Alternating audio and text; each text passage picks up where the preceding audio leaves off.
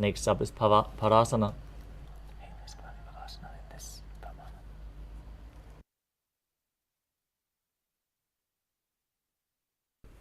Now sit with the knees raised, arms between the thighs and calves, interlace your fingers and lift your feet off the mat.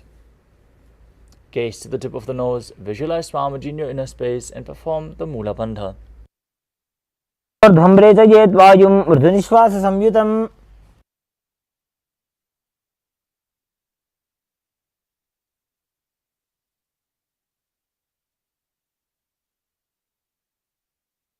Next up is Gopi Chandasana.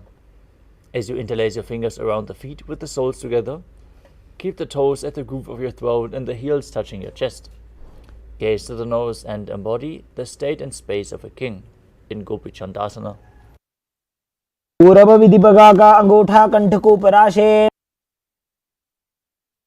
Next up is Uddarasana.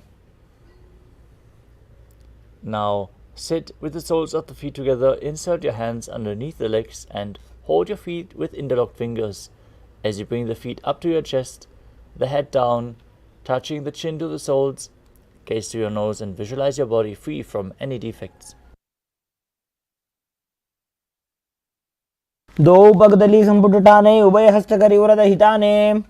From the same position, lift your feet even higher in front of your face with the interlocked fingers in front of your forehead. Visualize yourself excelling in everything in Vishishtasana.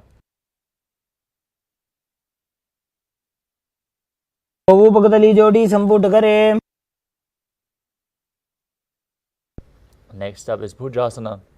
From a seated position, lift both legs over top of the respective shoulders. Bring your arms underneath the legs and up, interlacing your fingers around the back of your neck. As you visualize yourself as a cobra, breathe in Rajaka Kumbhaka. Exhale deeply and hold your breath.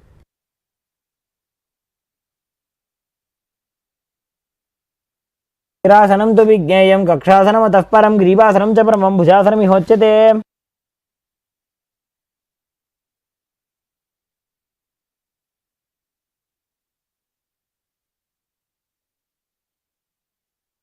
The next asana is Kalyanasana. As you maintain a seated posture, raise your legs up and bring your elbows under the knees as you wrap your arms around the back, palms clasped, gaze to the nose, and visualize yourself as a beautiful, auspicious goddess.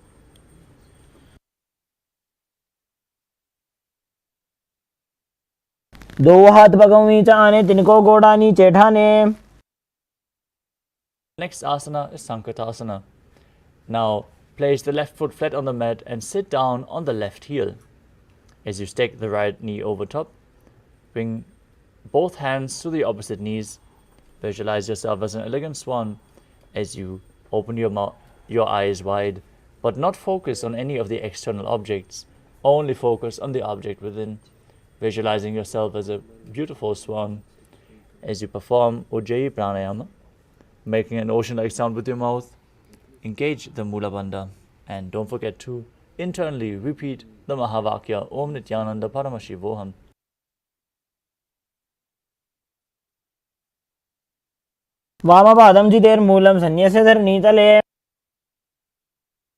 Next up is Dhenukasana. From Sankatasana, slide the left heel outside of the hip. Sit down on the ground as you keep your hands on top of both knees. Visualize a cow in your inner space as you perform Uddiyana Bandha and Mula Bandha.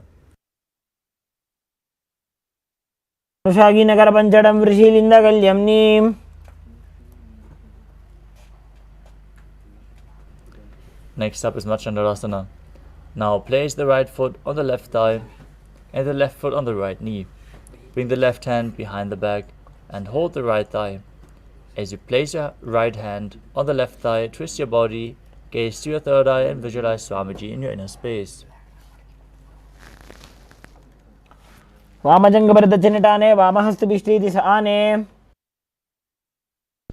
Now untwist your body, keep your legs in the same position, hold onto the feet and lean forward and down, placing your forehead on the ground as you visualize Swamiji in your inner space and perform the Mula Bandha in Machandarasana too.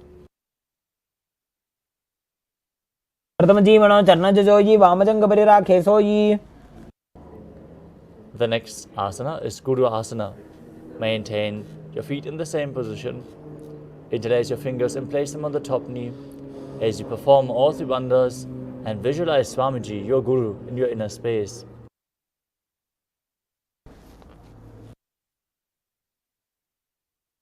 ऊर्मूलैतरपादस्य कनिष्ठिकाप्रदेशगुल्फं संस्थाप्य. Now, place the right foot flat on the mat. Sit on the right heel as you stick the left knee over top. Repeat Sankatasana on the other side as you visualize yourself as an elegant swan.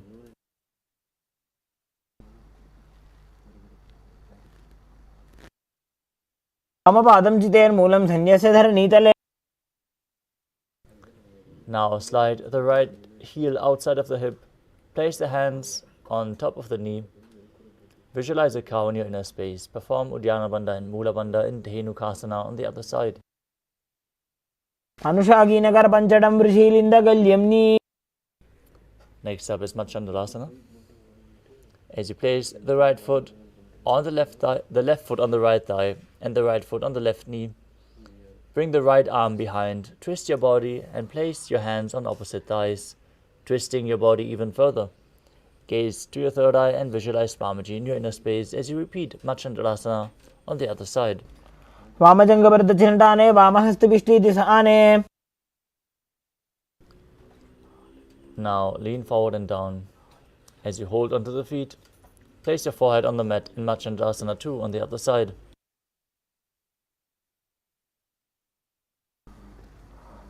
प्रथमजी मनो चरणजजोजी वामजङ्गपरिराखेसोजी. Next up is Guru Asana on the other side. As you interlock your fingers, place them on the top knee, visualize your Guru, perform Mahamudra Bandha.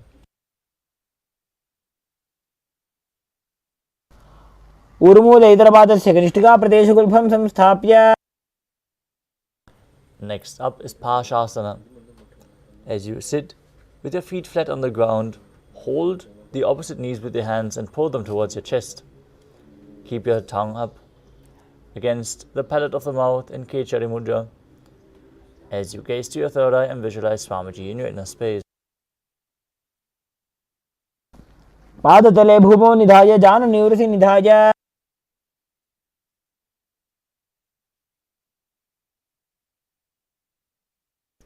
Next up is Bodhashukasana. From the same position, hold on to the opposite wrists. Bring your chin down to the knee. Gaze to the tip of the nose and visualize being in an abode of bliss.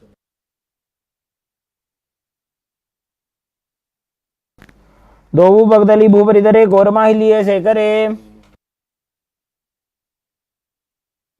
The next asana is Kudakatasana. From the same position, bring your arms underneath the knees and hold on to opposite elbows. Gaze to the nose as you visualize Swamiji in your inner space in Kudakatasana.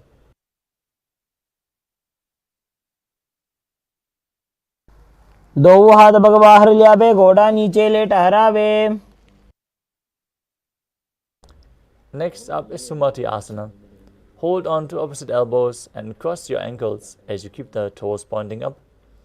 Gaze to the nose, keep your tongue in Kechari Mudra as you visualize the great sage and Maharishi Sumati in Sumati Asana. मूलद्वारी धरती परिठाने डावा पग परिदशपद आने. Next up is Dandasana. As you extend your feet out straight, keep your arms raised straight above your head. Interlaced fingers, wrists pointing outwards. As you engage all three wonders, gaze to your nose and visualize Swamiji in your inner space. इदानीं गर्भिणीनां योगाभ्यासो यथा लघु. Next up is Arambhasana. Now lean forward and down, hold onto the feet, big toes in Prana Mudra. As you bring your chest forward and down, head to the knees, and perform Nadi Shodhana, inhaling through one nostril, exhaling through the other, on both sides, interchangingly, without using your hands for support. Visualize Swamiji as you do so. दोवु पग मिलवा पसारी पगा का अंगूठा पकड़ी लीलाट गोड़ा लगावे. Next up is Pidokasana. As you sit with your legs straight, extend your knees slightly up. Keep one hand distance between the heels. As you bring your shoulders down, wrap your hands in and around the legs and hold your feet, the soles of the feet, from the outside. As you gaze to your third eye, visualize Swamiji in your inner space. प्रथम बैसी दो पाव पसारी कचको उर्तको कुरडो डारे.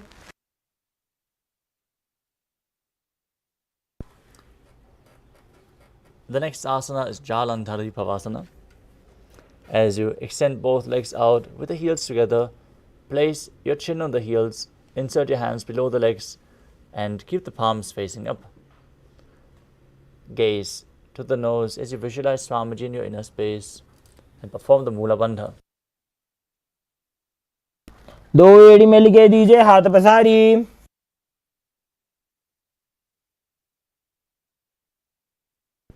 The next asana is Urdhva Paschimottanasana. As you sit with your legs extended forward, lift one foot behind your neck if you can. Then lean forward and down and hold onto the front foot as in Paschimottanasana. If you can't bring the leg behind your neck, try to bring it over your shoulder or pull it towards your chest. Open up your hips. Visualize Swamiji as you perform the Pratyahara Kumbhaka, focusing on the prana flowing up along your body through 9 various points, which are revealed by Mahadeva himself, which are the soles of the feet, the regenerative organs, the navel, the heart center, the throat, the uvula, the eyebrows, the center between the eyebrows, the forehead, and the Brahmarandra, the crown of the head. Visualize the prana flowing up along your body as you perform the Mula Bandha. पश्चिमतानवत् संस्थितिं कृत्वा एकं पादं ग्रीवायां धृत्वा तिष्ठेत्.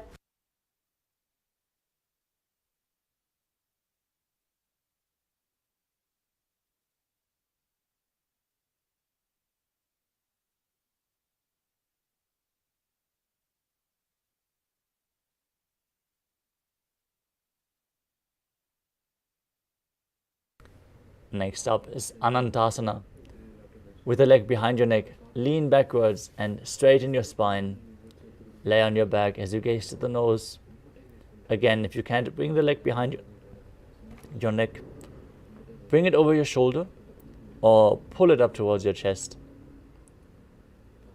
Hold onto the foot with the opposite hand as you gaze to the nose and visualize yourself as being infinite, endless, eternal, Ananta in this posture.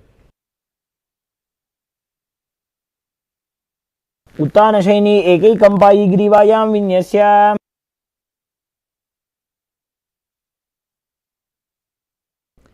Next up is Ankushasana. From Anantasana, roll onto the side of the elbow, holding onto your foot. Rest on the side as you gaze to the nose and feel in complete control.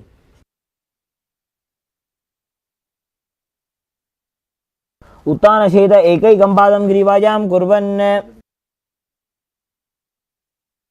The next asana is Drushasana. As you lay down on your back, bring the knees to the chest, encircle the thighs and calves with your arms and roll your body from left to right, visualizing Swamiji in your inner space as you perform the Mula Bandha. उत्तानशयनं जानुनि हृदयवष्टम्भ.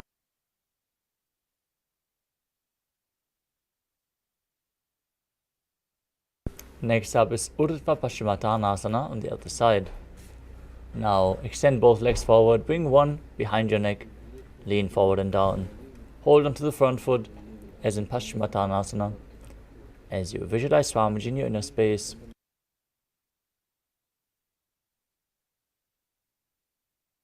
पश्चिमतानवत् संस्थितिं कृत्वा एकं पादं ग्रीवायां धृत्वा तिष्ठेत्.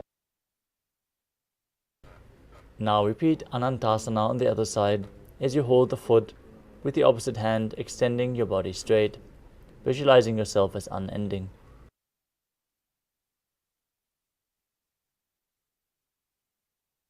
उत्तानशयनी एकैकं पायी ग्रीवायां विन्यस्य. Now repeat Ankushasana on the other side as you roll onto the side and feel in complete control.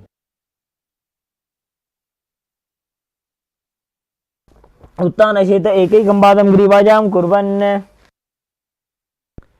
The next asana is Yoga Nidra. As you lay on your back, slowly lift your legs one by one up behind your head. Hold your hands behind your back and gaze to your nose as you visualize Swamiji in your inner space. पादाभ्यां वेष्टयेत् कण्ठं हस्ताभ्यां पृष्ठबन्धनम्. The next asana is Atmaramasana. While laying on your back, raise your legs towards your head, wrap your hands around the legs and interlace your fingers behind your neck. Gaze to the nose as you visualize Lord Vishnu blessing you from within. Focus on the prana flowing up in Pratyara Kumbhaka as you perform the Mula Bandha.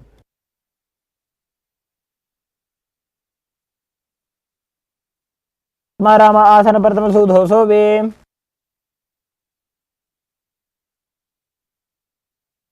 The next asana is Kuchikasana. As you lay on your back with the knees to the chest, with the soles of the feet facing up, extend your arms sideways and gaze to your third eye. Visualize Swamiji in your inner space as you perform the Mula Bandha. दो हाथ सीधा सा करे, 300 बेसपा करे. Next up is the Jadhara Parivriti. This asana consists of 3 steps. We are going to perform all 3 steps and then repeat them on the other side. First, enter a neutral position where you pull both knees towards your chest, soles facing up, as you extend your arms to the side at shoulder level. Then drop one knee to the side, extending the other leg down. This is the first step. Then bring both knees bent to the side. Second step. Then extend both legs to the side and hold onto the feet with your hand as you gaze in the opposite direction. Visualize Swamiji in your inner space and perform the Mula Bandha. परिवृत्ति कुक्षि भागे त्रिदाहि परिकीर्तितः. Now we turn to the neutral position. Knees pulled up, arms extended to the side. As you drop the other knee to the ground in step 1. Both knees to the other side. Then both legs extended to the side, holding onto the feet and gazing away from the feet.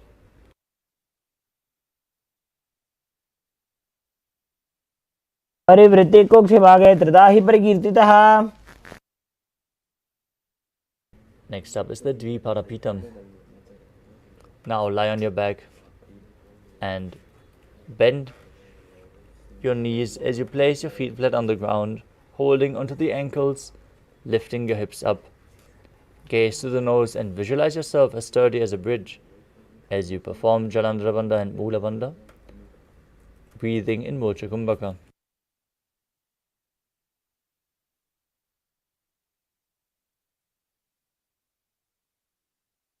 प्रतिक्रियायुतं द्वन्द्वपीठ सर्वबलप्रदम्.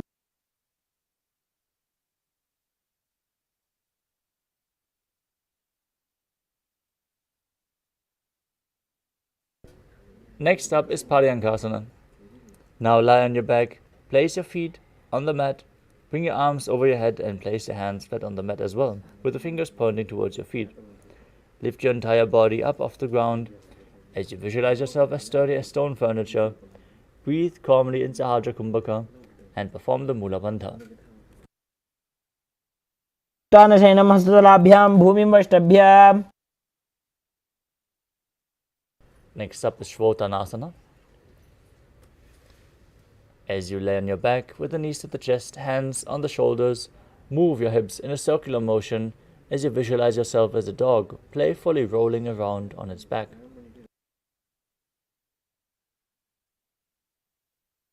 शवच्छरीरं संस्थाप्य जानुनि सम्मील्य नाभो वाणिज.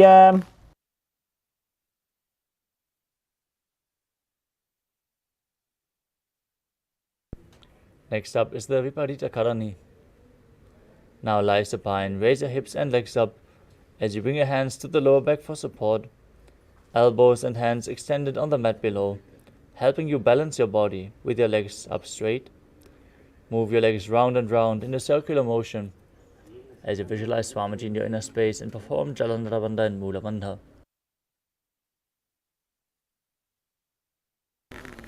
भूतले सशिरो दत्वा खेनये चरणद्वयम्. Now stop the movement of your legs, be straight and stable in Viparita Karani too.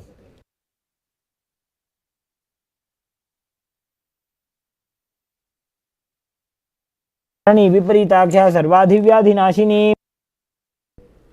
Next up is Langalasana.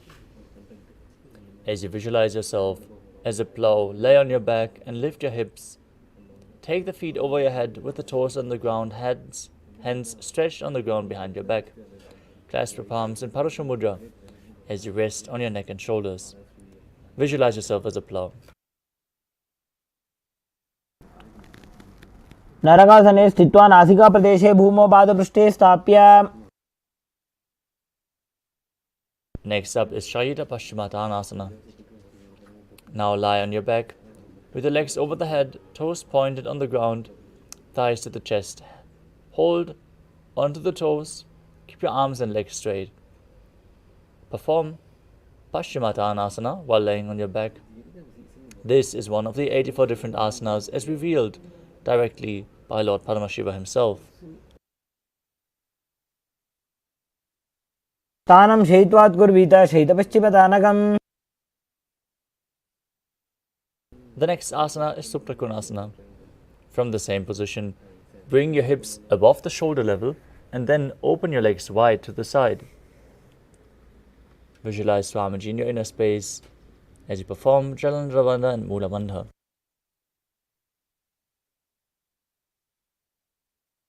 परिवृत्ति कुक्षिभागे त्रिधा हि परिकीर्तितः.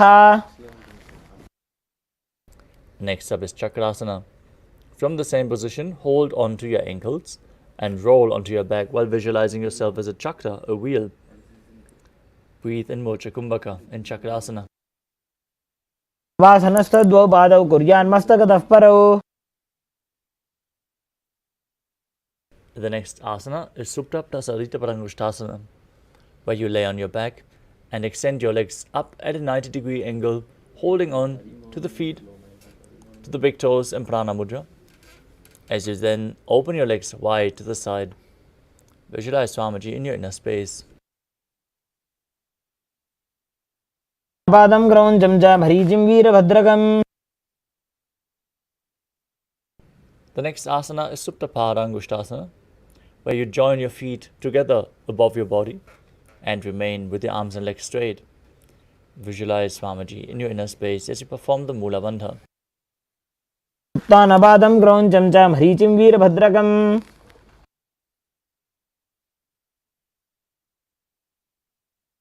The next asana is Matsyasana. From Supta Parangushtasana, move your legs into Padmasana, lay on your back and hold onto the opposite elbows over your head. Gaze to your nose and visualize Matsya, the fish avatar of Lord Vishnu.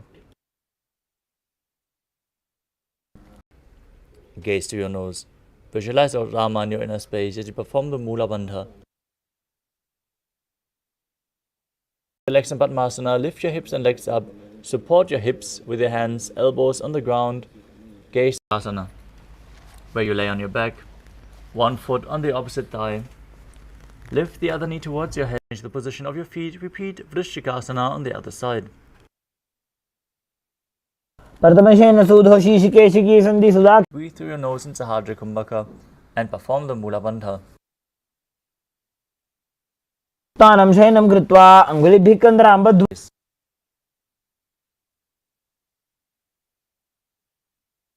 श्रोतानवत् संस्थितीकृत्वा जानुद्वयं पर्यायेन कर्णयोः संस्पृशेत्.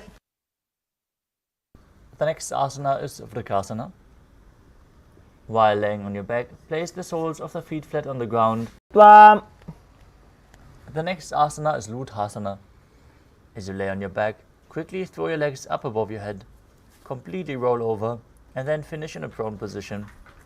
Repeat this movement again and again while visualizing Swamiji in your inner space. उत्तानशयनं पादौ शिर उल्लङ्घ्य भूमौ स्थापयित्वा. Now lay flat on your belly with the feet extended backward, toes pointing back, hands by the shoulders. As you contract your lips, make the sound of a flute whistling while inhaling, as you visualize yourself as a chariot carrying warriors into a battle for Dharma on your chariot back. शयनं कृत्वा नाभिं भूमौ निधाय. The next asana is Dehalyulanganasana. Now push your body up into a plank position and then jump your feet forward and back between your arms as you feel yourself go beyond the body and mind. हस्तद्वयं बद्ध्वा तन्मध्यचरणद्वयम् उड्डानैव बहिरानीय. Next up is Chatyasana. From a standing position, bend forward and place your hands on the mat. Walk back and forth while visualizing yourself as a wise 60-year-old elephant. अथ जात्यासनं वक्ष्ये येन जाति स्मरो भवेत्. Next up is Loditika Karana. Stand with your knees bent, feet pointing outwards as you bend your elbows and rotate them around your body as you lean back, open up your chest and move your head in all directions.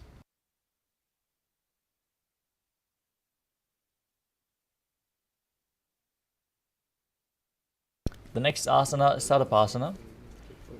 Now tie your feet with a rope if you have one available. Stand erect on the mat like a rod. Keep your arms at the side of your body with the hands touching your thighs. Visualize your Kundalini, Devi, raising and curling upward around your body. Activate the Kundalini Shakti, flowing upwards as you perform the Mula Bandha. Breathe calmly through your nose in Sahajra Kumbhaka.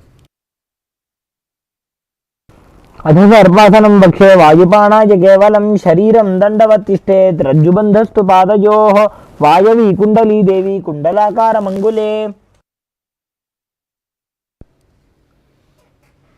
Now move on to Ushta Sadhanasana. While standing, place all fingers on the mat and then stand on your hands, holding on to the toes from the front as you begin to move. Walk around, visualizing yourself as a camel. टिकनिष्ठिका प्रदेशेन भूमौ निधाय उपरि पादतले संस्थाप्य. Next up is Ashvasana from the same position, holding onto the feet from the outside. Visualize yourself as a horse and walk around. टिकनिष्ठिका प्रदेशेन भूमौ निधाय उपरि पादतले संस्थाप्य.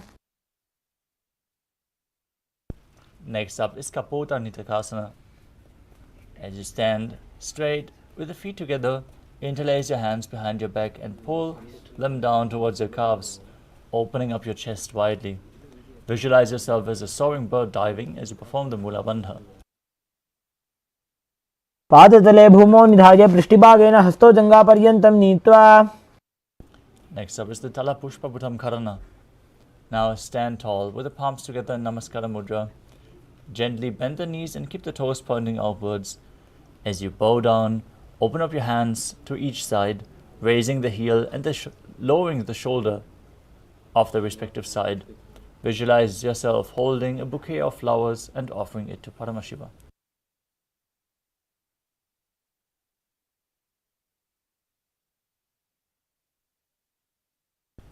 Next up is Khadgasana. Now visualize yourself as a rhinoceros, gaze to your nose, then lay down on your stomach. Jump your feet up towards your hands and stand with your hands in Namaskara Mudra, forming the horn of the rhinoceros.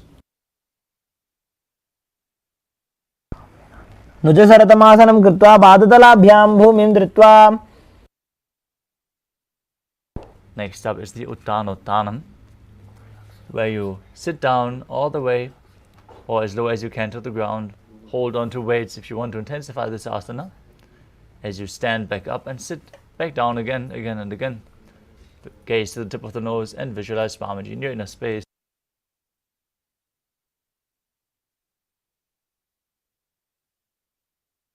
पुनः न उत्थातव्यमसितव्यमिति उत्थानोत्थानं भवति.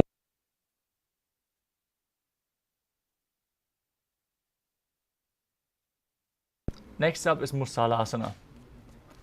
Now stand up straight, raise your arms up over your head and jump repeatedly as you visualize yourself as a mace.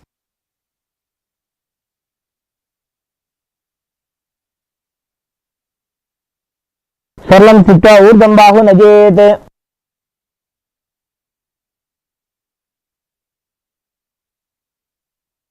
Next up is Uchchiya Shakasana. From a standing position, pull the sole of one foot towards your chest. As you sit down and stand back up with the other leg, exchanging the legs again and again, visualizing Swamiji in your inner space as you gaze to your nose. एकैकं पादतलं कुक्षौ निधाय तिष्ठेत् उच्छीर्षकं भवति. Next up is Parashvajanukarana. Now stand and keep one leg slightly bent with the toes pointing to the side. Bend and lift the opposite knee towards your chest, pointing the toes downwards.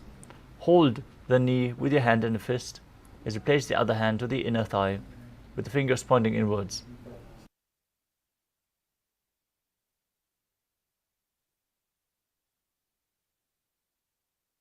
Next up is Tandavasana. You can hold weights if you want to intensify this asana. As you visualize yourself fiercely dancing as Lord Shiva, extend one leg and both arms forward, then sit down and stand back up with the other leg.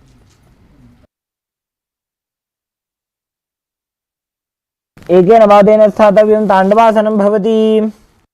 Next up is Brahmanasana. As you place the left foot on the opposite thigh, stand erect on the mat like a rod. Keep your hands by the sides, visualizing yourself being blessed by Lord Brahma. ब्राह्मणासनमावक्षे यत्कृत्वा ब्राह्मणो भवेत्. Next up is Garudasana 3. Now stand tall and wrap the left leg over and around the right knee.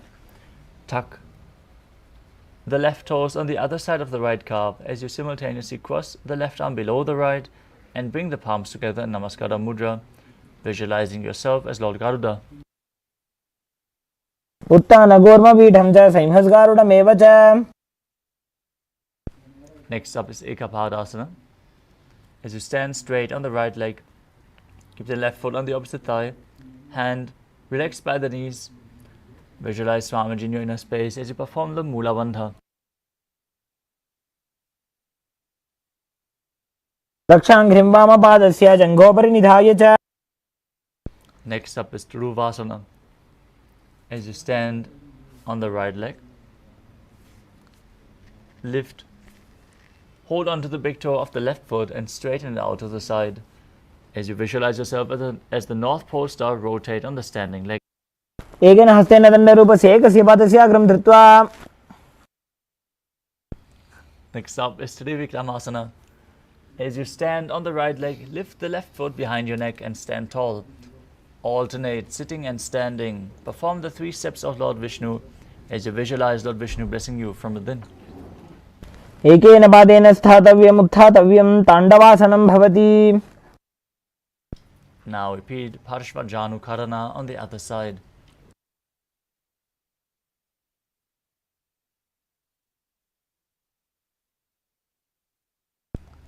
Now repeat Tandavasana on the other side. Visualize yourself fiercely dance.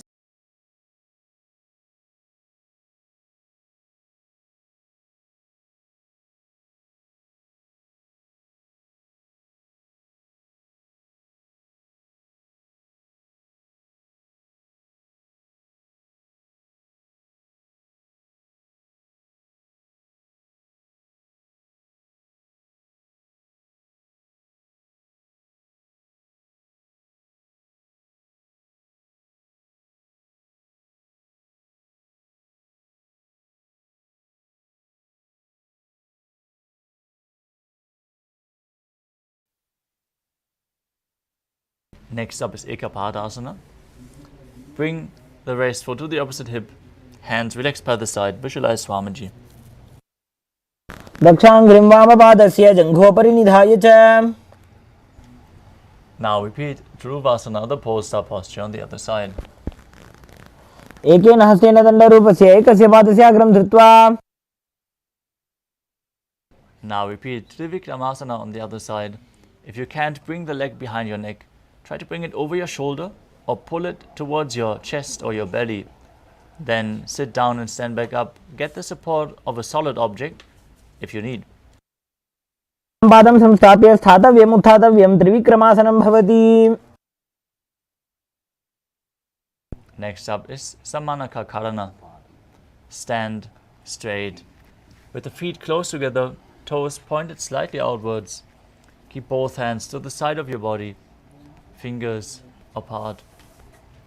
Relax, feel the awakened Kundalini Shakti flowing through your body as we enter the final 100 asanas of the sequence.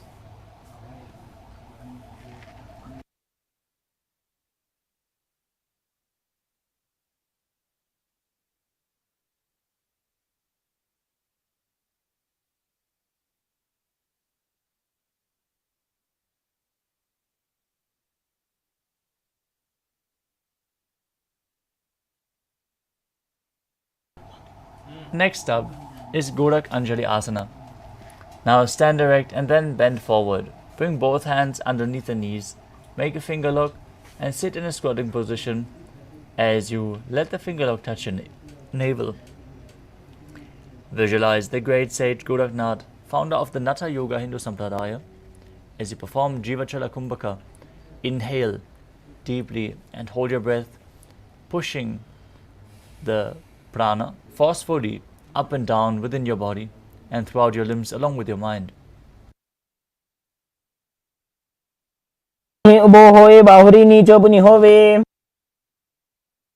Next up is Kanchi Asana. Now insert your hands between the thighs and calves, then wrap them around behind your butt, interlocking them in Parusha Mudra. Visualize Swamiji in your inner space.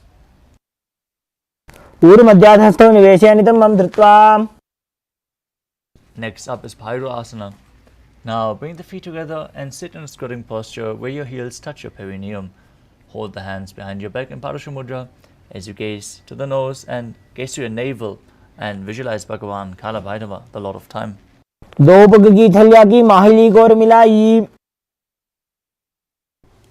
Next up is Varahasana. Squat all the way down to the ground. Keep your feet together, toes apart. Bring your elbows up close to your head as you join your hands behind your back. Fingers pointing downwards in Anjali Mudra. Gaze to the nose and visualize yourself as Varaha, the boar avatar of Lord Vishnu.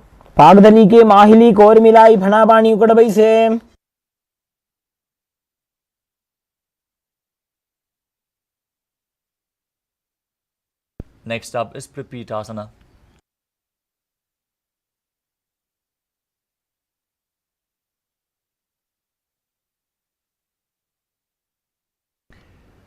With the heels touching, bring your hips to the same level as the knees.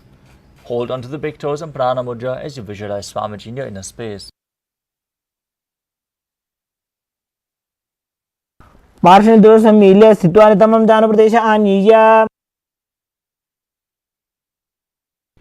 Next up is Bakasana.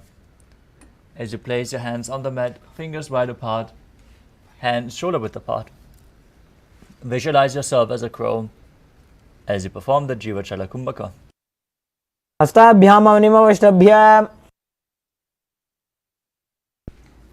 Now kneel down with your head on the ground, palms spread for support.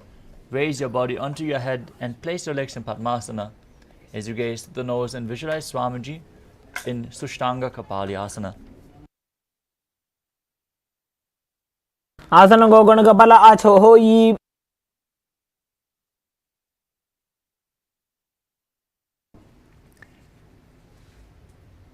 The next asana is Guptasana.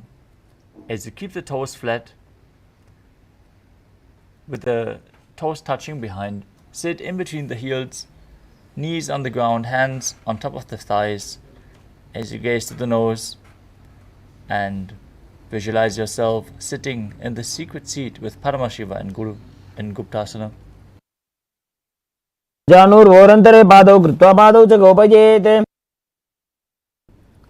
The next asana is Vrikshasana too. Another inverted posture.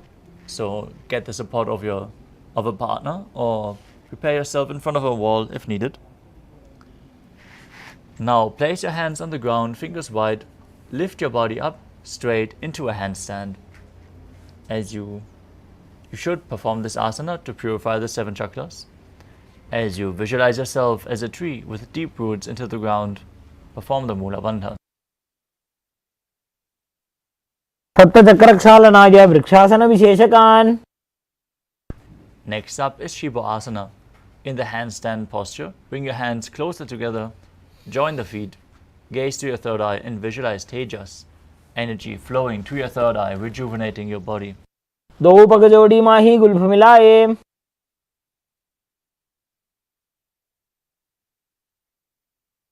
Next up is Matsyasana 2.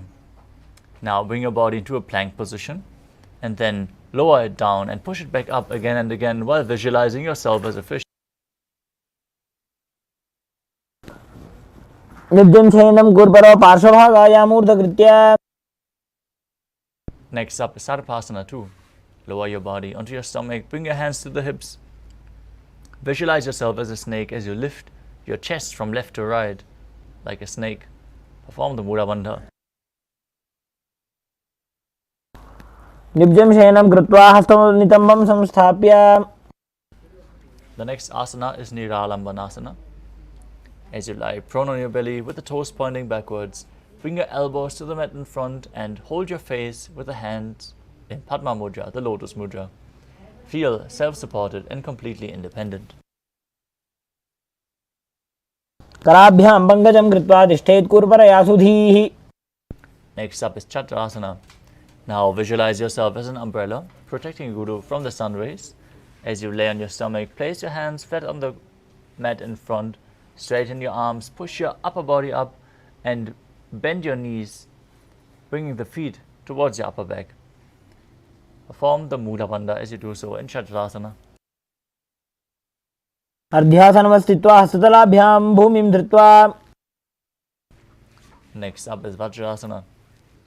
As you sit on the knees with the tops of the feet flat on the mat, bring your butt onto the heels, stretch your arms out in front with the palms facing down. Place your forehead on the ground as you gaze to the nose and visualize yourself as Vajra, the weapon of Indra, symbolizing your indestructibility. इदानीं गर्भिणीनां योगाभ्यासो यथा लघु. With your hands flat on the mat, push your hips up into Gajrasana. As you alternate striking the ground with your hands, visualizing yourself as powerful as a ram in Meshasana. गजासन संस्थितो एकैकं बाहुं भूमौ ताडयेत्.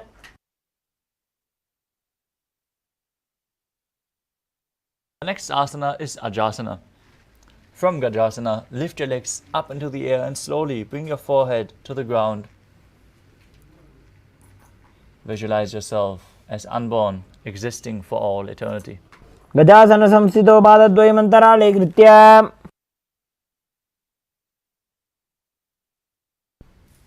Next up is Dhanantarasana. Now sit in a kneeling posture on top of the heels with the legs together. Interlace your fingers around the toes and pull the feet towards your perineum. Then place your hands on the respective knees. Keep your spine straight, gaze to the nose. Place your hands on top of the knees as you visualize Swamiji in your inner space and breathe in Ujjayi Pranayama, making an ocean-like sound with your mouth. पूर्व विधि परिहाता की काकसी से फणा शरा मोड़ी.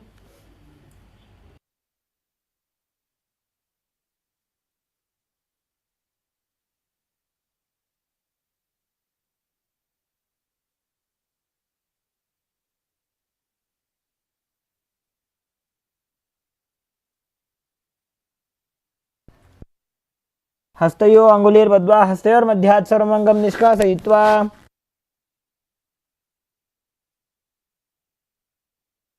Next up is Garudasana 4. As you sit on the heels in Vajrasana, turn your feet out to the side, keep your thighs and knees resting on the ground with your spine straight, hands on the knees. Visualize yourself as Lord Garuda, flying Lord Vishnu and Lakshmi on his back.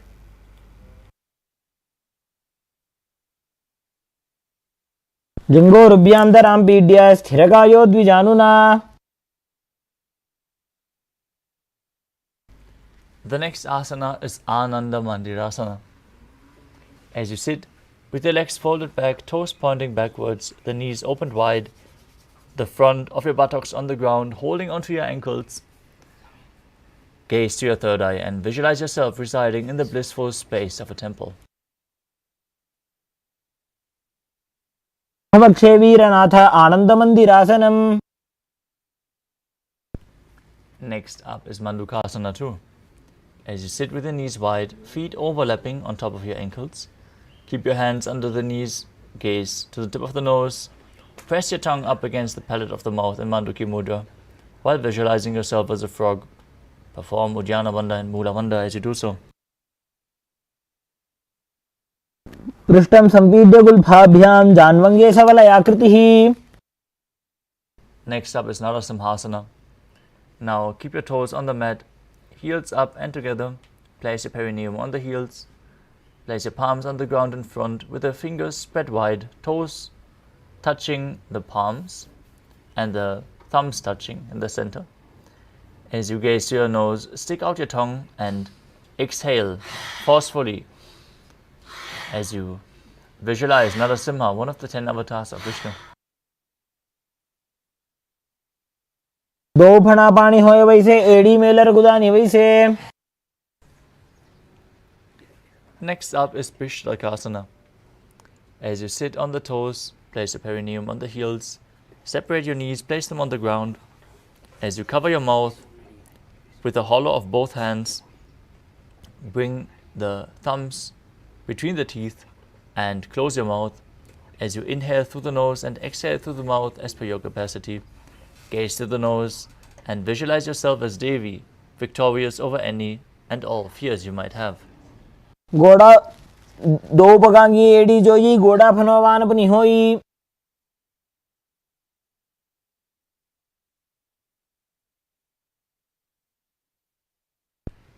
Next up is Makaldasana. Now keep the soles of the feet together, the top of the feet on the ground. Sit on your heels. Bend your elbows and bring your fingers to the armpits as you visualize yourself as a playful monkey scratching itself.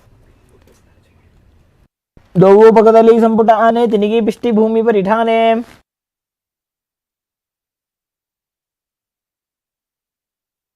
The next asana is Vajrasangadasana. As you stand on the toes with the soles of the feet together, sit on the heels, knees wide and off the floor. Hold your elbows behind your back and gaze to the nose as you embody a diamond-like strength for yourself and your Sangha, your spiritual community. प्रथम पणा पानी होए वैसे दो एड़ी गुदानी वैसे.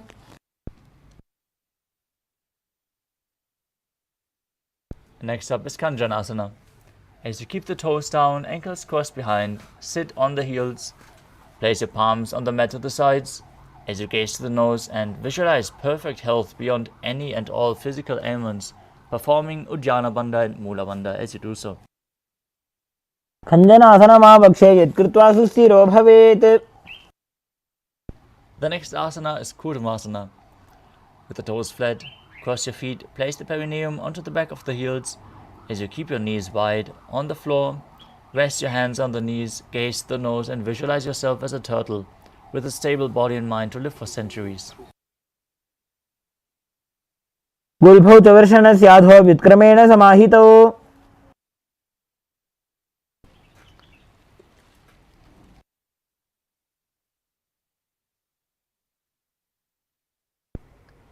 Next up is Yogasana. With the toes flat, cross your feet and place the perineum onto the back of the heels. Gaze to the nose, visualize Swamiji in your inner space and perform the Mula Bandha.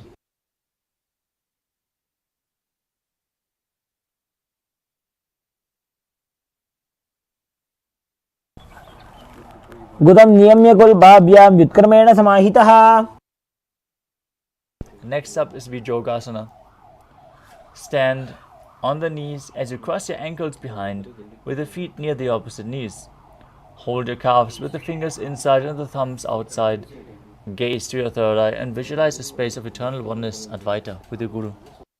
घोड़ा वामो उभौ होई घोड़ा आड़ा राखे दोई.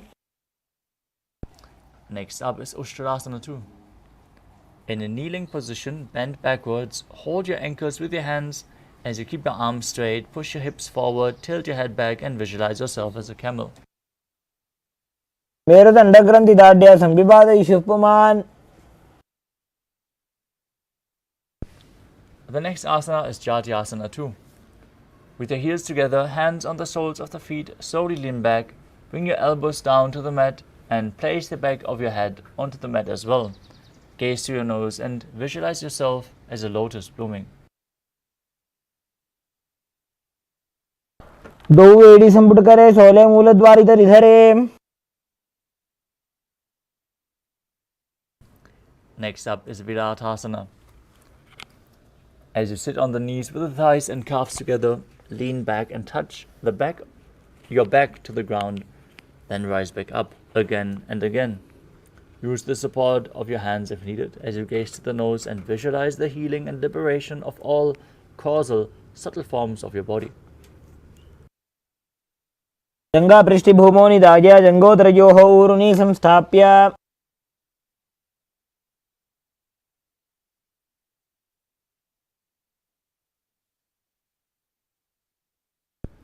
The next asana is Kapotasana. From Viratasana, raise your hips higher. Bring your forearms to the mat and hold the back of your heels. As you bring your head in between the feet, visualize yourself as a beautiful dove. Perform the Mula Bandha. मेरुदण्डग्रन्थि दाढ्या संविपादयिषुः पुमान्.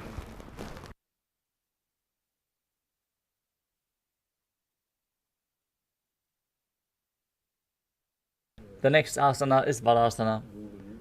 Stand upright on the knees with the toes tucked. Hold your arms with opposite hands as you gaze to the nose. This is the boon-fulfilling posture. Receive your boon from Paramashiva. Internally chant Om Nithyananda Paramashivoham in Varasana. जानुनी भूमौ संस्थाप्य हस्ताभ्यां बाहु परस्परं धृत्वा. Next up is Varahasana 2. Now keep the knees together, toes tucked, heels raised, perineum down on the heels as you lean forward and down, holding onto your head. Rest your hand on the hands and visualize yourself as Varaha, the boar avatar of Lord Vishnu in Varahasana 2. सूर्यं चन्द्रं भेदनानि आसनानि निगद्यते. Next up is Mundasana. As you kneel down, place your elbows on the mat shoulder width apart. Interlace your fingers, place the crown of your head onto the mat, support your head with your hands. Walk your feet forward, raise your hips, and lift your legs off the ground, extend them straight. As you visualize yourself as a lop tree, gaze to the nose, breathe calmly in Sahajra Kumbhaka, and perform the Mula Bandha in Mundasana. अधो मुण्डासनं वक्षे सर्वेषां प्राणिनां सुखम्. Gently lower your body down. Place your head in between the knees as you hold onto your head and place the elbows outside of the knees in Andhasana. Gaze to the nose and visualize Swamiji in your inner space. प्रथम पगदली समटारावे कोरमाहिली उभे मिलावे. Next up is Viparita Shalabhasana. Hold weights if you want to intensify this asana. Lay down on your belly, arms extended, and legs and arms lifted off the ground completely. Visualize yourself as a locust as you perform the Mula Bandha. शलभासन भेदाश्च नटभेरुण्ड नामके. Now lay on your belly and keep your arms at the side near your hips with the palms facing down. Lift your legs up completely as you place your forehead on the ground. Visualize a skull representing the mind with purified thoughts and the strong will to attain enlightenment in Kapalasana. कपालं भूमौ निधाय ऊर्ध्वं पादौ नयेत्.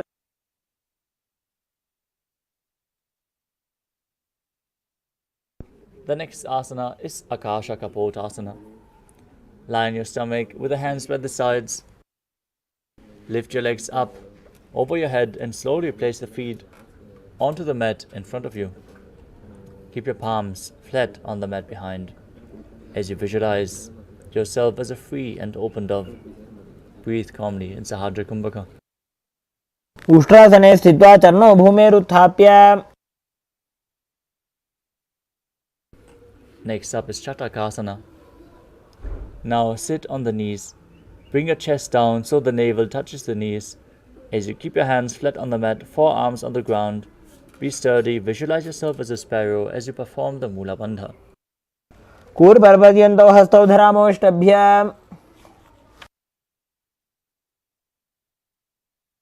Next up is Vrishchikasana too. Now kneel down, hands and elbows on the mat. Raise your legs up. As you bend your back to touch the feet onto your head, lift your chin, hold the position as you visualize yourself as a scorpion.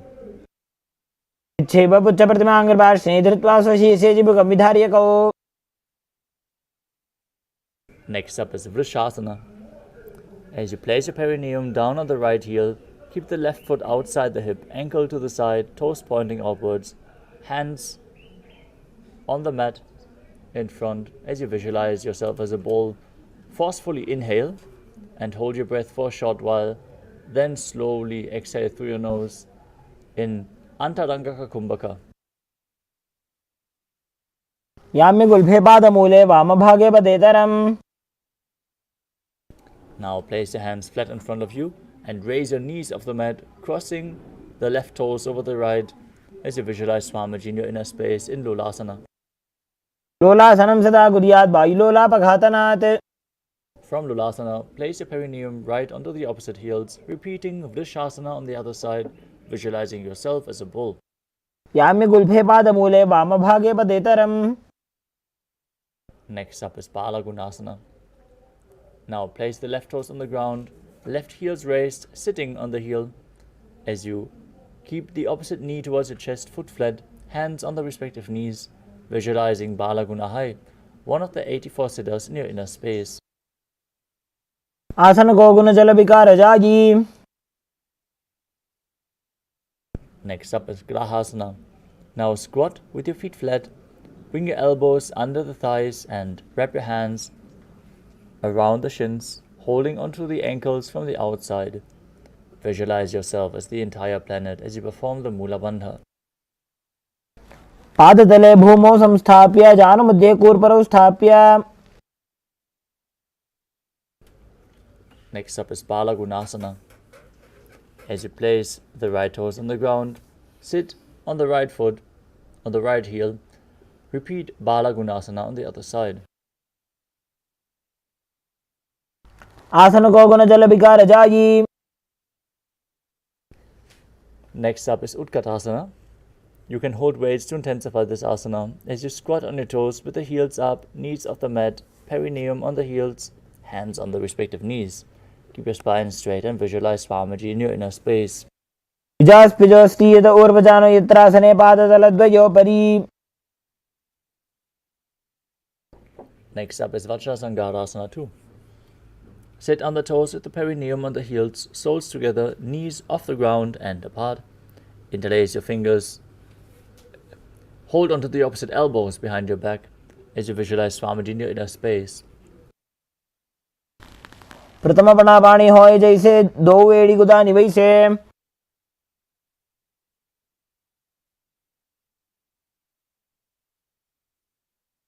Next up is Anilasana. Now squat or sit with the feet hip width apart. Place your palms on the mat, fingers pointing forward and step onto the top of the hands. As you gaze to the nose, visualize you are able to consume and live off of air alone. भूमि पर इठाने कहनी जाड़ी ना भी लगाने. Next up is Parukasana. Now place the back of your hands onto the mat with the fingers pointing towards your body. Step onto the hands with your feet and wrap your hands around the feet like a shoe. Start walking around on the mat. Visualize yourself wearing padukas walking across India. हस्ततलयोः पादतले कृता तिष्ठेत् गच्छेत् पादुकासनं भवति.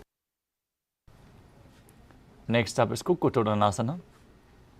Now place your palms on the mat, raise both feet upwards into the air as you let them fall back down. Do this again and again, visualizing yourself as a rooster. हस्ततले भूमौ कृत्वा पादतले च ऊर्ध्वमुड्डानं कृत्वा. The next asana is Viparita Nrityasana.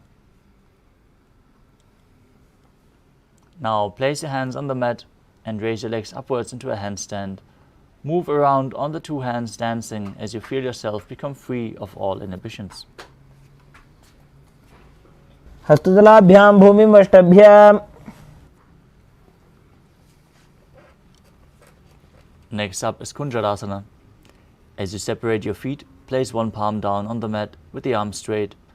Bring the opposite hand to the head and be stable. Visualize Swamiji in your inner space. अथ वक्षे Mahadev कुञ्जरासनमुत्तमम्. Exchange the position of your hands. Repeat Kunjarasana on the other side. अथ वक्षे Mahadev कुञ्जरासनमुत्तमम्. Next up is Kadambasana. Now sit on the ground with the feet flat, heels close to your body. Hold the respective ankles and lift your feet off the ground as you visualize yourself as a Kadamba tree, a tree that promotes a long life. पार्ष्णिभ्यां भूमिं वष्टभ्य हस्तद्वयेन गुल्फौ धृत्वा.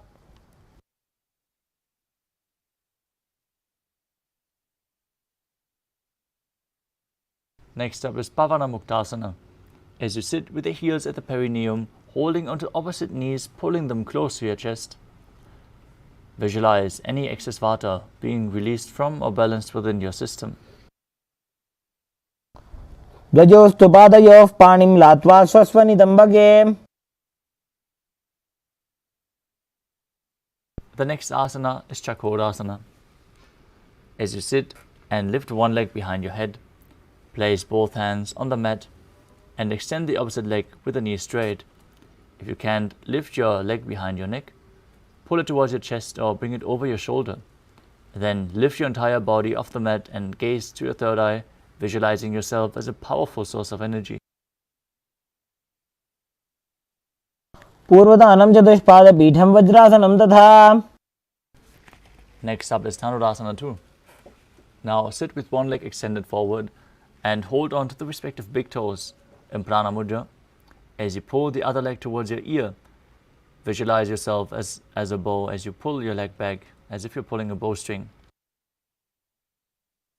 पादाङ्गुष्ठौ तु पाणिभ्यां गृहीत्वा श्रवणावधि. Next up is Ashtavakrasana. Now place your hands flat on the mat, shoulder width apart. Bring one leg over top of the respective shoulder. Hook the other foot over top and extend the legs out to the side, balancing on your arms as you lean forward, visualizing yourself as a flying crane. वासिष्ठमतकौण्डिन्यमूर्ध्वकुक्कुटमेव च. The next asana is Pranasana. Now bring one foot on top of the opposite thigh. Bring the other foot flat on the ground with the knee raised. Push the opposite knee to the ground and bring your shoulder underneath the raised knee with the hand flat on the ground. Visualize you are immortal and able to exist solely from prana as you gaze to your third eye. एतत् प्रभेदं वक्ष्यामि करोति यस्य चामरः. Next up is Parashvamatsyendrasana. Now bring one heel to the opposite hip and step the other foot over top the knee. Twist outside of the raised knee, bring your arm underneath the knee and interlace your fingers behind your back. Gaze to your third eye and visualize Matsyendranath, the master of Hatha Yoga.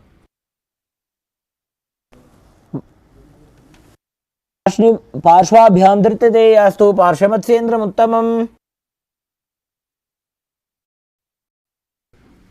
Now repeat Chakorasana on the other side with the other leg behind your neck or over the shoulder as you raise your entire body off the mat and extend the leg up straight, visualizing yourself as a powerful source of energy. पूर्वदानं चतुष्पादपीठं वज्रासनं तथा. Repeat Dhanurasana 2 on the other side. Pull the other foot towards your ear. Hold onto the big toes. Visualize yourself as a bow. पादाङ्गुष्ठौ तु पाणिभ्यां गृहीत्वा श्रवणावधि. Now repeat Ashtavakrasana on the other side. Bring the other foot over top of the shoulder, hook the opposite foot over top, and extend the legs out to the side. Balance on your arms, visualizing yourself as a flying crane. वासिष्ठमथ कौण्डिन्यमूर्धकुक्कुटमेव च. Now repeat Pranasana on the other side. Bring the other foot over top of the opposite thigh, shoulder underneath, pressing the other knee to the mat. Visualize yourself as immortal, existing from prana. एतत् प्रभेदं वक्ष्यामि करोति यस्य चामरः.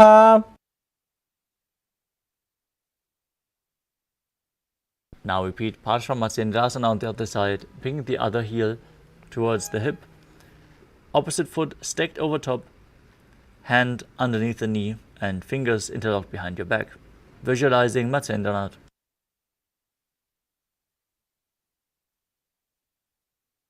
पार्श्वाभ्यां धृतदेयास्तु पार्श्वमत्स्येन्द्रमुत्तमम्.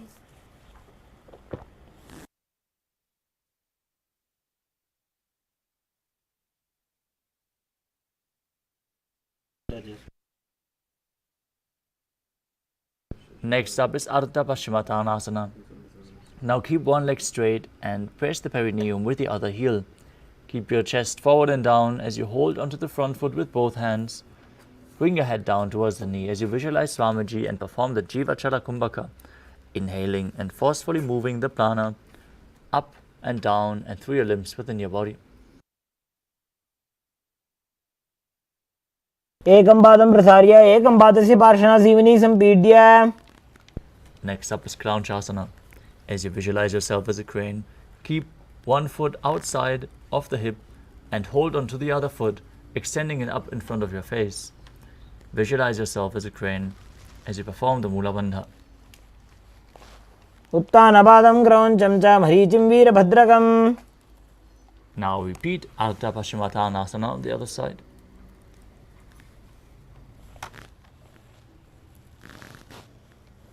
एकं पादं प्रसार्य एकं पादस्य पार्श्वनासीवनी सम्पीड्य. And now repeat Crown Shasana on the other side as well. वासिष्ठमथ कौण्डिन्यमूर्धकुक्कुटमेव च. Next up is Swastikasana. Now sit with your soles between the thighs and calves. Keep your spine straight, palms resting on the knees. Embody peace, well-being, good fortune and prosperity as you visualize a swastika in your inner space. जानुर्वोरन्तरे सम्यक् कृत्वा पादतले उभे. Next up is Godakshasana. As you keep your feet in the same position, cover your heels with the respective hands, tuck your chin to the chest, gaze to the tip of the nose as you visualize Sage Godaknath, the founder of the Natha Yoga Hindu Sampradaya. जानुर्वोरन्तरे पादौ उत्तानुव्यक्तसंस्थितौ. Next up is Bhagasana 2. Now bring the left heel to the perineum and the right foot on top of the left thigh. Now visualize Swamiji, meditate on Arihanta, the enlightened one, as you gaze to your third eye and close all your five senses in Shanmukhi Mudra. Exhale. Close your eyes with the index fingers, nose with the middle fingers, mouth with ring and little fingers, and your ears with the thumbs. वामपार्श्वमुक्तं संस्थाप्य दक्षाङ्घ्रिवामजगने. Next up is Yogasana 2. As you place your feet on top of opposite knees, place your hands on the ground beside your body with the palms facing up. Keep your spine straight, gaze to the nose, and visualize Swamiji in your inner space as you roll up your tongue and inhale through the rolled up tongue while keeping the mouth in the shape of the beak of a crow. Slowly exhale through your nose in Kakachancha Kumbhaka as you perform the Mula Bandha.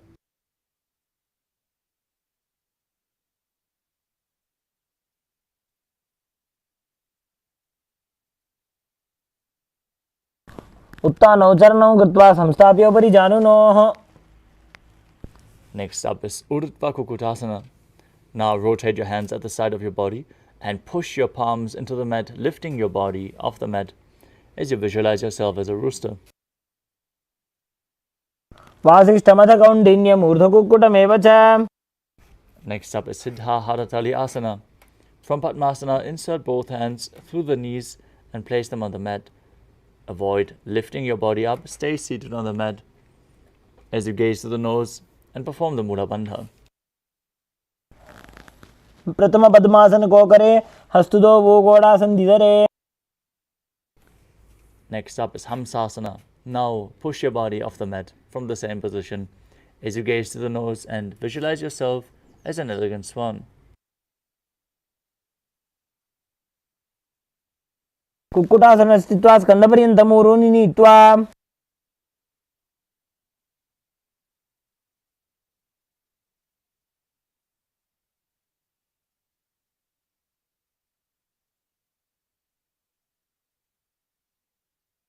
The next asana is Karmukhasana. From Padmasana, place your hands between the thighs and calves. While sitting, reach your hands behind the body. Interlace your fingers in Purusha Mudra.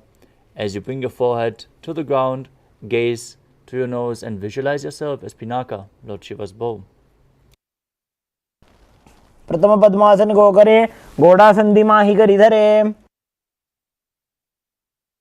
Next up is Kurmasana 2. From Padmasana, insert both hands through the thighs and calves. Bend your elbows to hold onto the restricted shoulders with your hands. As you visualize yourself as a turtle, having a stable body and mind to live for hundreds of years. By जंग पर दक्षिण पावा, दाई जंग पर by ल्यावा. Next up is Grandhi Vedasana. From the same position, tuck your chin to the chest, gaze to the nose, and rejoice knowing you are in Shiva's secret knot posture. भक्षे नीलकंठ ग्रंथि भेदासनम Shubham. The next asana is Uttana Kurmasana. With your legs in Padmasana, arms broad in between, roll onto your back and hold onto your shoulders as you embody a turtle laying on its back. Kukkutasana बंधस्थम कराभ्याम धृतगंधरम. Now sit back up into Padmasana.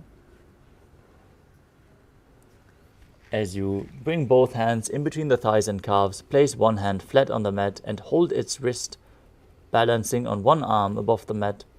As you push your body up, visualize yourself as a rooster in Pangu Kukkutasana.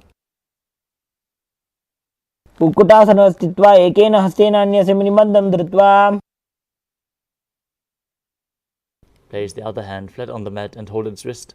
Push your body up. Repeat Pangu Kukkutasana on the other side. Kukkutasana स्थित्वा एकेन हस्तेन अन्यस्य मुनिबन्धं धृत्वा. Next up is Gridrasana. From Padmasana, place your elbows on the toes and interlace your fingers. Rest your chins on the knuckles as you press your thumbs to the throat, visualizing you have gone beyond all greed and covetous. तानोर्वोरन्तरे पादौ उत्तानो व्यक्त संस्थितौ. Next up is Padmasana 3. From Padmasana, hold one hand over the other with the palms facing upwards. Now, hold one hand over the other. Keep your spine straight. Gaze to the nose. Engage all Trivandhas as you visualize Swamiji in your inner space. उत्तानो चरणो विधाय विधिवत् शक्ति स्थितौ योगिरात्.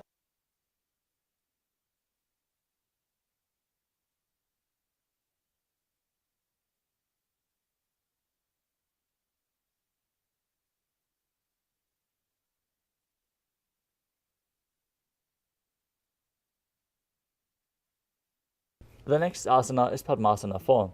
From Padmasana, place your palms on top of the knees, keep your spine straight, gaze to your nose, visualize Paramashiva in your inner space as you perform the Mula Bandha. एतत् पद्मासनं कुर्यात् प्राणवायु प्रसिद्धये शुभासनं सदा ध्यायेत् पूरयित्वा पुनः पुनः. Next up is Karmukhasana 2. From Padmasana, keep one hand on top of the respective knee and hook your hand around the other toe in Prana Mudra, rotating the throw round and round. Pull the elbow back as if you're pulling a bowstring as you visualize yourself as Pinaka, Lord Shiva's bow. अथान्यासनमावक्ष्य योगपूरकरक्षणात् कृत्वा पद्मासनं पाद अङ्गुष्ठदङ्गयो स्थितम्.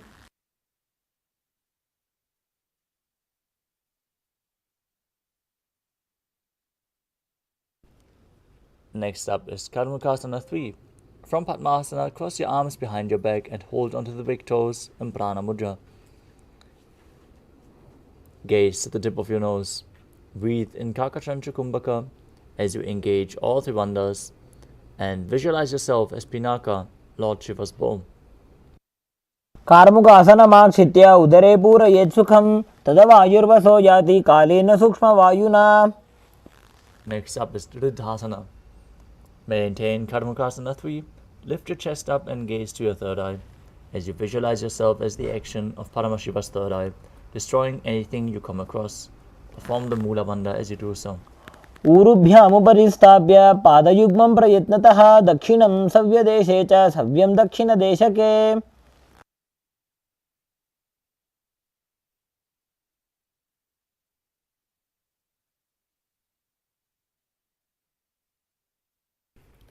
Next up is Nagradasana.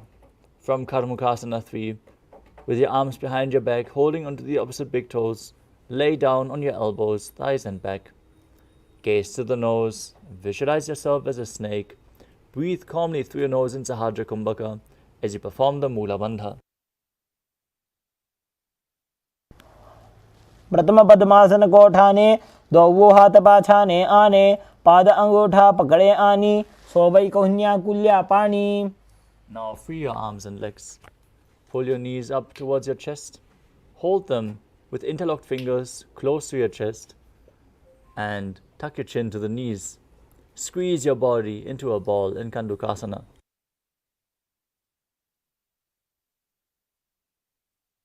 चित्रासने स्थित्वा हस्तपादान् निष्कृष्य ऊर्ध्वं नयेत्. Next up is Urdhva Pavanasana. As you lay on your back, with the knees raised together, feet flat on the ground, interlock your fingers behind your head and gaze to the nose, visualizing Swamiji in your inner space. प्रथमे सूधो San करावे गोड़ा ऊभा राशि मिलावे. Next up is Markata Pitasana. As you lie on your back, bend your knees and keep the feet flat on the mat. Place the upturned palms under the heels. Lift your hips up. Engage Jalandhara Bandha and Mula Bandha. Breathe in Mocha Kumbhaka with Jalandhara Bandha engaged on the exhalation as you visualize yourself as a powerful alpha ape. उत्तानशयनं पादतले उत्तानहस्तयोः स्थापयेत्. Next up is Uttana Shikhi Pitakasana. As you lie supine, raise your hips up. Support your hips with your hands placed at the waist. Place the elbows on the ground, bearing the weight of your body. As you tuck your chin to the chest, gaze to the nose, visualize Swamiji in your inner space and keep breathing in Mocha Kumbhaka. Performing this asana before taking any meal will bring intense strength to your legs. जङ्घोरुबलहीनश्चेत् उत्तानशिखिपीठकम् अप्रमत्तः प्रकुर्वीत भुक्तेः प्राग्विजितेन्द्रियः. The next asana is Narakasana. As you lie supine, raise your hips and legs up straight. Bring your hands flat to the mat, supporting your body, balancing above the mat. As you visualize yourself blissfully traversing Narakaloka unscathed, engage Jalandhara Bandha and Mula Bandha.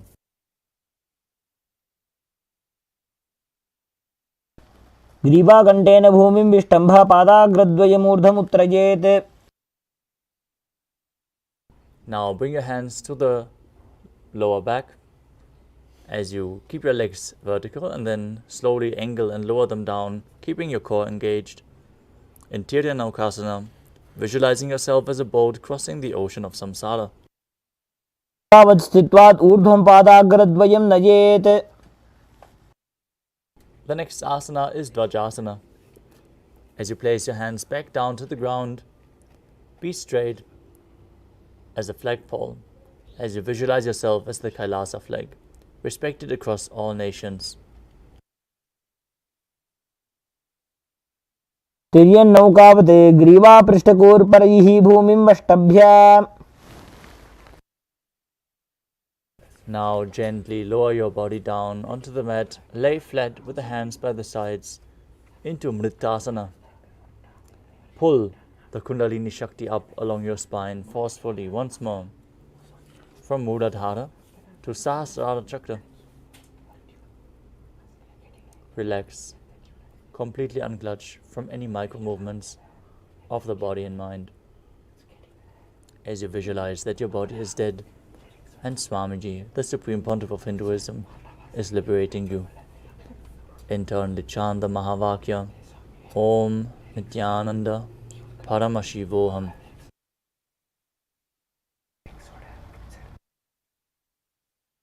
उत्तानं शववद्भूमौ सजनं तु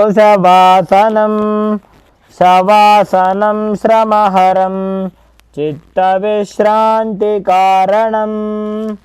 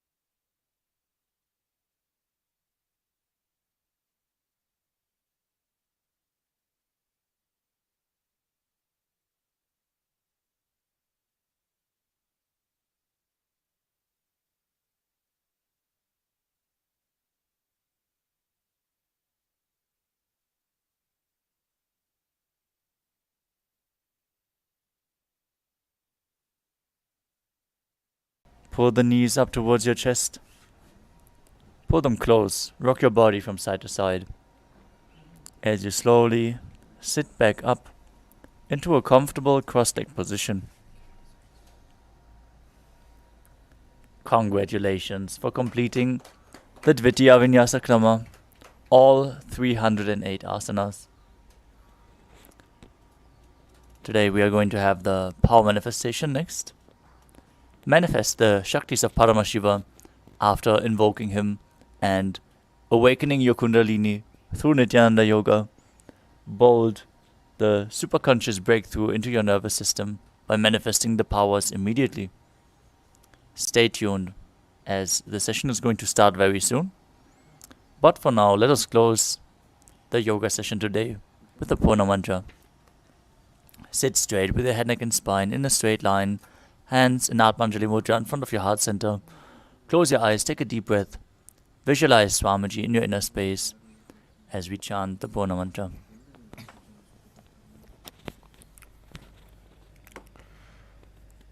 Om Purnamadah Purnamidam Purnat Purnamudachyate Purnasya Purnamadaya Purnamevavasishyate Om Shanti Shanti Shanti Harihi Om Tatsat Sarvam Bhagavat Shri Nithyananda Paramashiva Padukarpanamastu Om Nithyanandam. Thank you all, Nithyanandam.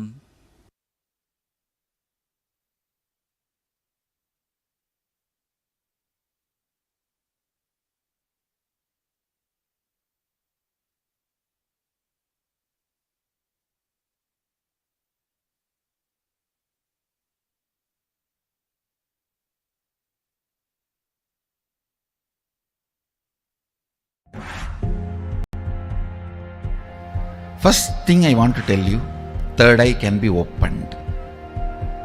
Second thing I want to tell you, for the sake of God, please open it. Third thing I want to tell you, do not believe the fellows who say it cannot be opened or it should not be opened. Third eye has a capacity to make anything you want as reality. Taste the first breakthrough, conscious breakthrough guaranteed. It is all about opening your third eye, giving you first conscious breakthrough. Any human being can go through these initiations and have this superconscious breakthrough, manifest these possibilities and powers. It is possible for all of you. If these words reach your ears, I am talking to you and it is for you. I welcome, O humanity. Come, it is time you experience superconscious breakthrough.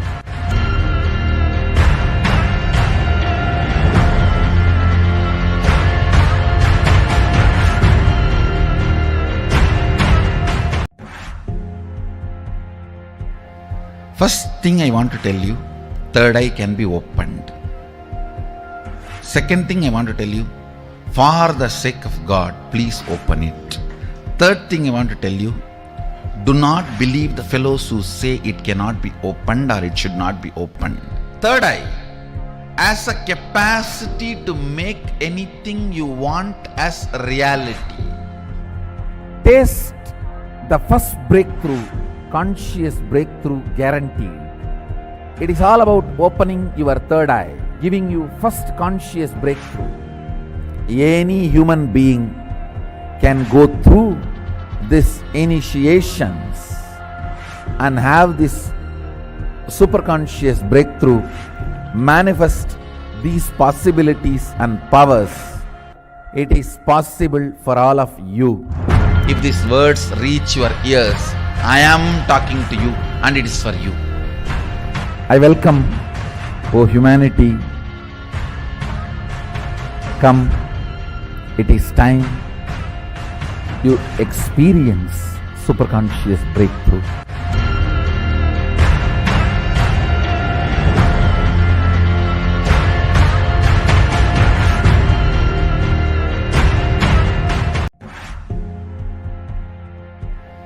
First thing I want to tell you, third eye can be opened. Second thing I want to tell you, for the sake of God, please open it.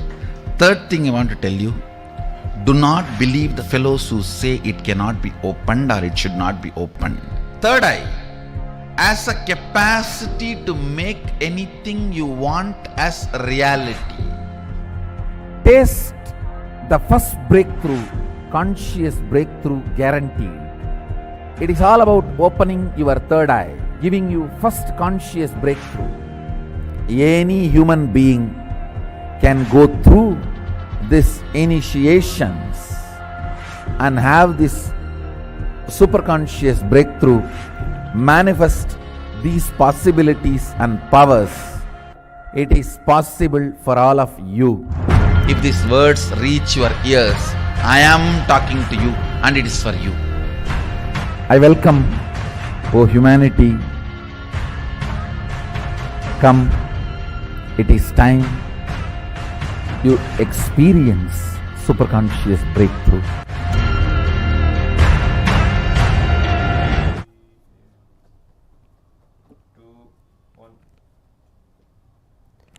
Nithyanandam Paramashivoham Kevalam Jnanamurtim Dvandvatitam Gahana Sadrusham Tattvamasyaadilaksham Ekam Nityam Vimalamachalam Sarvadi Sakshibhutam Bhavatitam Trigunarahitam Sadgurum Tam Namami.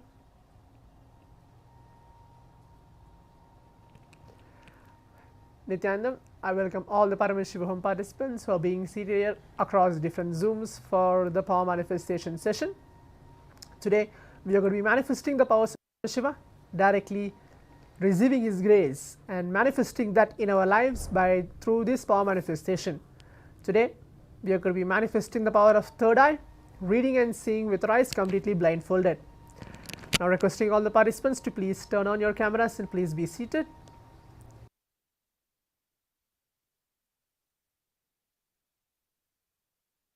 Please be seated.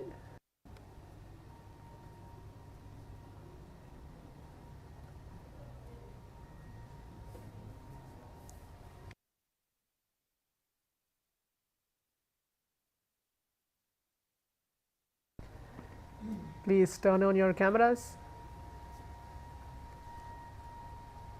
Good to see all the participants back here right after the Nithyananda Yoga, manifesting these powers of Paramashiva from the Dvitiya Vinyasa Krama, the 308 asana sequence blessed by the Supreme Pontiff of Hinduism. Right after those performance of the yoga, manifesting the powers directly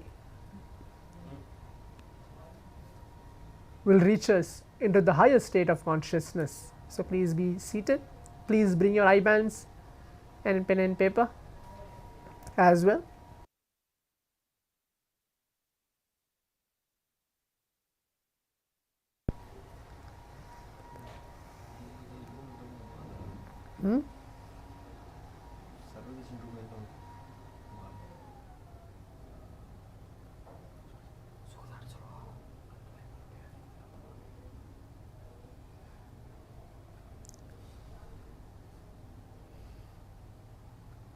Let's give a few minutes for that.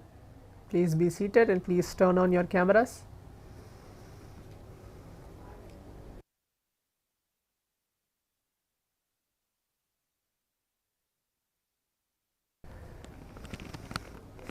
Remember, please bring your eye bands.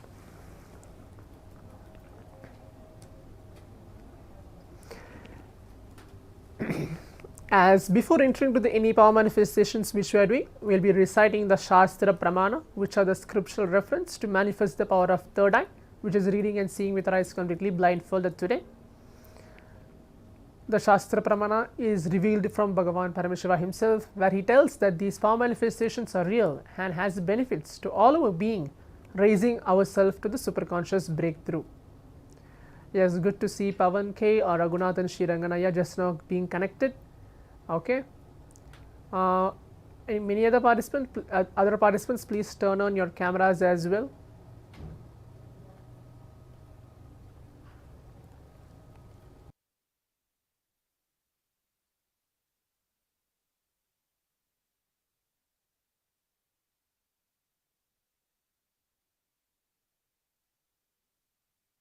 Now, I will be reciting the Shastra Pramana for us all to manifest the power of third eye, reading and seeing with our eyes completely blindfolded, getting to know this revelation directly by Bhagavan Paramashivam himself. Kapalantarmano nyasya tishtanmilitalochanaha kramena manaso dadyad lakshayed lakshamuttamam. The translation goes, by fixing the mind on inner space within the crown center and sitting stably without any movement, having your eyes closed in succession. By that stability of the mind and inner space, through the power of the third eye, one directly sees the ultimate goal, Lakshyam, by having vision beyond the sight that reveals any object or place, attaining the space of oneness with the source, Paramashiva himself. So this is a verse directly revealed by Bhagavan Paramashiva from the Vijnana Bhairava Tantra and the translation for that. So I hope all the participants are now ready in being seated for the power manifestation. Today we are going to do something unique than yesterday. It's going to be easier and maybe more fun for all of us to manifest the power of third eye today.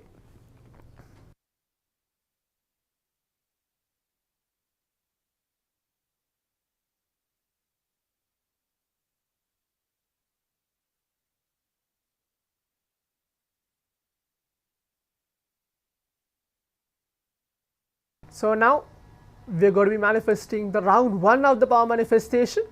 Do not blindfold yourself now. I'll be just introducing what we are going to do today. Today again we are going to go ahead with the letters, but it's going to be any one of the chosen letters. I'll be choosing from the slide. As you can see beside of me, there will be a slide getting projected of those 6 different letters. It's letter A, letter C, letter E, letter G, letter L and the letter J. So from these 6 letters I'll be choosing and pointing out, like choosing any one of these letters and projecting it to all the participants once we are blindfolded. So hope all the participants are able to hear and get the instruction of the first round of the power manifestation. Again I am repeating, it's going to be any one of these 6 letters. I'll be choosing any one of these 6 letters, letter A, letter C, letter E, letter G, letter L and letter J, any one of these letters, and projecting it to all of you once we are blindfolded. Do not blindfold yourself now. Please give your intense listening, and then once I tell you to blindfold, and then we can blindfold ourselves. If all the participants are able to hear, you can give a thumbs up on your video camera, then we can go ahead.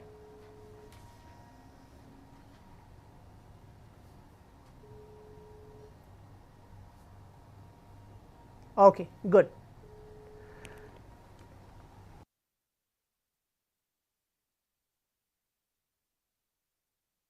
Now requesting all the participants to please close your eyes. Put on your eye bands. Please close your eyes. Please blindfold yourself.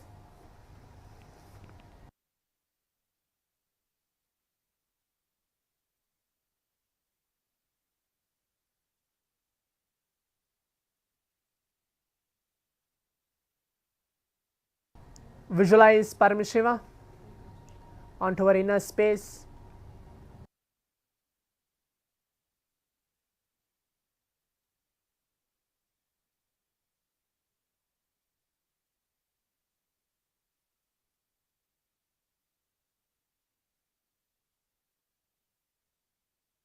Please close your eyes. Visualize the Supreme Pontiff of Hinduism, Swamiji, in our being. Any form, any one of the darshans which you feel that you are connected to, take few seconds for that. Remember that form onto your mind or onto your inner space or onto your third eye. Start chanting the Mahavakya. Om Nithyananda Paramashivoham. Om Nithyananda Paramashivoham. Om Nithyananda Paramashivoham. Om Nithyananda Paramashivoham.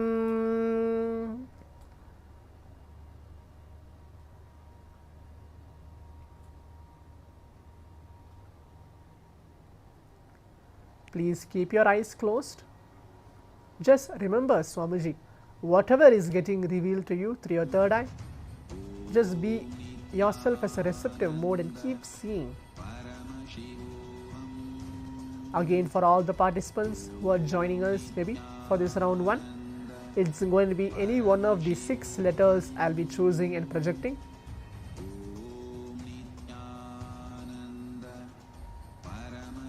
From the letter A, C, E, and the letter G, L and J. Hope all the participants are able to hear and understand. And the round 1 of the power manifestation has been started. Please close your eyes.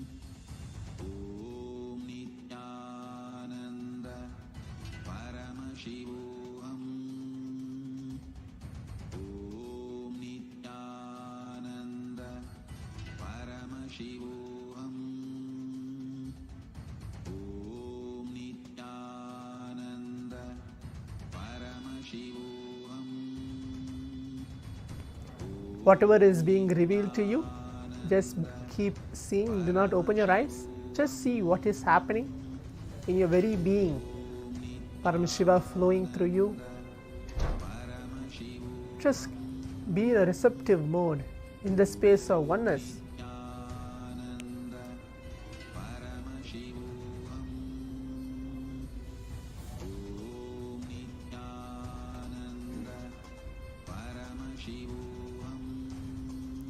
Keep your eyes closed. Keep chanting the Mahavakya.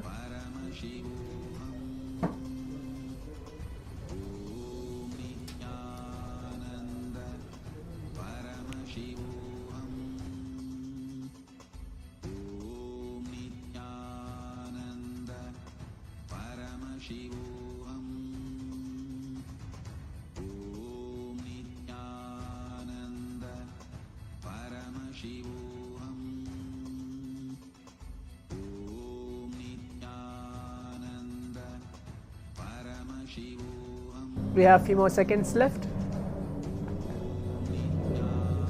Keep your eyes closed.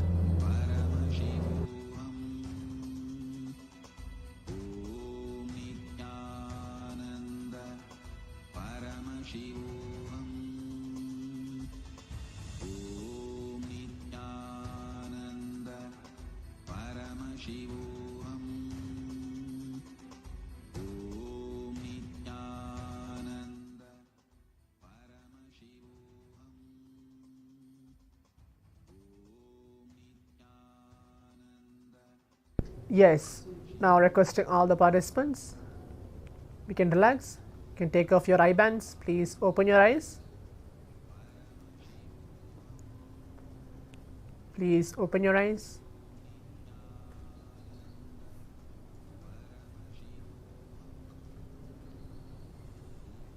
You can remove your eye bands, take off your eye bands. Yes, good. Now let's take few minutes of our time to type out our answers on the Zoom chat, telling what was getting revealed to you through your third eye. What was the answer? What was the letter which was revealed to you through your third eye? Please type out that.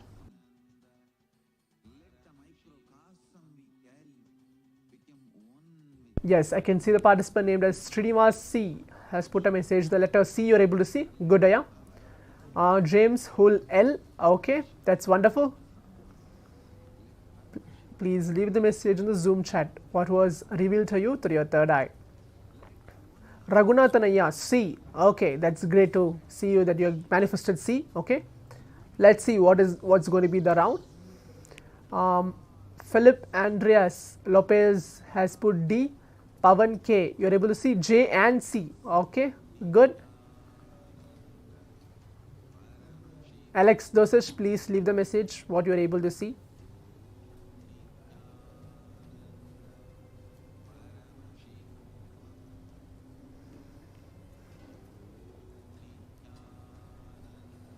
Let's give a few minutes of our time. Please leave the message. Okay, you are telling you are not able to see anything. Okay, you're putting a thumbs down.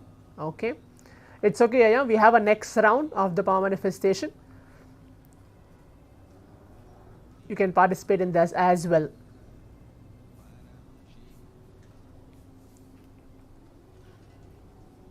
We have a few more seconds for all the participants here to leave the message. Okay.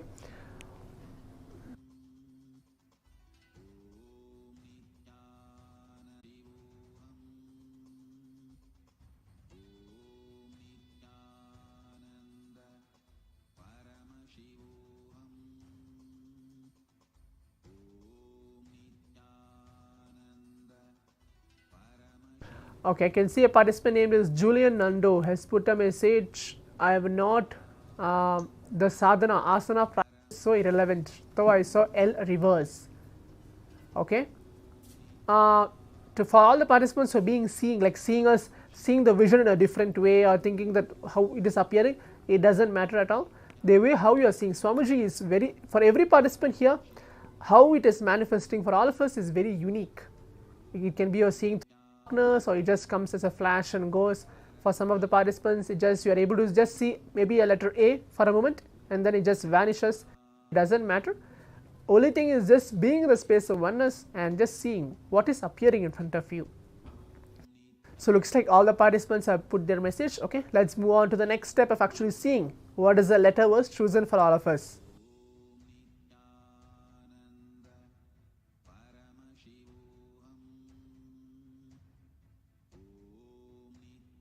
Yes, now all the participants can see the letter was chosen was the letter C.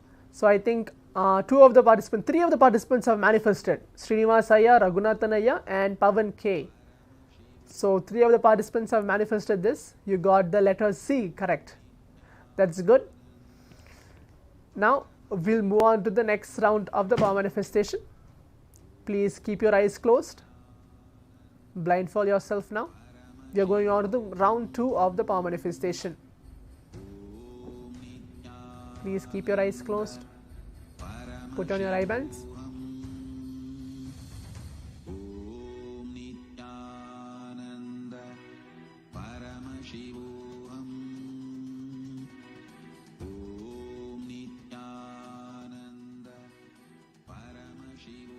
It's going to be same any one of those 6 letters. If some of the participants are not able to remember, I'm going to repeat again from the letter A, C, E and the letter G, L and J. From any one of these 6 letters I'll be choosing again and projecting it to all of you once we are blindfolded. Yes, able to see everybody is blindfolded now. So now visualize Swamiji onto our inner space and start chanting the Mahavakya. Om Nithyananda Paramashivoham.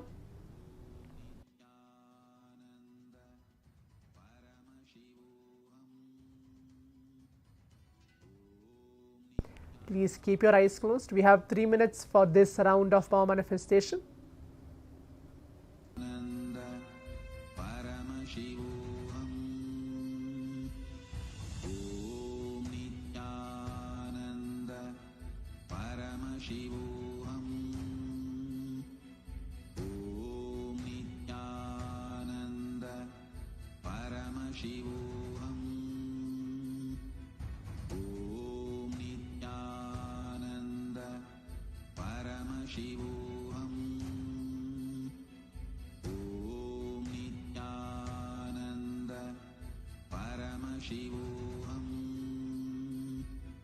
Om Nithyananda Paramashivoham. Om Nithyananda Paramashivoham. Om Nithyananda Paramashivoham. Om Nithyananda Paramashivoham. Om Nithyananda Paramashivoham. Om Nithyananda Paramashivoham. Om Nithyananda Paramashivoham. Om Nithyananda Paramashivoham. Om Nithyananda Paramashivoham.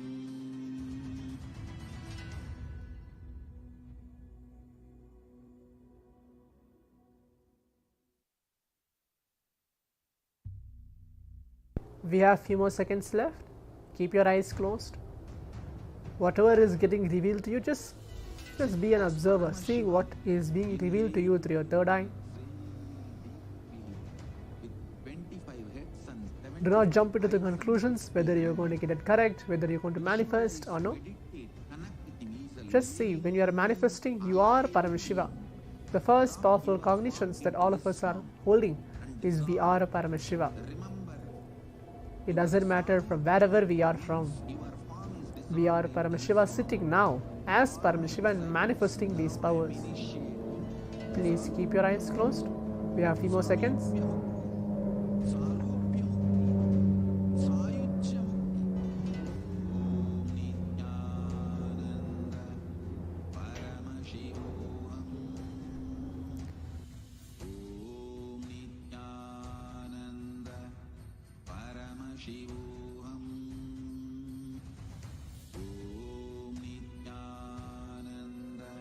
Yes, now requesting all the participants, we can take off our eye bands. The round 2 of the power manifestation has been done.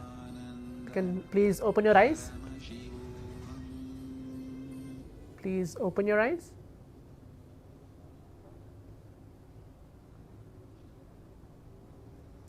Now let's take few minutes of our time again and type out your answers on the Zoom chat, telling what was the answer or what was the letter, whatever was revealed to you through your third eye. Please type out that on the Zoom chat for the round 2 of the power manifestation. Okay, Srinivasaya, you're able to see E. Okay, that's great. Let's give few seconds for that of leaving the message in the Zoom chat. Pavanaya K, Pavanaya A. Okay, Raghunathan Srirangan L. Okay, Philip Andreas A. James Hull A. Okay. Looks like all the participants have left the message. Zudo Wang, oh, it's good that you are back for the second round of the power manifestation. It's good to see you. You got A as well. Okay.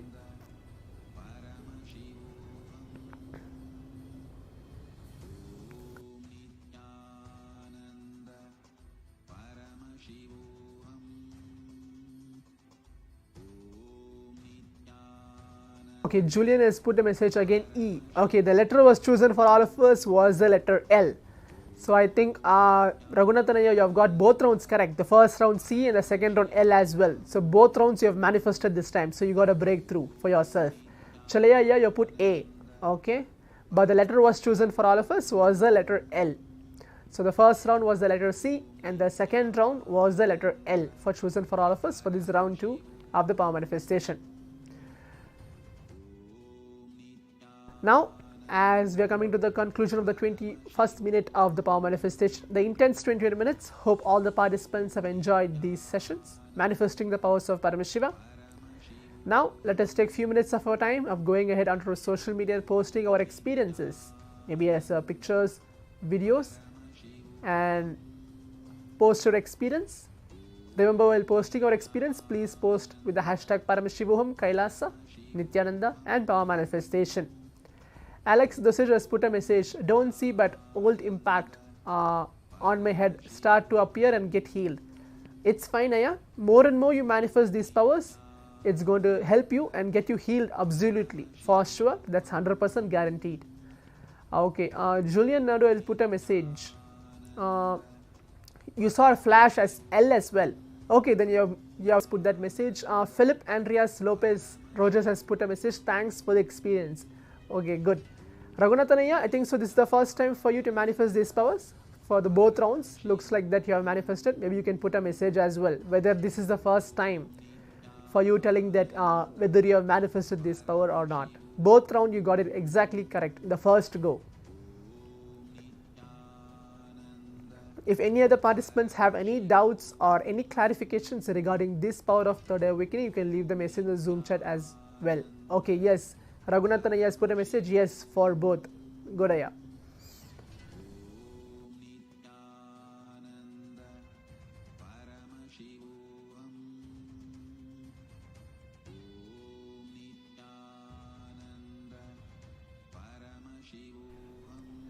And it's going to be taking us closer to Paramashiva himself.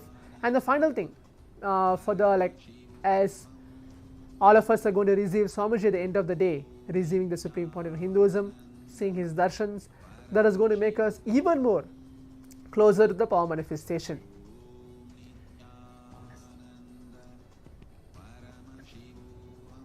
Okay, Alex Dosage, you have not manifested any one of the round. You can please leave the message as well, whether you are able to see any one of those round, or anything which will appear. You put a message, don't see, but have a old impact on my head, start to appear and getting healed. Okay, but did you see? Are you able to see anything which was appearing to you? You can leave the message of that.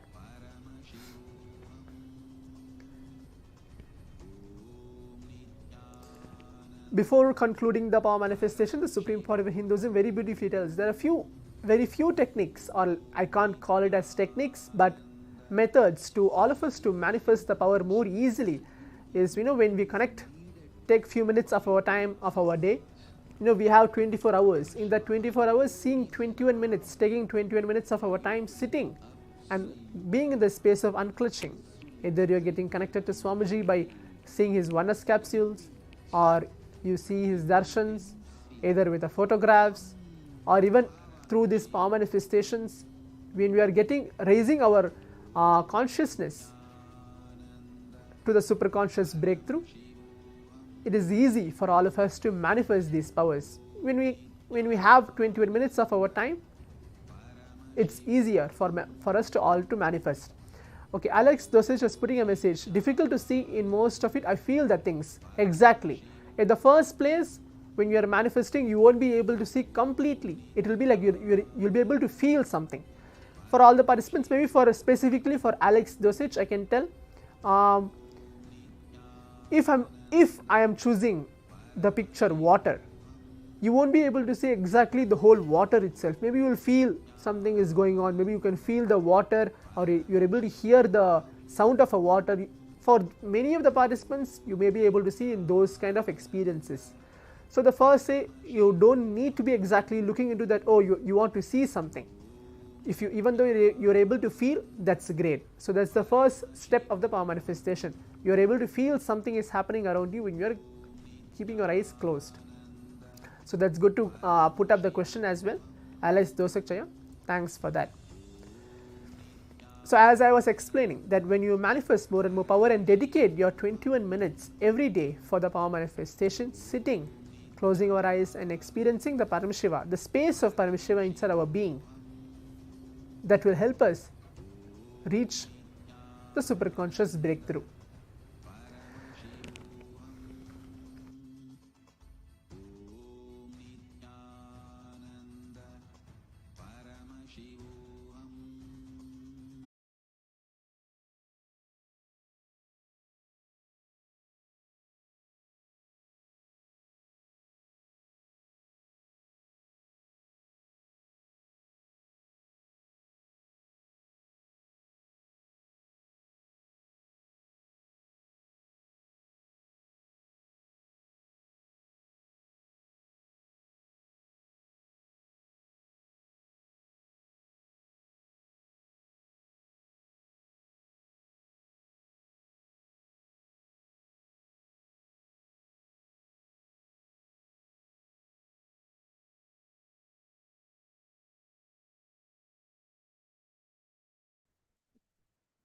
नित्यानन्दं परमसुखदं केवलं ज्ञानमूर्तिं द्वन्द्वातीतं गगनसदृशं तत्त्वमस्याधिलक्ष्यम् एकं नित्यं विमलमचलं सर्वदी साक्षिभूतं भावातीतं त्रिगुणरहितं सद्गुरुं तं Namami.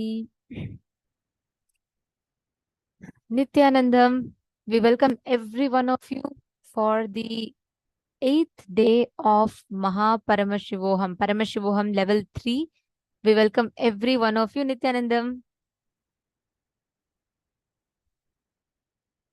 All the participants. Nithyanandam, Magita Devi. Nithyanandam to everyone that is sitting here with us. How are you all doing? Yes, Nithyanandam, Ma Yiligzu, Ma Anasha, hey, Ma Yoga Malar, Ma Elena, Ma Navamani, all of you are like with a wide smile, fresh, ready to start. Ma Johanna Nithyanandam and Nithyanandam, Ma Ratna Prabha, Ma Dahanananda, Ma Sita Narayan, Ma Navamani, Ma Elena, Manisha bin Patel, Liang Shuma Nithyanandam, Ma Anasha Nithyanandam.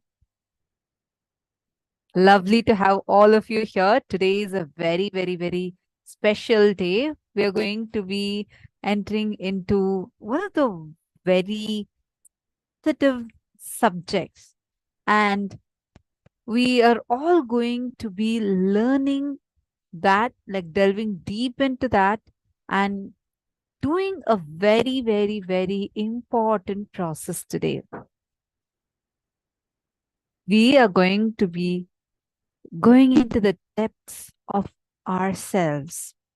Today, if you have any kid, make sure, like, especially like in the teenage or youth, make sure you get them, because this sessions would really empower them as they are entering into new relationships in their life. Today is like a alchemy, conscious alchemy to your whole being, literally to your whole being itself. And the way you're going to be having all the experiences today, it's a conscious alchemy. See, throughout our life, right, we have so many people in our lives we meet with. We meet our, our parents, our relatives, our spouses or our children.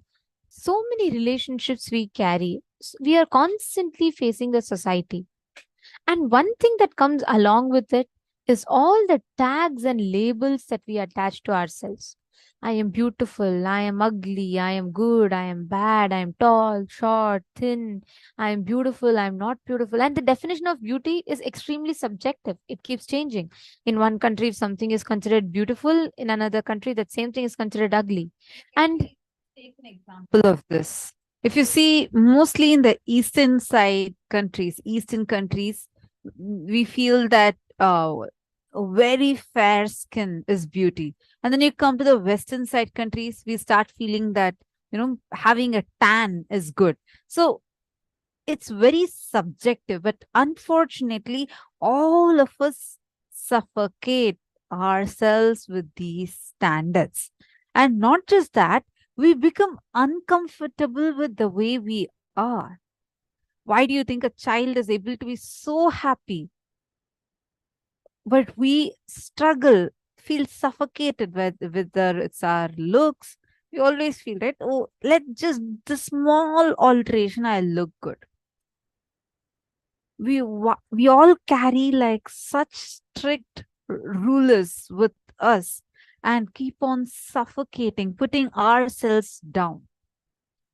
And this is not just limited to our physical look alone, but also seeps into our physiology. What does physiology mean?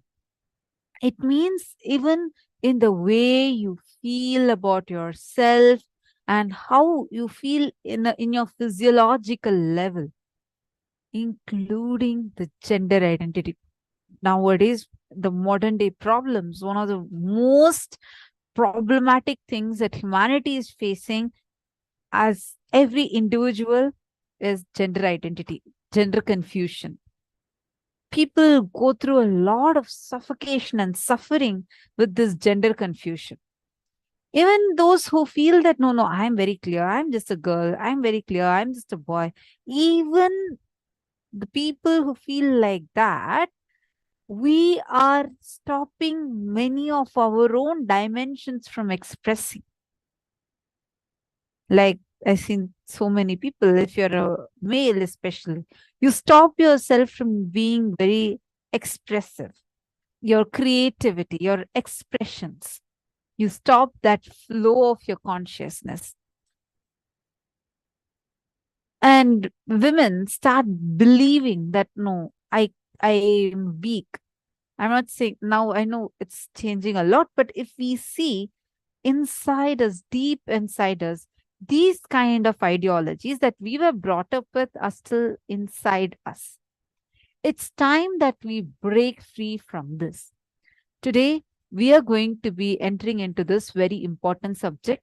I request you all to take a few minutes now and look around you. Check in the Zooms that you are logged in. Make sure that your friends and people that you have invited for today are also logged in. If they are not logged in, you can send them the join link. And most importantly, today, every one of you that are sitting here with us, every one of you, let us take this responsibility. It's been 8 days. We all have enjoyed these amazing revelations from Swamiji. But now it is time that we reach out to our loved ones and make sure that they are not missing today's program. Because today, with everyone in today's society, it's becoming more and more increasingly difficult, and for people to be able to interact with the society without being having attached to these labels, these tags, everything that they add. And there's so much of pressure from everywhere. There's so much of pressure constantly as to how they're going to do it, how they're going to live, how they're going to, looks, whether their appearances. That is why today so many, whether it is plastic surgery or whether it is the whole cosmetic industry, the whole cosmetic industry nexus, everything literally earns money based on our fears, based on how we do things, based on our judgments and all the fear, insecurities we have. They make a business out of it. That is why today, if you see in more Asian side, they all go behind fairness creams, and all the cosmetic industry is making their business on that. Similarly, on the Western side, right? The whole thing is about, tanning, making them their skin more tanned. Like this, everything is extremely the pharmaceutical nexus, the whole cosmetics industry, everything makes a business out of these tags.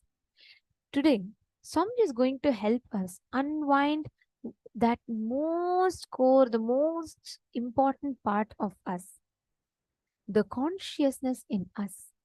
How do we relate with ourselves? How do we treat ourselves? How do we understand our body, our appearance? Not just physical body. Yesterday we all understood about the physical body. But today it is more deeper. It is something more subtler. It is the physical, psychological, physiological, and the conscious layers that we are going to be working on. How many of you are going to take responsibility? It becomes our responsibility to inform the others so that they don't miss such a precious offering that Swamiji is giving. How many of you here are going to take responsibility to reach out to your loved ones, to invite them for today's program? Could you all please put yes in the chat?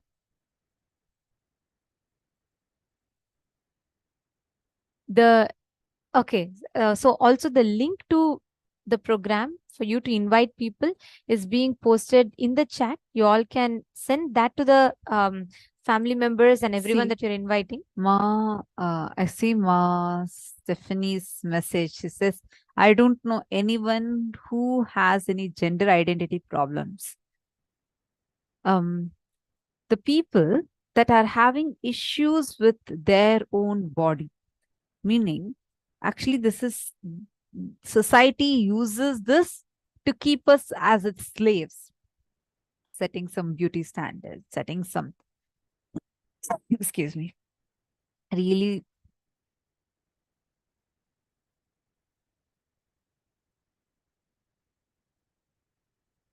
society sets some really sometimes even toxic beauty standards.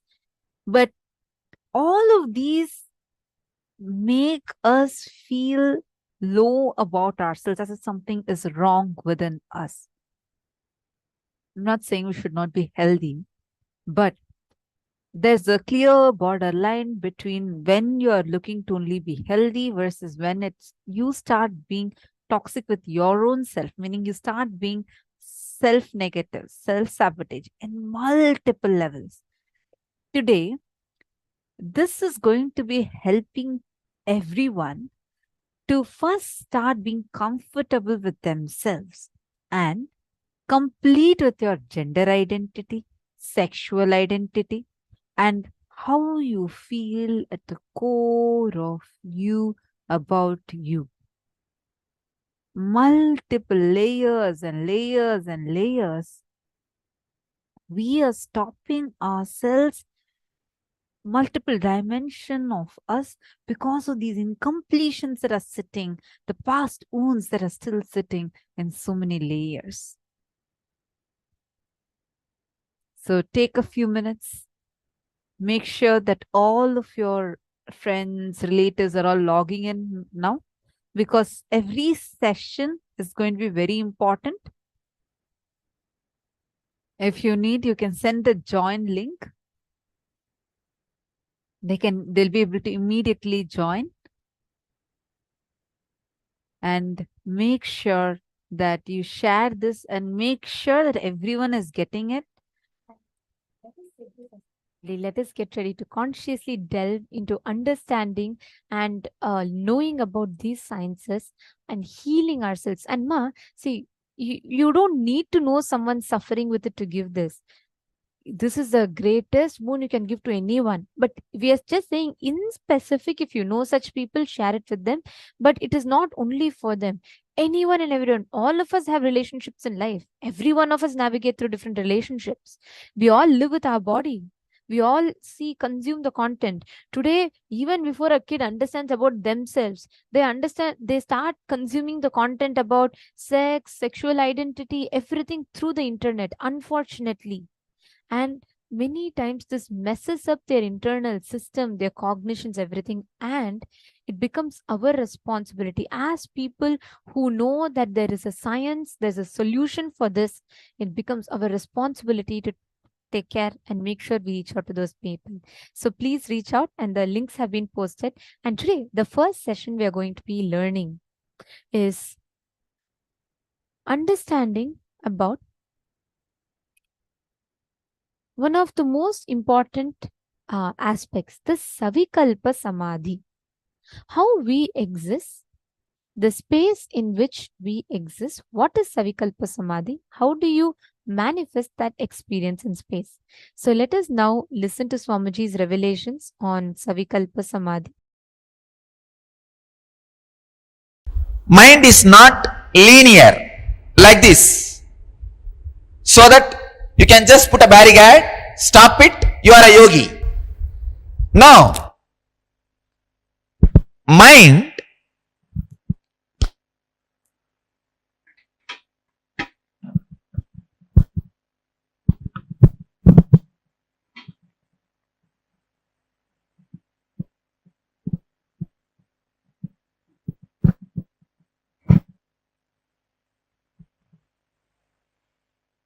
let me exactly present the visualization what Patanjali taught when he used the word yogaha chitta vritti nirodhaha.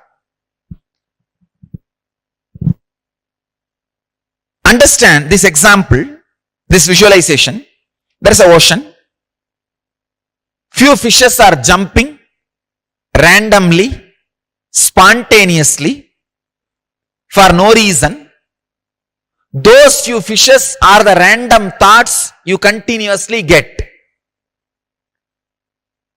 Unfortunately, you cannot look at the scene as it is. You want to make meaning out of everything. If you see a rose, you want to make a meaning out of it. If you see a moon, you want to make meaning out of it. If you see a light, you want to make a meaning out of it.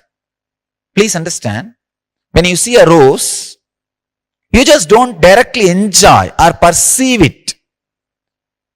You start thinking, oh, it's beautiful. It's a rose. Then all the roses you received in your life or you gifted in your life, the memories comes. Then the mood associated with receiving or giving the rose. Then the reactions of receiving or giving the rose. By the time you are out of rose. Same way with the moon. With anything, you do not perceive as it is. This is the plan of the mind. Means from the top view. The top view of the mind I am trying to present. Then I will give you the front view and side view. Top view of the mind. Ocean.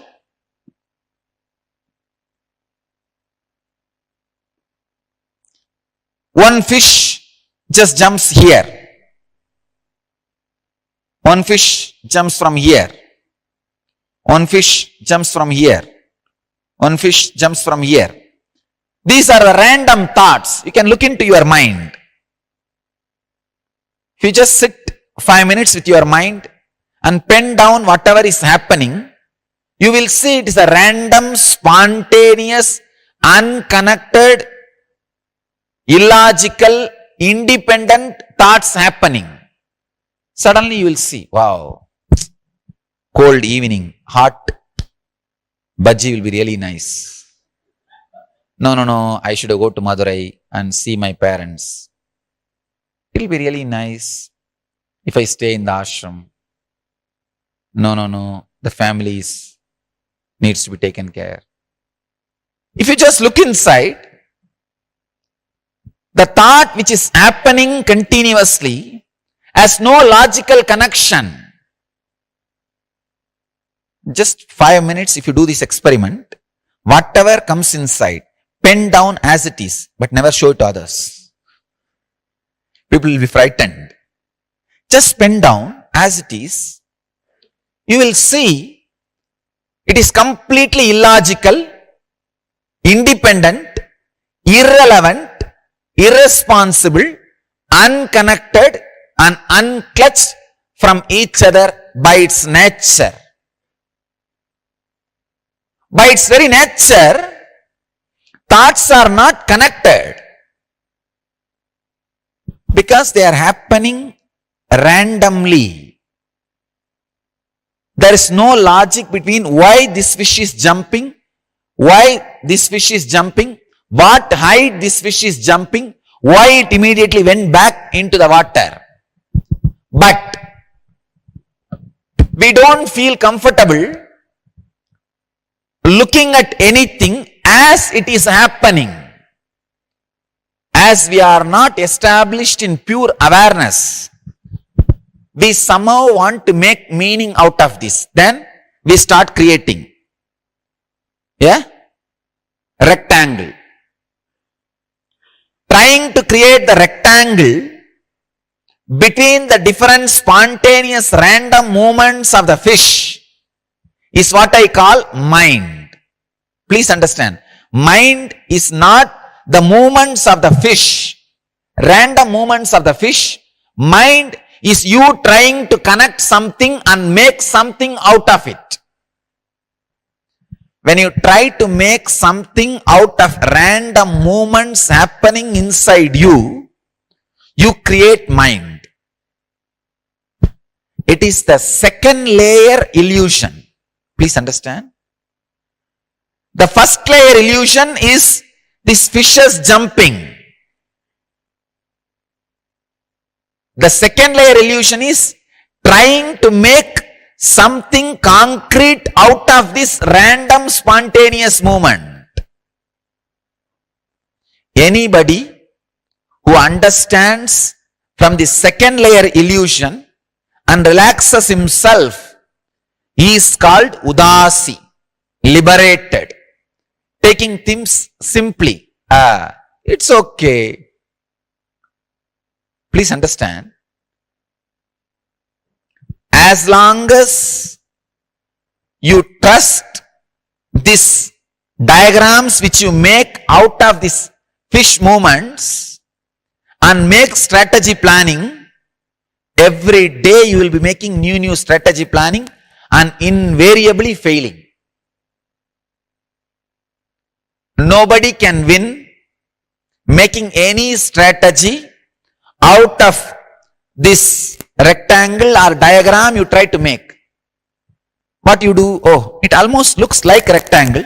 Why not move this fish point from here to here so that it will become perfect rectangle? That is what is your strategy planning. But you don't understand the funny thing.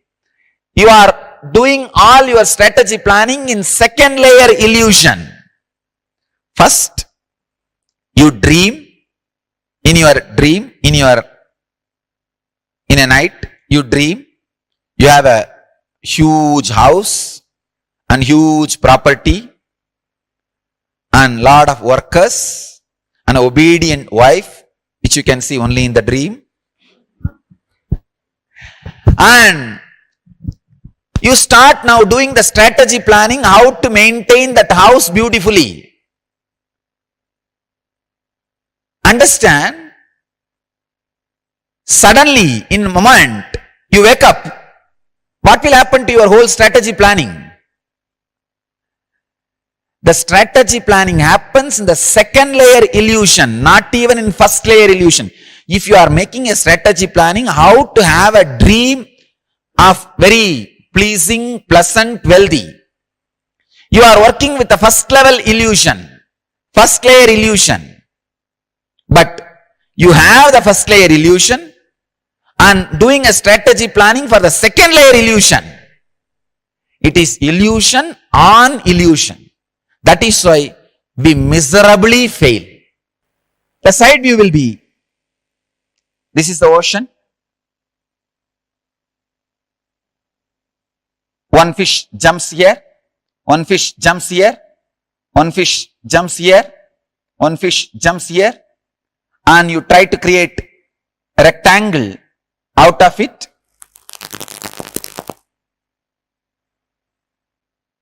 This is the way you try to create the thought. See, these are all independent movements. Fortunately, the fishes do not have any group mating, team coordination, when you will jump, when I should jump, how much height we should jump and when we should land back. No. It is a random, spontaneous movement. But the mind, the ego, cannot operate on spontaneity. It has a basic necessity to create a kind of an understanding, create a kind of a boxing, dowholing. See, whatever information comes to you, you try to dowhole. In the post office, they say, when thousands of letters are in front of them, they say, oh, Bangalore, Chennai, Kolkata, Mumbai. How they dowhole the letters in the box, pigeonholing the letters. Same way, anything happens randomly, spontaneously in your inner space, you try to pigeonhole it. The pigeonholing happens by creating or feeling this illusory connection. All you need to do to become a yogi is just avoid the second layer illusion. Means trying to create this square or rectangle and make it as a perfect geometric figure. That's all you need. Just stop, connecting these random spontaneous thoughts and trying to create meaning out of it. Understand? The ocean is an ocean. Fish is a fish. They are all completely free beings and they jump as they want. They fall into the ocean as they want. They live as they want. They dance as they want. Do not try to create the points and make lines. After making lines, oh, if this corner is little adjusted, it will become a perfect geometric diagram. Don't waste your energy in the second layer illusion of creating perfect geometry or diagrams out of the spontaneous random fish jumping. That is what I call yogaha chitta vritti nirodhaha. The moment you stop making these diagrams, taking these fish points as an important points and making this diagram, the moment you stop, suddenly you will see you are in samadhi. You are in samadhi. This making of the diagram is chitta vritti.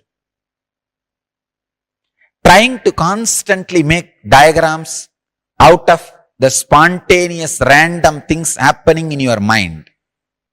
The first level illusion is thinking that fishes are jumping after a clear strategy planning meeting. As a team, they are working. That's the first illusion. Second illusion, trying to create a logical diagram out of those jumping points. Third level illusion is analyzing the diagram and trying to make it logical, geometric, get out of it. It's a very deep but strong truth. Just by understanding can liberate. Just this understanding can liberate you. Just by understanding, liberation is possible. Because the moment you understand, all the thoughts happening in you are irrelevant, independent, illogical, unconnected, irresponsible, and unclutched. You will not bother too much to respond to those fish jumpings. You will not try to create a diagram first. Then you will not try to geometrically alter it. You will not try to fit it with what you call as a perfect figure. You will not be wasting your time and energy in the second level or third layer illusions.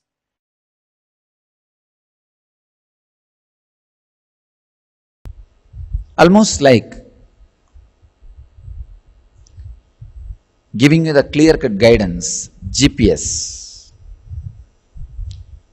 Patanjali is the GPS for the inner world.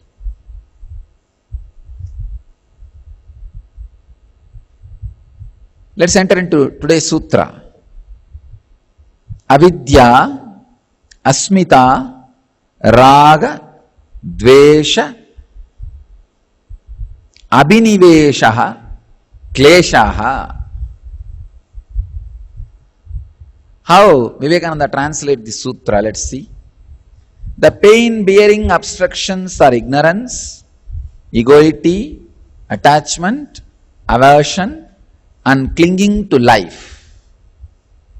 Swami Prabhavananda translates as, these obstacles, the causes of man's sufferings, are ignorance, egoism, attachment, aversion, and the desire to cling to life.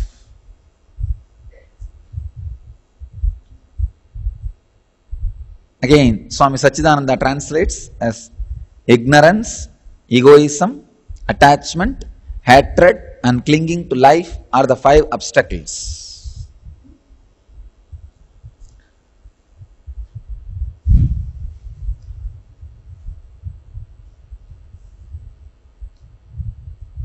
Many times people tell me, everybody knows about obstacles. What is there, Swamiji? You give directly solution. I say, no. If you know about obstacles, that is solution. Knowing about the obstacles is solution. If you need something called solution independently, be very clear you do not know about the obstacle.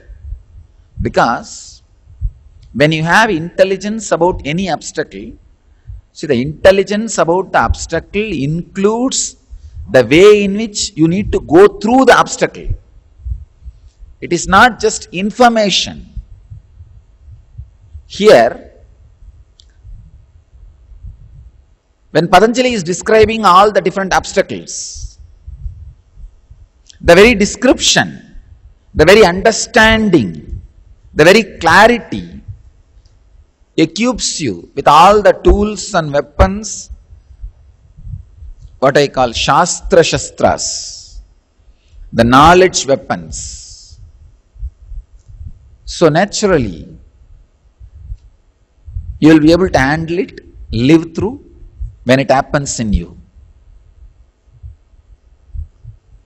First, Patanjali starts with the word avidya, ignorance. The word ignorance is too small for avidya.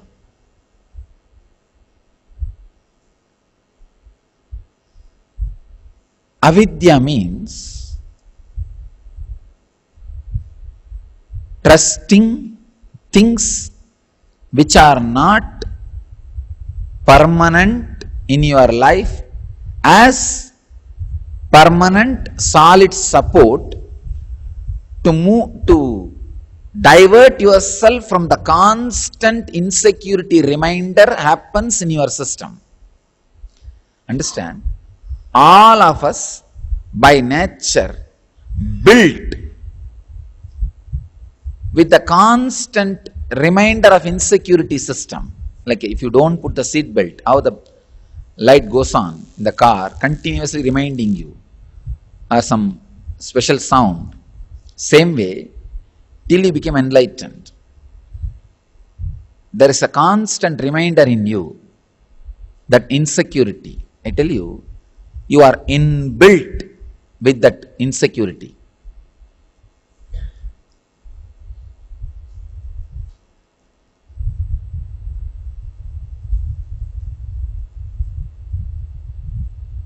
When you try to divert yourself from that constant reminder using something which is very impermanent, sometimes people are so foolish, knowing it is impermanent, they use those diversions because the fear, when that insecurity haunts, it feels too much and they don't know what to do, or they don't want to do the real solution, like alcohol, for few hours, nothing else. They know in that few hours the problem is not going to be solved, it may become a little more.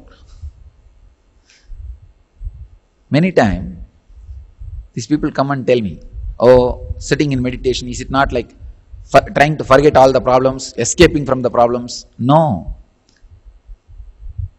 Not sitting in meditation is what is trying to escape from the problems.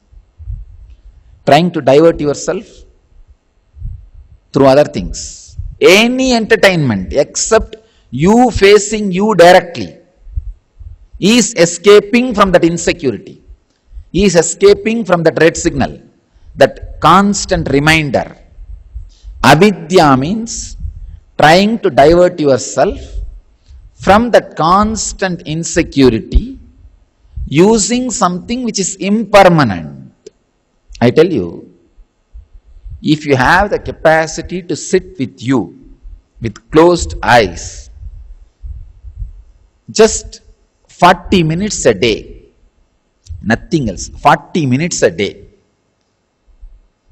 Every day, whatever may be your outer world situation, whatever may be your mood swing, whatever may be, if you are able to sit 40 minutes with closed eyes, You don't need to meditate or get into samadhi, or I'm not telling about all those things. I'm not giving you any big technique or method or nothing. Just 40 minutes you are able to sit with closed eyes. I tell you, you will not have any problem. You don't need to escape from any problem, because 40 minutes, all your insecurity will come up and haunt you. And the great, beautiful thing about your insecurity is, if you just sit with it directly, it will give you solution and go away. It will just give you solution. You will come to terms with it. Either the strategy to work will happen in you, or you will just come to terms with it. See, if that insecurity, the situation, has to be handled in the outer world, means some other person is also involved and responsible for that insecurity. You will have the right strategy to handle that person. And if nobody is involved, you are alone creating like a ghost, then you will simply come to terms with it. You will come to terms, you will face it. I tell you, nothing, just sitting with yourself, nothing else. 40 minutes with closed eyes, just sitting. Whatever comes. You will see in 2 months. All the things which you need to face, you would have faced already. The biggest asset for any human being is ability to sit with himself.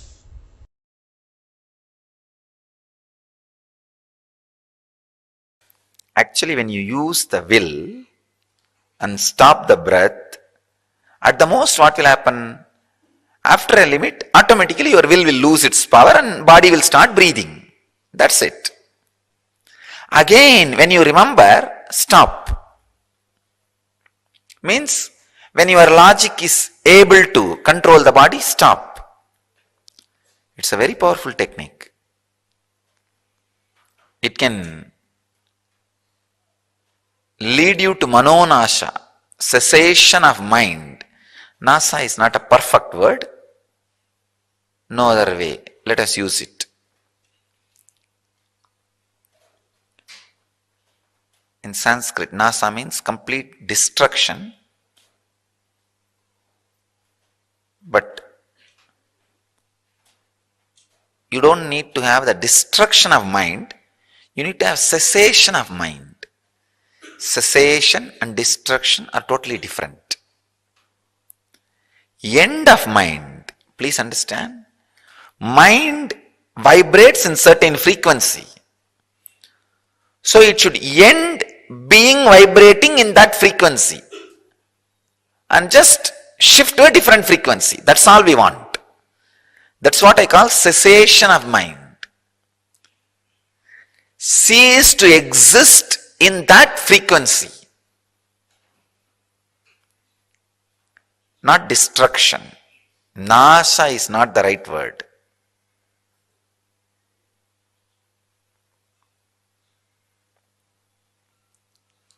Your mind needs to cease to exist in the frequency in which it is existing now. For that, this is the technique. Whenever you remember, whenever you can, any time you can do, whatever may be the breathing, except the thought, you are breathing. You see, you are breathing. That breathing movement will create a certain thought. I am breathing, going in, coming out. Those thoughts are allowed. Other than that, any thought, stop the breathing. This is what I call surrendering to prana. Surrendering to the energy. Pranic energy. Except the thought of prana, everything else is surrendered to prana. The surrendering to prana straight away leads to Savikalpa Samadhi. And naturally from Savikalpa Samadhi you will melt down into Nirvikalpa Samadhi.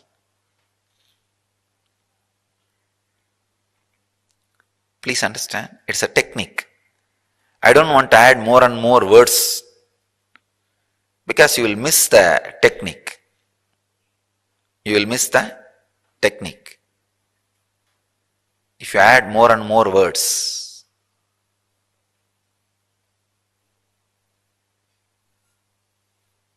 I have seen people go to some functions, festivals, marriages. They see all the decoration and finally miss seeing the bride and bridegroom. Really, it happens. They'll remember all the decorations, everything around. They'll just miss seeing bride and bridegroom, eat and come back. It's like you go to hospital and see everything and see the doctor also, but forget to discuss about your disease with the doctor and come away. Because of the glory of the structure.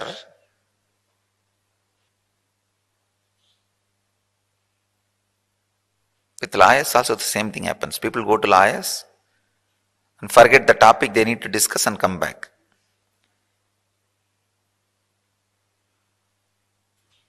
Because lawyers are very intelligent. They talk only what they want to talk. And they are very intelligent. They can twist all your topic, subject, everything. And the conversation will go somewhere. After you come back only you will realize, oh, you went for discussing this subject and you completely forgot.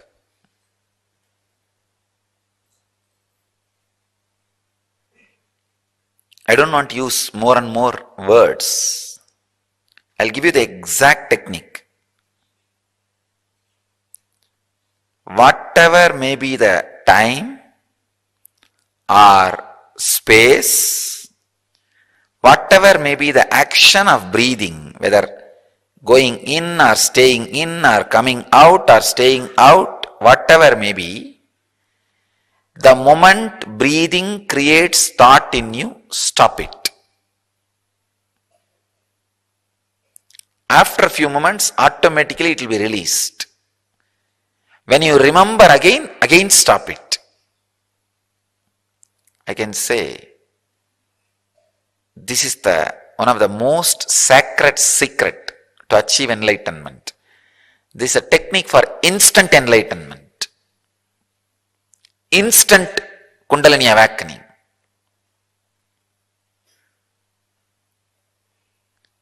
If you work on this technique sincerely, 2-3 hours enough, it can awaken your Kundalini. When I say I mean 2-3 hours, when I say I mean chronological 2-3 hours. What you understand as 2-3 hours, the calendar and the calculating mechanism or the clock which you use. I am not talking from my space. Somebody goes to temple and prays to God. God,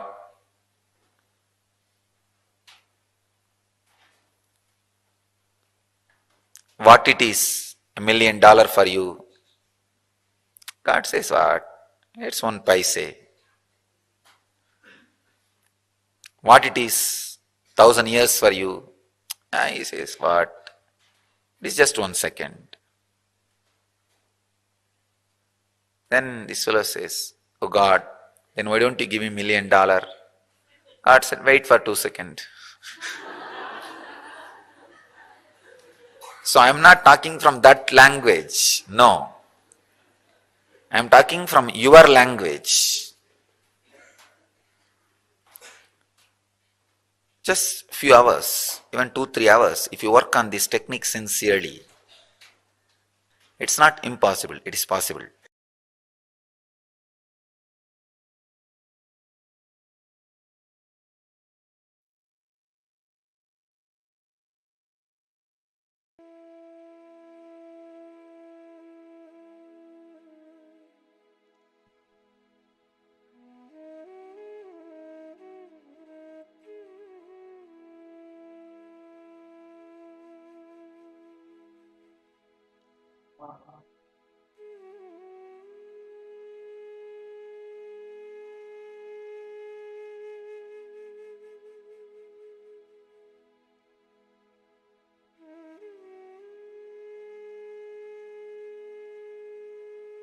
Swamiji so beautifully explained about Savikalpa Samadhi. Understanding what is illusion, what is reality. That space, that state is Savikalpa Samadhi. Now, it is very important for us to understand that one important aspect that Swamiji revealed. Your ability to retain yourself, come back to the space of unclutching again and again. Whenever you know that there's an up or a down and there's a imbalance, your ability to come back to that space in which you exist is Savikalpa Samadhi. Swamiji had so beautifully explained with that example of that fish. How? Think that mind is something that we can control. How many of you think like, yes, I know I have thoughts like this. Definitely I can control. I'm going to change my habits. I'm going to change the way I function. How many times you have had thoughts like this? Just wave your hands. All right. But how many times you have seen multiple times that even though you try it in one way, but mind is jumping and slipping and changing in a different way. Let's give you a simple example. You just thought that you want to be very strict with your diet. You thought, I can do it. And you said to yourself, you would definitely do it. But then somehow something happens and then your mind, you may be successful in your diet, but maybe this would happen to you in a different aspect of your life. Maybe in your behavior, maybe in the way you carry yourself. Because fundamentally, we need to understand that our mind is like, it's not linear. It is not like a straight line, like a linear that you can put some barricade and control it. It's like a pond where the thoughts are like random fishes jumping here and there, where you can't even predict where it will come from, where it will start and where it will go. You can't predict it. That's why you're not able to put a barricade on it. You're not able to put a barricade and say, no. Savikalpa means that last moment, like a nightmare. It is that last dream because of which you wake up. We need to understand that mind is not like a linear line like this, where you can just put a barricade and stop it. No. Mind is a pond where there are few fishes jumping everywhere. It's completely random. It's random, it's spontaneous, and illogical. It's an illogical process, like where it's just randomized, spontaneous, illogical, independent thoughts happening. Fish jumping in the pond. It is random, it is unconnected, irrelevant. Like, for example, if you just see how your mind functions, let's say you're walking in the road and you see a dog. You see a dog barking at you, and suddenly you remember the dog, and then you remember, oh, correct. My friend also had a dog like this. Then suddenly from there, you'll remember the school. From there, something you'll remember randomly. And then suddenly you'll remember about some movie. Suddenly you'll remember about some food that you love. Suddenly you'll remember about what you need to do tomorrow. It will be completely randomized and it happens so continuously. Like, actually, the best example you can understand this with is, right? Fan. Have you all noticed when the fan rotates, right? It looks like almost it's in a continuous circle. It looks like there's no gap. But though there are only 3 or 4 wings maximum, and there's a lot of gap in between, when it is continuously like rotating so fast, you will not be able to see it. You will just lose the track of the gaps. It'll look like a seamless circle that's continuously rotating. That is exactly what happens to our thoughts. It is so continuous, like every second, it happens so much. We think it's all connected. That's why Swamiji tells the pain that you got now The pain you got 5 minutes before, the pain you got 5 hours before, 5 days before, or 5 weeks before, or 5 months before, or 5 years before are all irrelevant, not connected. We pick up the pain we got 5 years before, 5 months before, 5 weeks before, 5 days before, 5 hours before, 5 minutes before. We make we stitch it all of them together and we make them as like one shaft. We say, I have been suffering with pain. That is how all of us make a delusory layer. Actually, the thoughts you have are not connected to each other. Your mind is just randomly, spontaneously generating thoughts. That's all. A very quick exercise. Take a few minutes. Let's take about 5 minutes or 10 minutes and write down, transcribe your mind. Please start. Just start writing whatever is coming. Even if a thought is coming saying, I don't have thought, write that down. Please start penning down. Your time starts now. Start transcribing your mind. Whatever is coming in your mind, please start writing it down.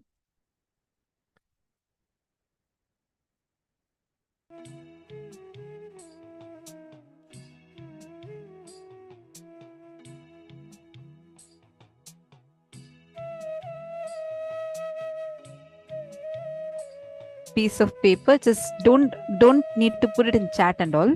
Only put it in your notebook. Just write it down. Start transcribing all your thoughts, whatever it is coming.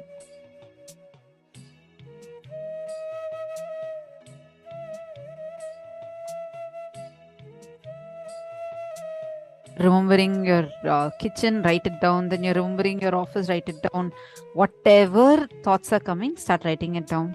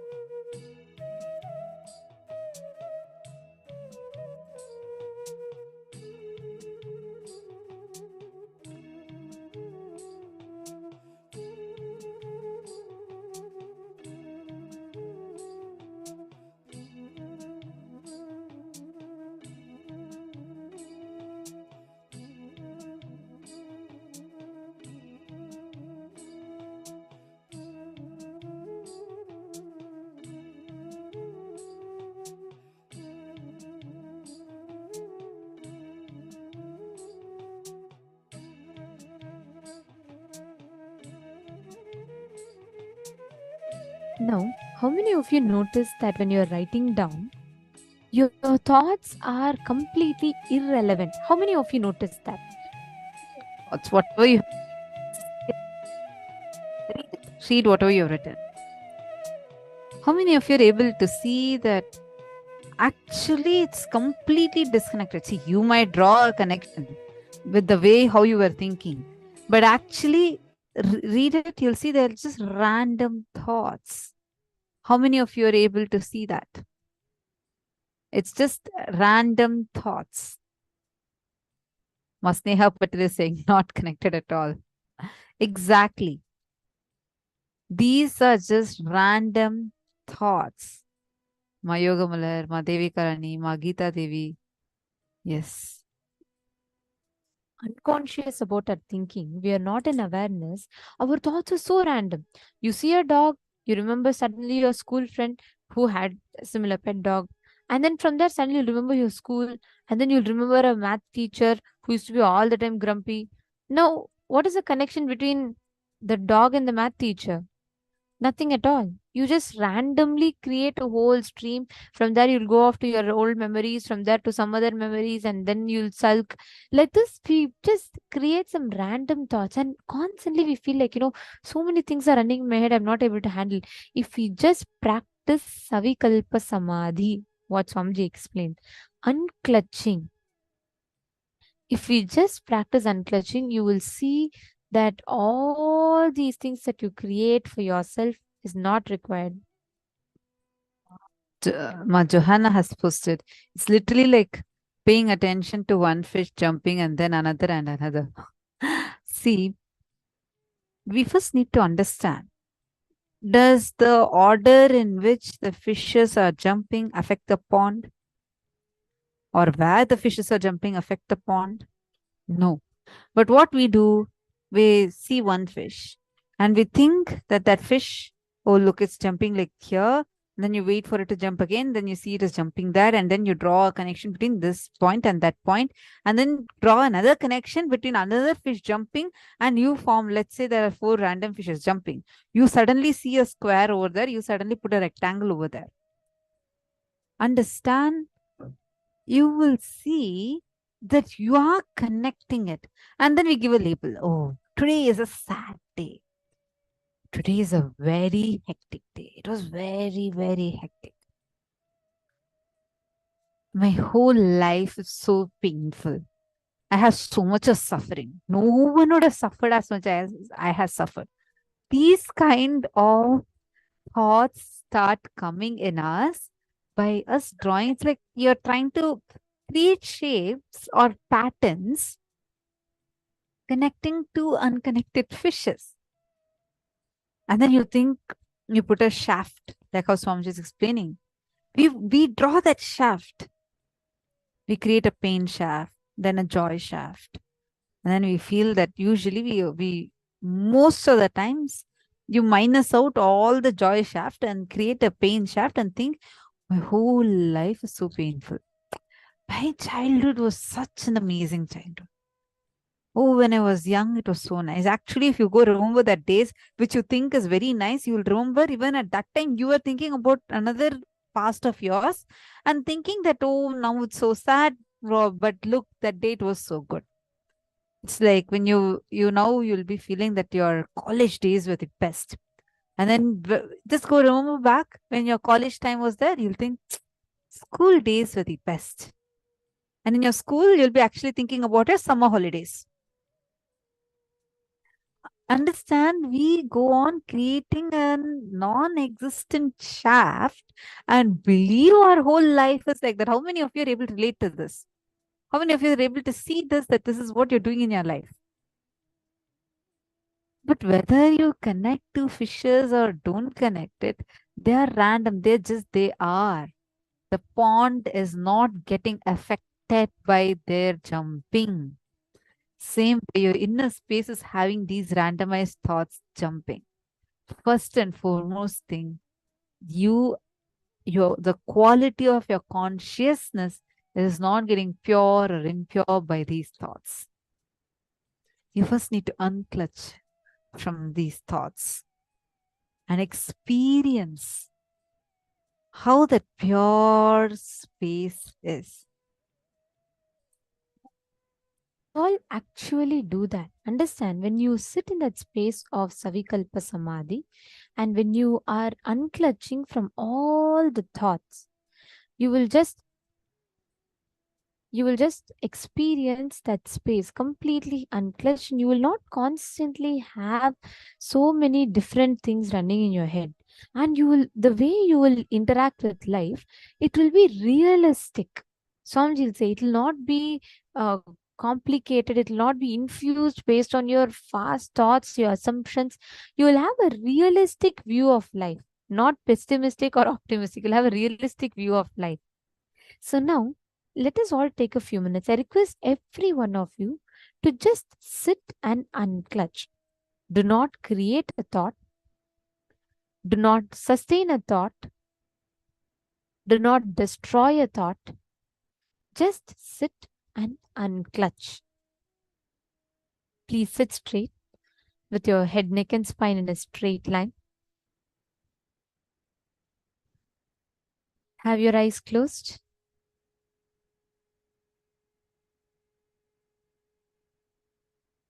I request everyone to sit straight.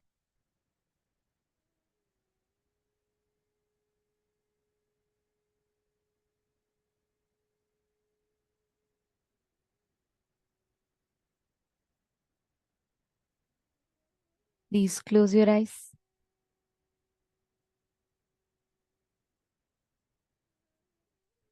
Just sit and unclutch. Do not entertain any thoughts. Do not try to create any thoughts. Just be in that space of unclutching.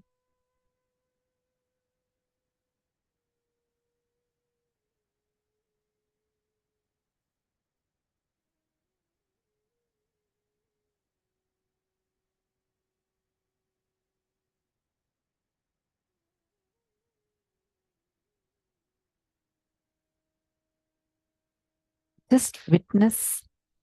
Don't cherish anything. Just witness it. Whatever is happening, don't clutch onto anything. See them as random fishes are just jumping in the ocean. You just witness those thoughts. If a thought is created already, don't worry. Just unclutch, witness it. Don't create a thought.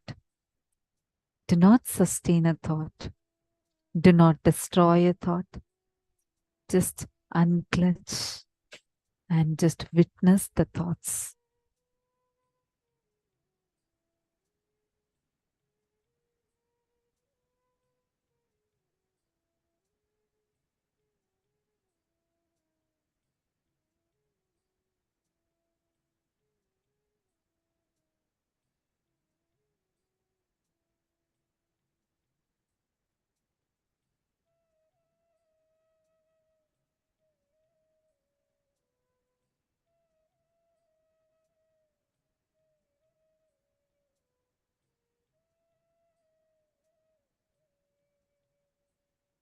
Continue to unclutch. Just witness it.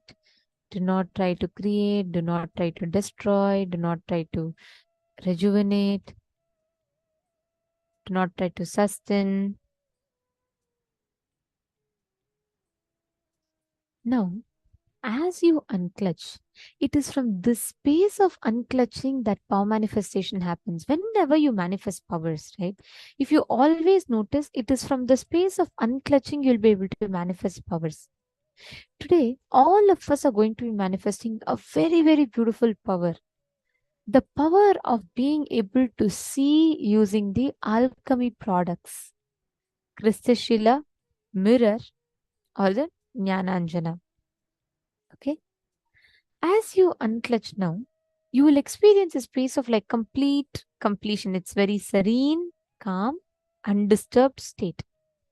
Just in that space, if you choose any place that you want to, you will be able to manifest the power of being able to see those places just by your will.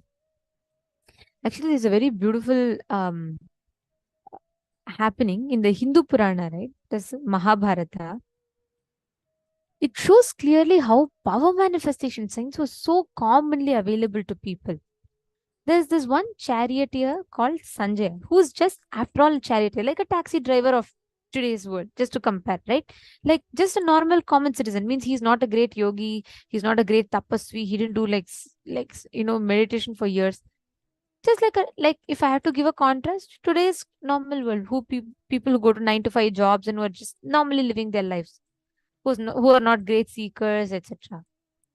But even Sanjaya was able to, a charioteer, he was able to see what was happening in the war. So it so happens that there's a blind king called Dhritarashtra who's not able to see, and the war is happening elsewhere, right?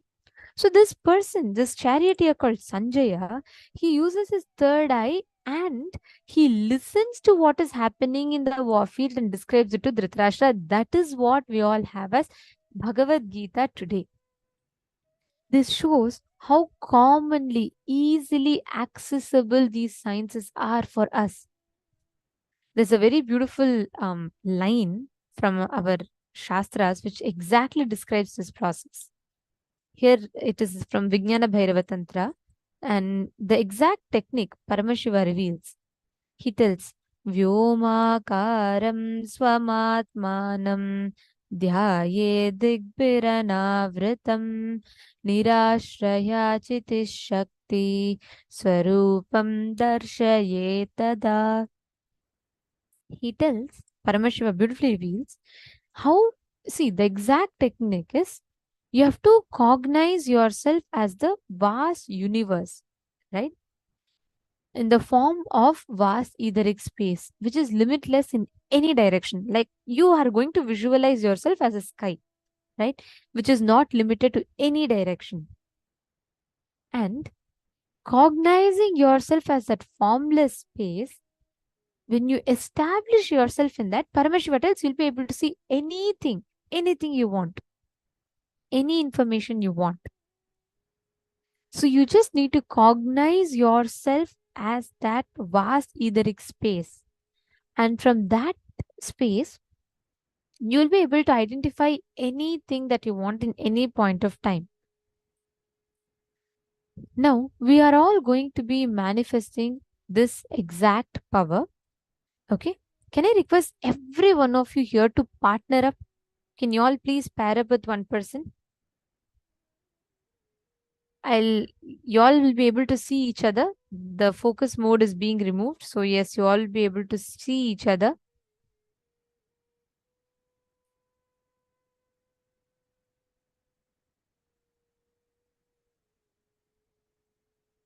Come on. Shall we all start? Can I request every one of you to pair up?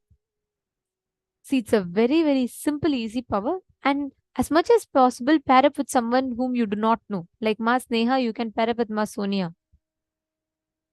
You can just pair up with someone whom you do not know of. Like random, like you don't know their house, you don't know their choices or tastes.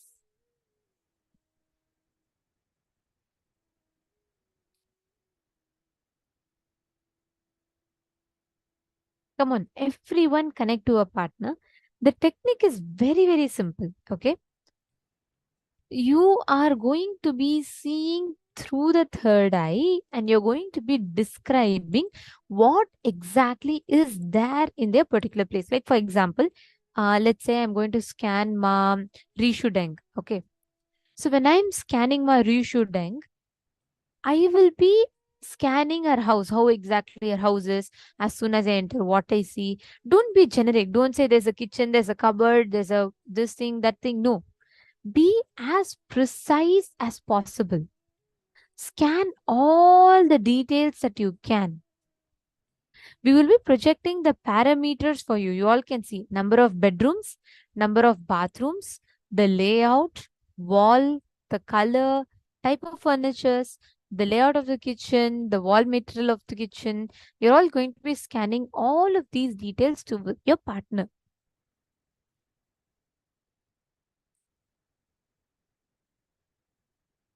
Okay, shall we all get started? Can I request every one of you? Come on, let's do it very simple. Okay, I'm going to give it all 7 minutes. you all are going to be connecting, you can describe all the details. So, Ma Chingho, you can scan, identify like any kind of details from another person's house. Like, for example, I'll just give you an example. Like, I see a bookshelf behind you. When you scan a person, you'll be able to see it as clearly as you can see the room around you. You're understanding, Ma? Let us start. For Paramashiva in me, for Paramashiva to manifest. With this one spiritual powerful cognition, chant this Mahavagya.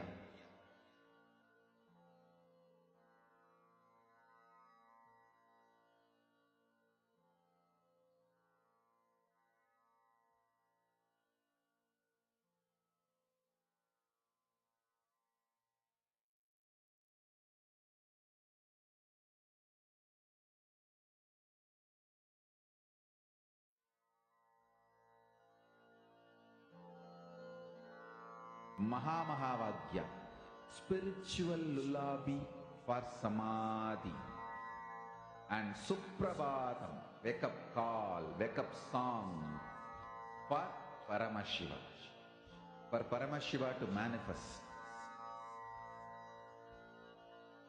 With this one spiritual powerful cognition, chant this Mahavagya. Om Nithyananda Paramashivoham. Om Nithyananda Paramashivoham. Om Nithyananda Paramashivoham.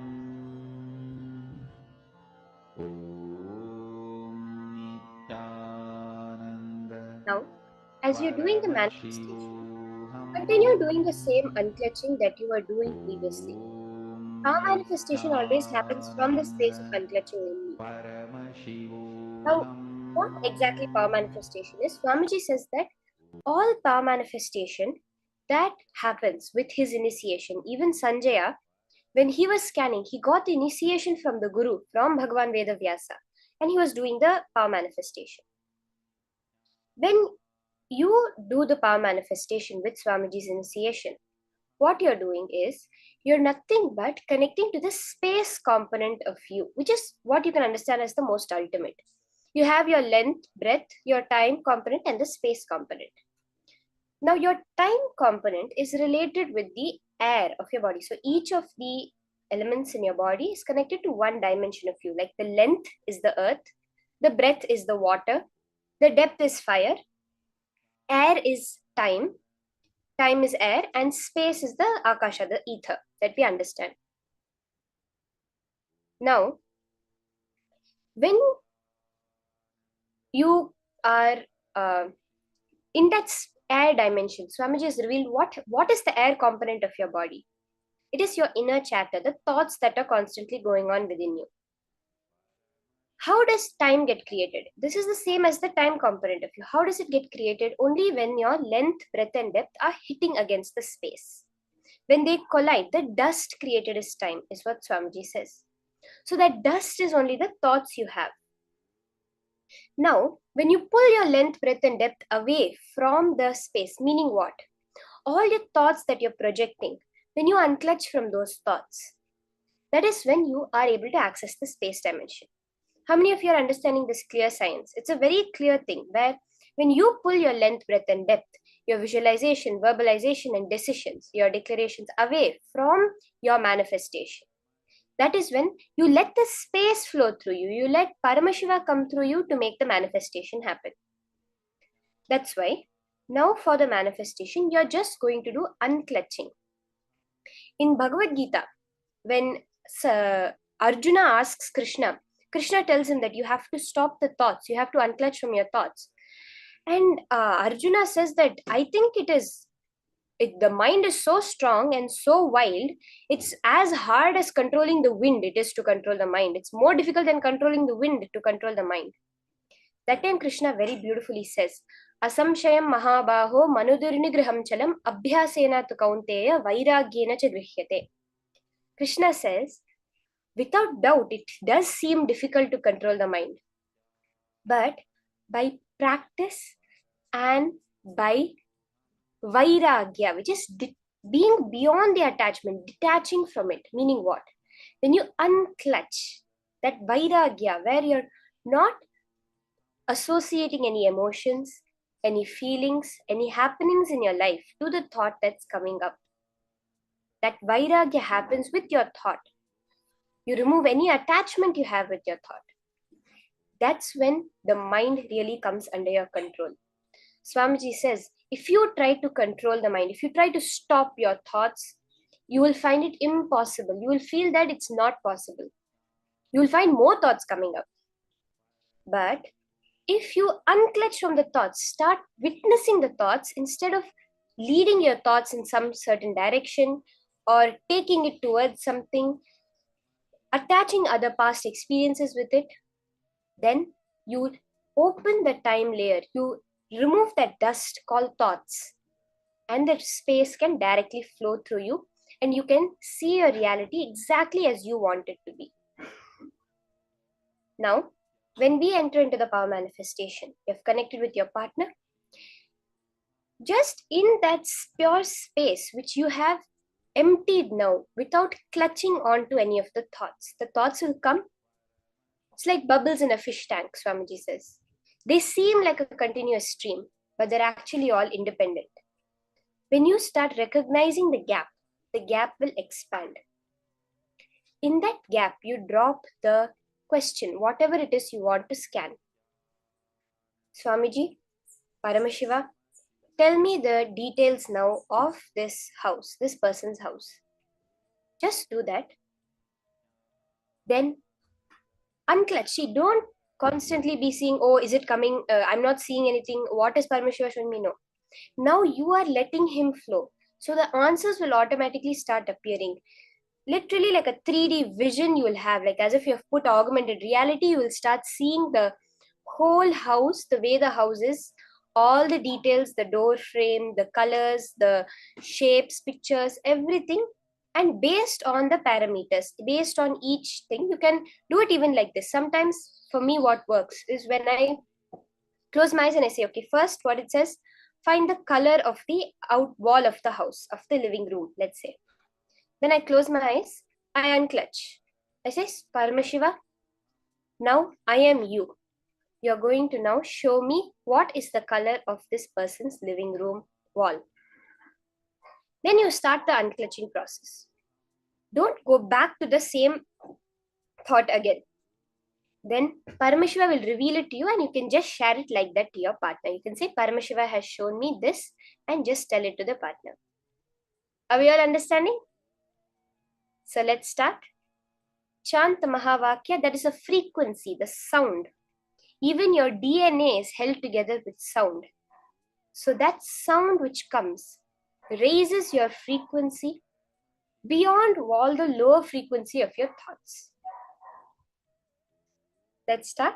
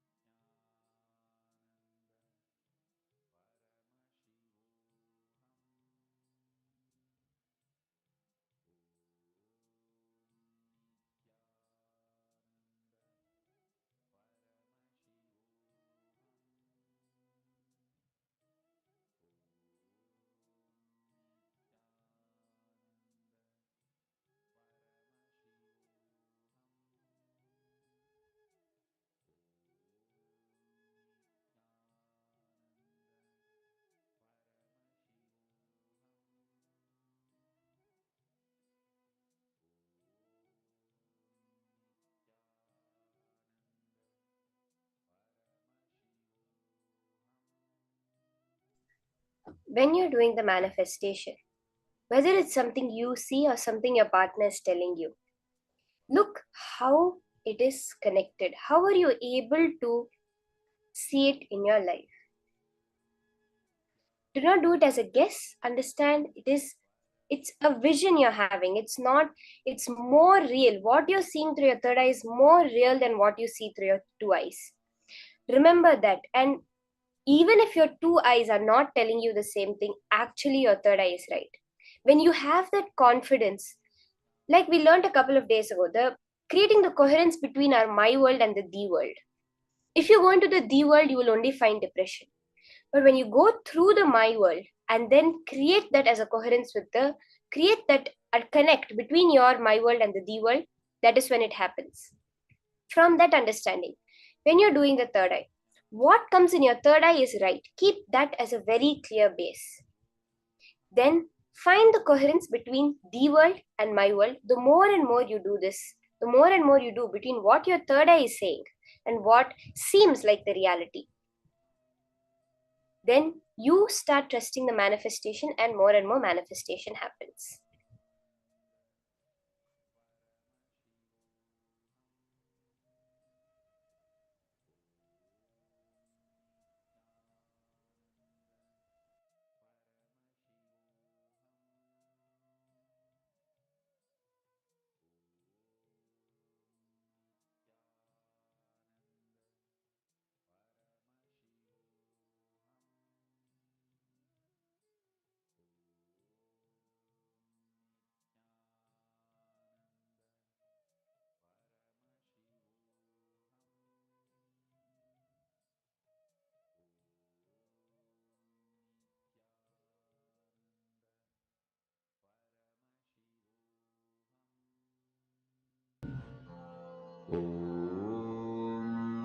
Nithyananda Paramashivoham.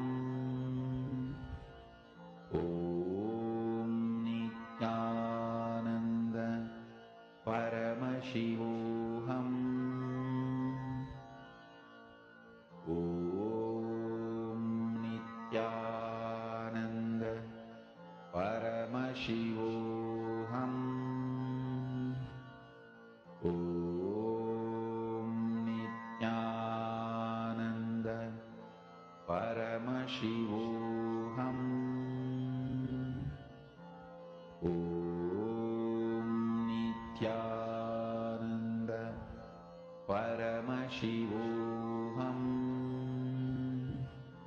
Om Nithyananda Paramashivoham.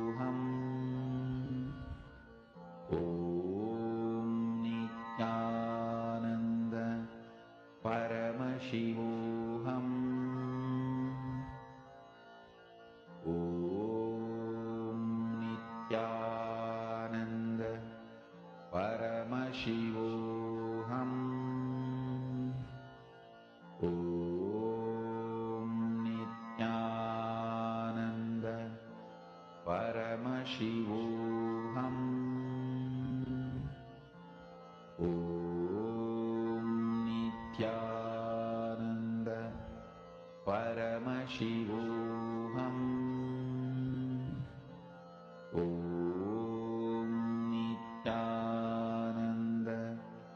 Om Nithyananda Paramashivoham.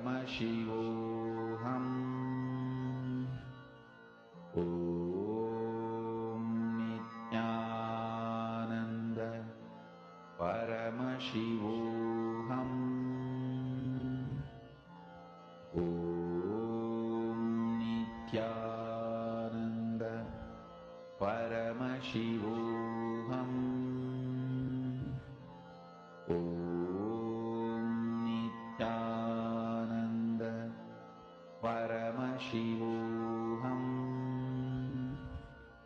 Om Nithyananda Paramashivoham. when you're doing the power manifestation, go into the details of it. For example, let's say I'm scanning and I say that, okay, I see as soon as you enter the house, the door is towards the left of the house, the leftmost side, and then you enter. There's a small room in which the TV diffuse, and then I go further in, I see a huge living room. It's very big and it's rectangular in shape. There is a window on the opposite side. There is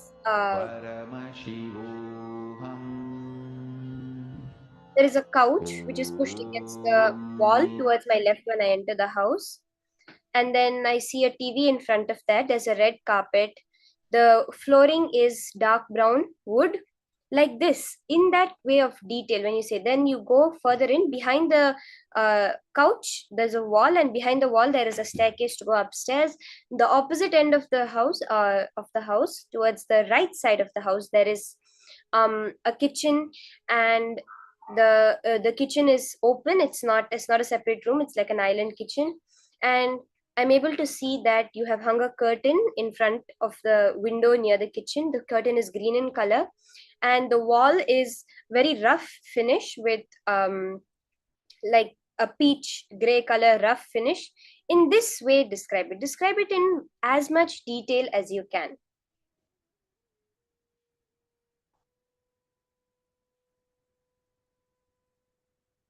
Further, the more details you scan, you can take each parameter, the number of rooms. So I'm seeing there are 4 rooms in the house with 3 connected bathrooms and 1 separate. Like that, you can tell all the details. I'm able to see colors, the colors you're seeing, the shapes you're seeing, some unique features that appear, that something which is not common to all houses. Actually, when we started doing the manifestation, it literally used to be like that. The Balasins, when we started, we would say, I'm able to see you have a bedroom in your house. I'm able to see you have a kitchen in your house. But you're able to see it. That is the main point. Then you can go into the details of it. Once you have seen the kitchen, you tell Ma, the kitchen I'm able to see. And in the kitchen, I'm able to see these kinds of pots and pans, a red color big pan. The stove has 4 things on it, and I'm able to see a microwave towards the side. Like this, just describe it exactly as a whatever is appearing in your third eye.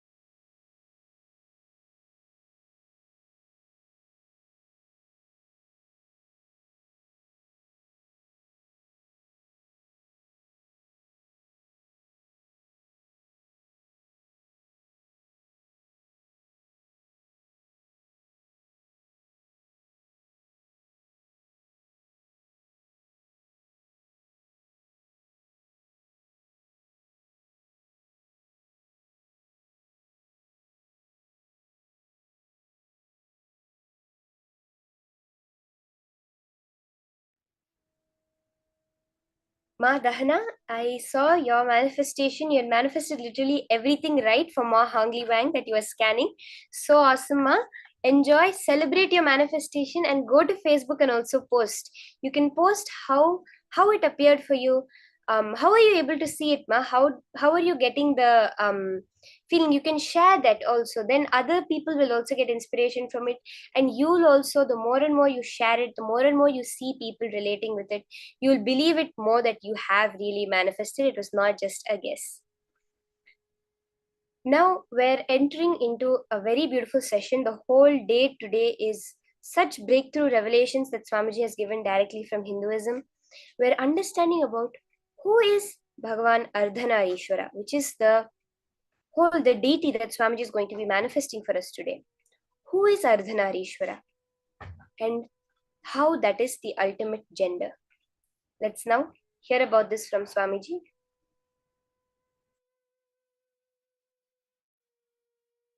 It has about the other gender, the kind of incompletion it suffers and craves for. The ultimate gender is transcendental gender,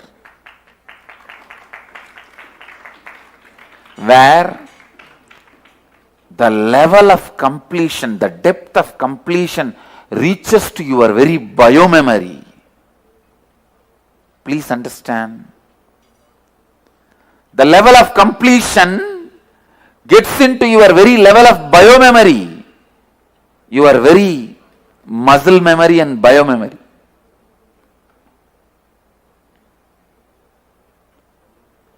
Where you don't hold pride of being a male or female, where the fulfillment of womanhood or manhood happens in you. Your manhood or womanhood both reaches its peak and experiences completion.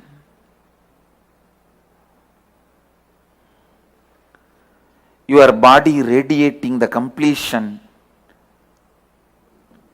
to the level of biomemory is what I call transcendental gender. Transcendental gender.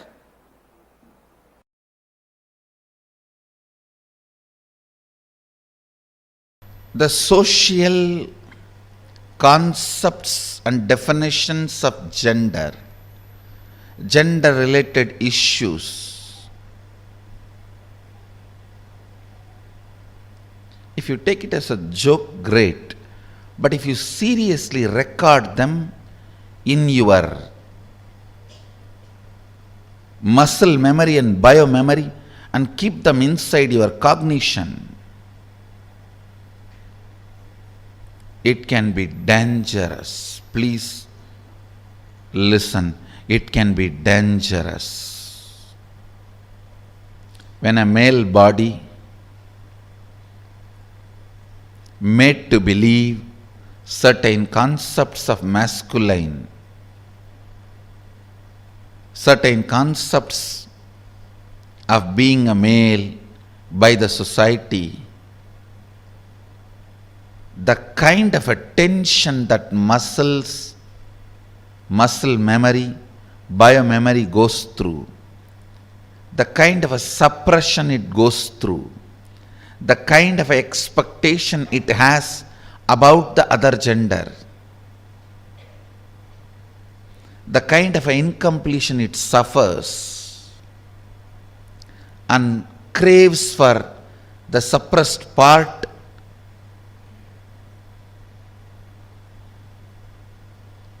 is hell. Such punishment for whole life. And the worst thing is,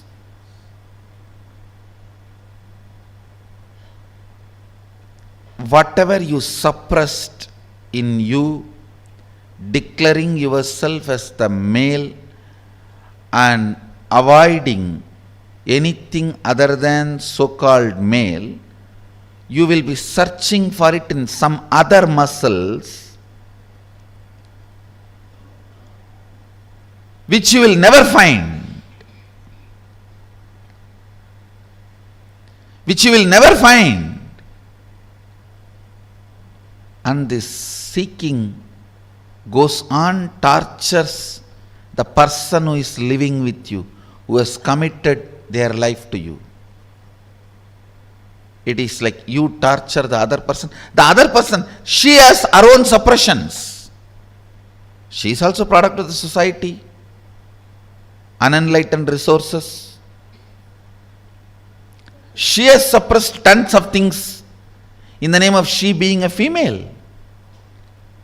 So all that she is searching in your muscles.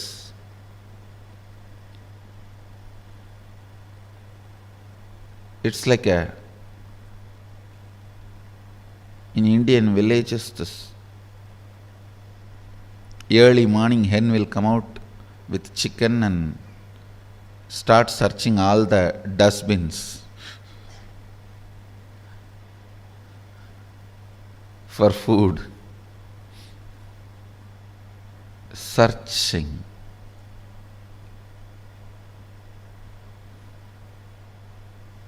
Searching in others for the suppressed component in your muscle. Searching in others for the suppressed component in your muscle.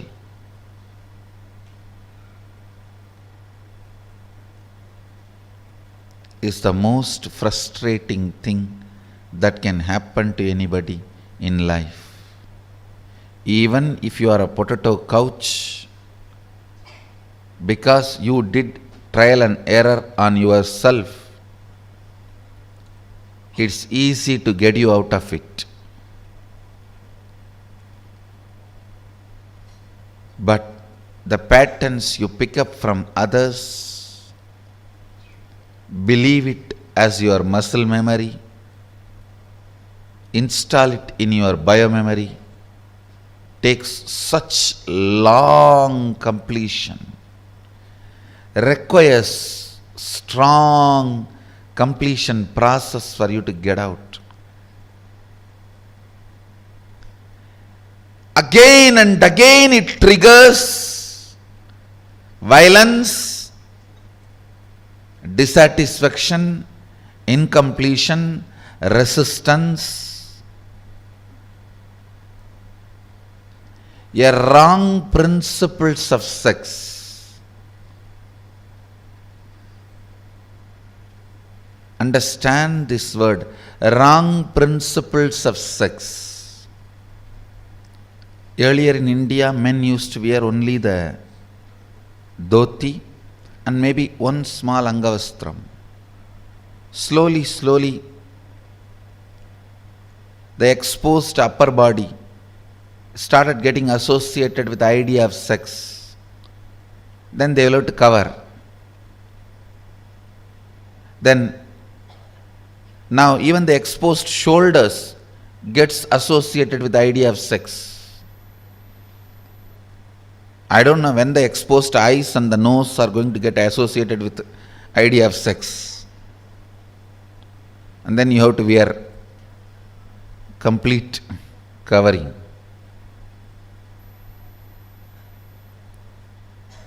Understand various parts of body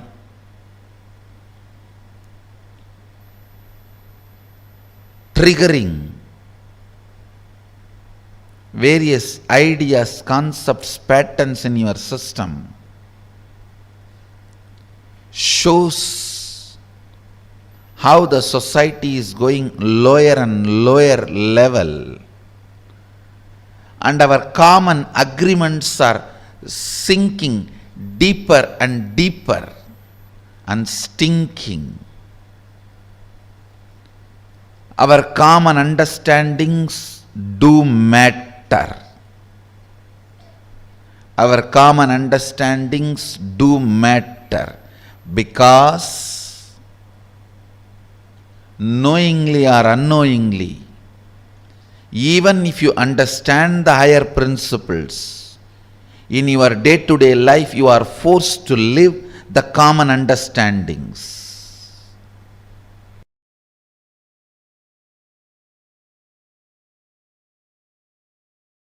Ardhanarishwara is the ultimate symbol of the completion of the gender identity. liberation from gender crisis. It's a beautiful form Paramashiva takes to show the completion of the gender identity.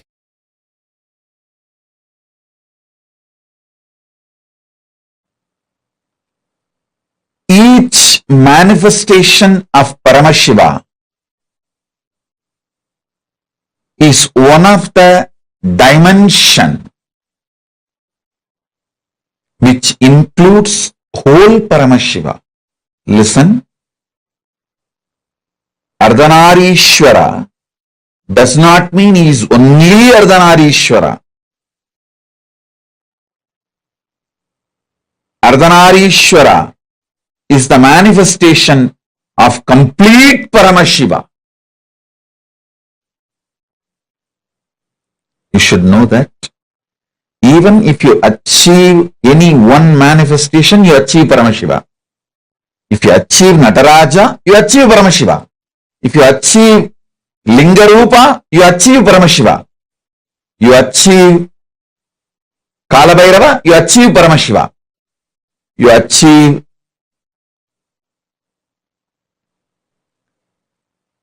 Hariharamurti, you achieve Paramashiva. You achieve any one form of the 64 manifestation, you achieve Paramashiva. So, many sampradayas of the Saivite tradition center themselves on one manifestation of Paramashiva. For example, Aghoris center themselves on Mahakala Bhairava. Veerashaivites center themselves on Lingarupa and Veerabhadra. Each sampradaya centers themselves on one form of Paramashiva. Tantra sampradaya centers itself on Ardhanarishwara. So understand, when I give these basic principles, the foundation principles of Tantra Sampradaya, and when you start living it, manifesting it, you achieve Ardhanarishwara directly, and Ardhanarishwara is Paramashiva himself.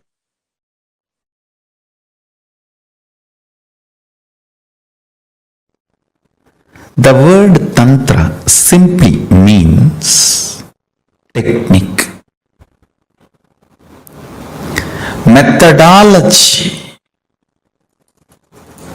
In Sanatana Hindu Dharma, all methodology for manifesting the state, space, powers and being of Paramashiva is called Tantra. That's it. Please understand. State, space, powers and being of Paramashiva, manifesting that is called Tantra. Any methodology adopted for that purpose is called Tantra. In course of time, it got associated with multiple traditions like Shakta, Bauddha, Samana. In multiple sampradayas, orders, traditions of Hinduism, it got identified, associated, started having different connotations, and then comes the anti-Hindu narratives, anti-Hindu forces, Hindu-phobic forces contains this word and boxes it inside gory sexual activities and orgies. Without any understandings and reality, I tell you, Tantra is the most anti-sex practice. In real tantric practice, whether you do it with your own being or you do it with some beings outside,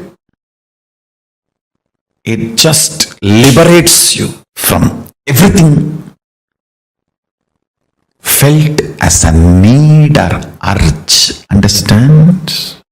Food is not wrong, but urge pushing you to eat is wrong. Sex is not wrong, but the urge making you lose your balance and your integrity and pushing you to do the act is wrong. Understand? Anything which breaks your integrity is wrong, not the act. Last few days, satsang, I was insisting on cutting down the solid food intake. Bring it to 10% of the calorie which you are consuming, usually. Just 10%. If you used to consume 2000 calorie, bring it to 200 calorie. If you are used to consume 1000 calorie, bring it to 100 calorie. It's almost like I'm asking you to do fasting. Just increase the liquid and balance your routine. Understand? If you have started practicing, you will realize not having solid food, so much of irritation, anger, all the non-integrity emotions manifesting in you. Tiredness will disappear, boredom will disappear, but suddenly you will feel too much energy and you don't know what to do. I tell you,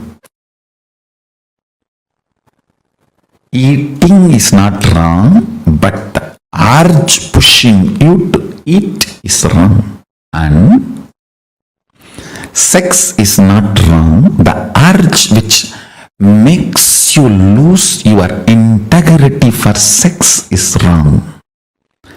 Tantra works on completion, making you manifest the state, space, powers and being of Paramashiva. Listen carefully. Multiple various techniques to experience the state of Paramashiva, like unclutching, completion, to experience the space of Paramashiva, like integrity, authenticity, responsibility, enriching, causing, to experience the powers of Paramashiva, oneness, initiation, aushada, mani, mantra, aushada, to manifest the being of Paramashiva, deeksha, ultimate initiation, communion, oneness with Guru, who is embodiment of Paramashiva, makes you manifest the being of Paramashiva. All these various levels, multiple techniques are adopted, methodologies are adopted. All of them are basically called as Tantra. Understand, Tantra is the most anti-sex, most anti-sex tradition. If you believe, if you are told Tantra is the sexual tradition, you are cheated. Be very clear, you are cheated. The kind of the feeling grounded you need to have, never to have tears in your eyes, can happen only by Tantra. When you are grounded, complete with all the emotions of body shaming, good, bad, right, wrong, everything need to be cleansed. All the toxic ideas inserted into your system, shame, guilt about your body and how you look and how you feel and the ideas of sex, gender, everything, all the faltu ideas society has inserted into you need to be removed. You need to be detoxified from all that stupid ideas. That's the only way. That's the only way you will get grounded and become a real Rudraganya. Every man should become a Rudra and every woman should become Rudraganya. That is Tantra. Every man should become Paramashiva, every woman should become Parashakti. That is Tantra. Paramashivoham will give you precise understandings about Tantra, deep understandings about Tantra constantly. You demanding yourself and behaving even with yourself as Paramashiva and manifesting the qualities and state, space, powers and being of Paramashiva continuously in your actions, in your life, in your thinking, in your emotions, everything. That is Tantra. That's all is Tantra. Understand? Life in all its possibility manifesting is Tantra. The Paramashiva in you and Parashakti in you becoming one, the communion and experiencing oneness is Tantra.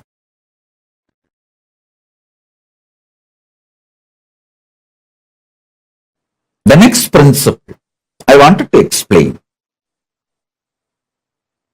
Tantra is an intense tapas-centric tradition.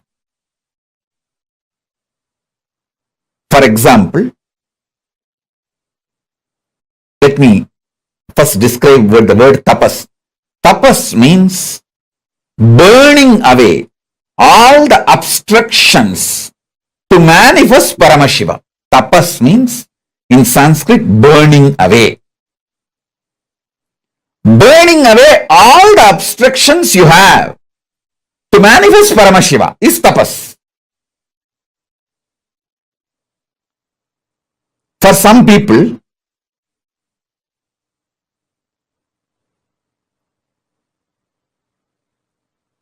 their attachment to the taste will be stopping them, making them addicted to certain food, destroying the quality of their attention, memory, quality of consciousness, the quality of the mind, the mental health, physical health. Here, tapas means making that person taste, enjoy everything as he wants in a controlled condition so that the patterns of the addiction, food addiction, taste addiction, greed for the taste gets burnt away. That controlled condition is what is the Guru's presence. Guru knows where he is stuck. He will be allowed to enjoy it, enjoy that addiction where he is stuck to the extreme till the patterns are burnt once and for all and he is free from that conditionings, from that patterns, from that karma, from that curse, from that suffering, pain.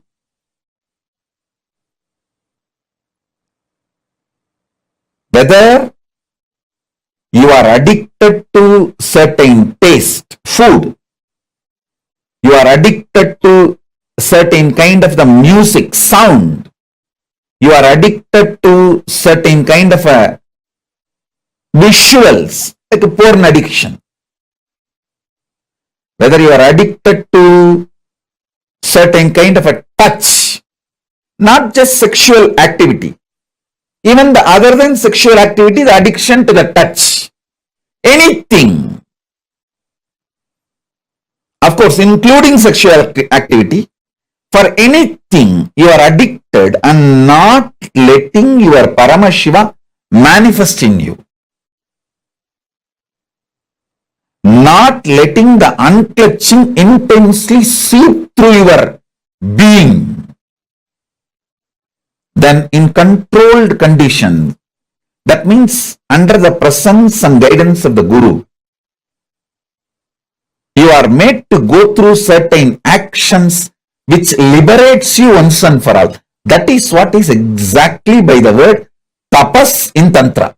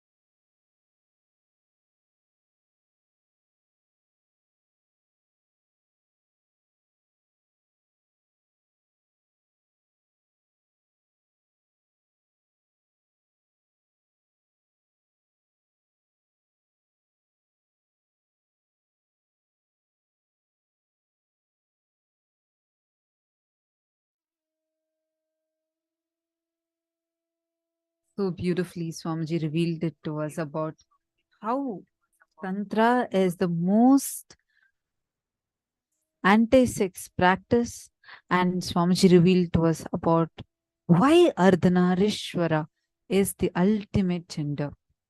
How many of you had some of the most breakthrough clicks and revelations today, just in this one session? Please, can you all take a few minutes and post it in the chat?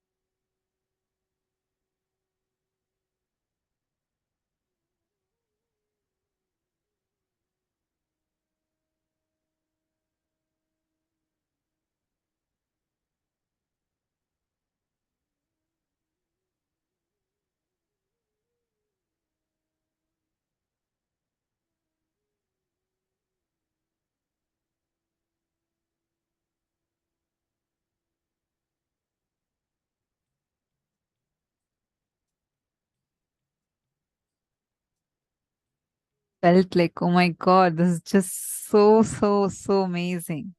Like, I never ever thought of it in this angle.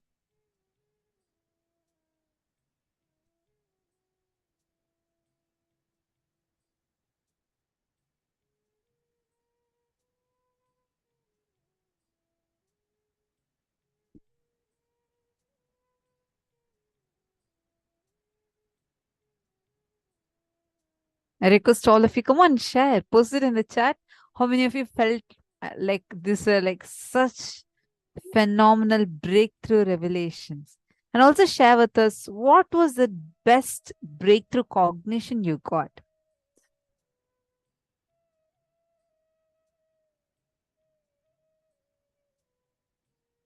Now let's understand about this a little more deeply. See,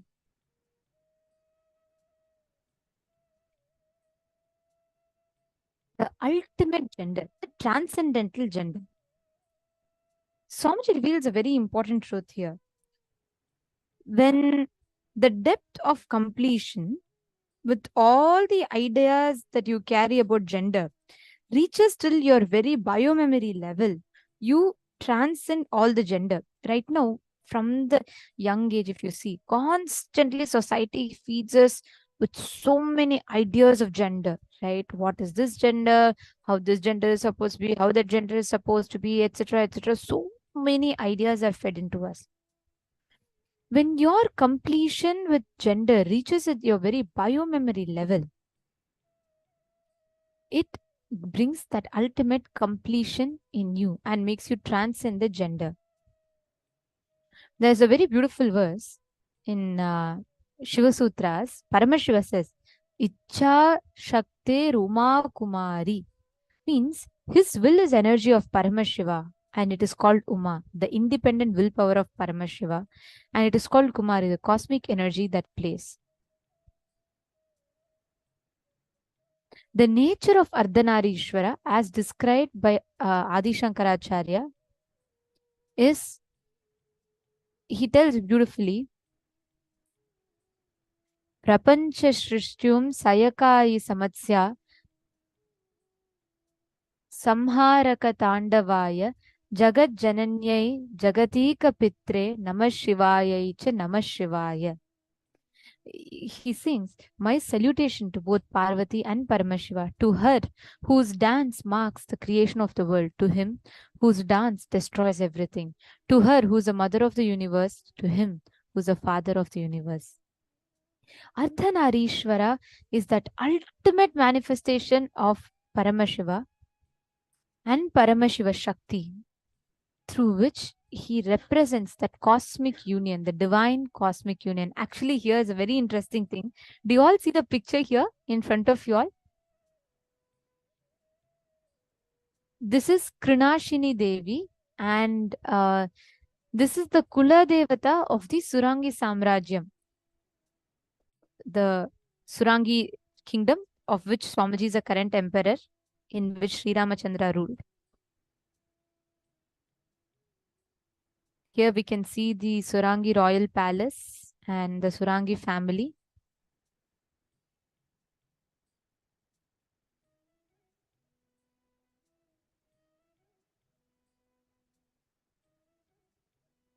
Here we can see the lineage of the emperors. And here Kirti Chandra Dio Harishchandra Jagadev, who was the king, the previous, the third, who was the king of the Surangi Samrajyam. And then the next picture is a daughter of Kirti Chandra Dio, who is Rani Sana Jama Manjula Manjari Devi, Mrs. Manjula Puja Shroff. And then we can see the current emperor, the Supreme Pontiff of Hinduism, so our beloved Swamiji. Actually, the Ardhanarishwara form, right?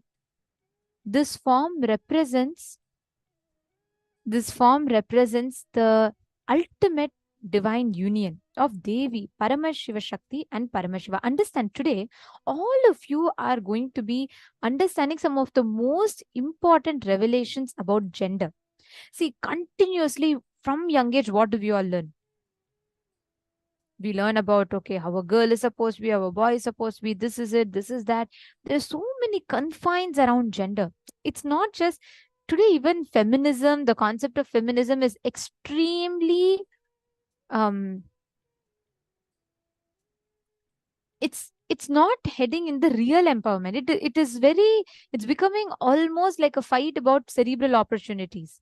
But beyond that, there's an important aspect of us, our consciousness, our being. And we need to attend to that. We need to come to completion with who we are, what we are comfortable with. That is the key. And today, that is what we are all going to be learning about.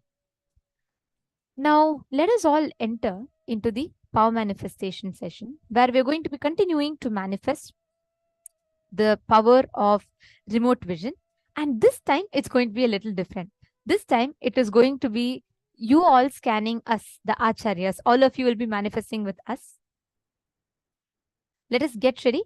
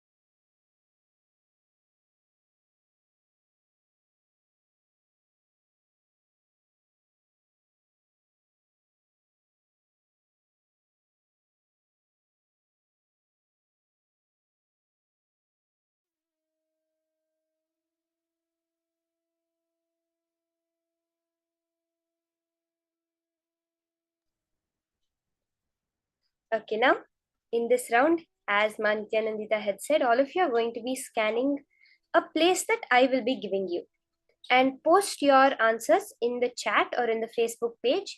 And from there, I'll read it out and I'll verify each person's answers, whatever you saw from the particular place that I'm going to be saying now.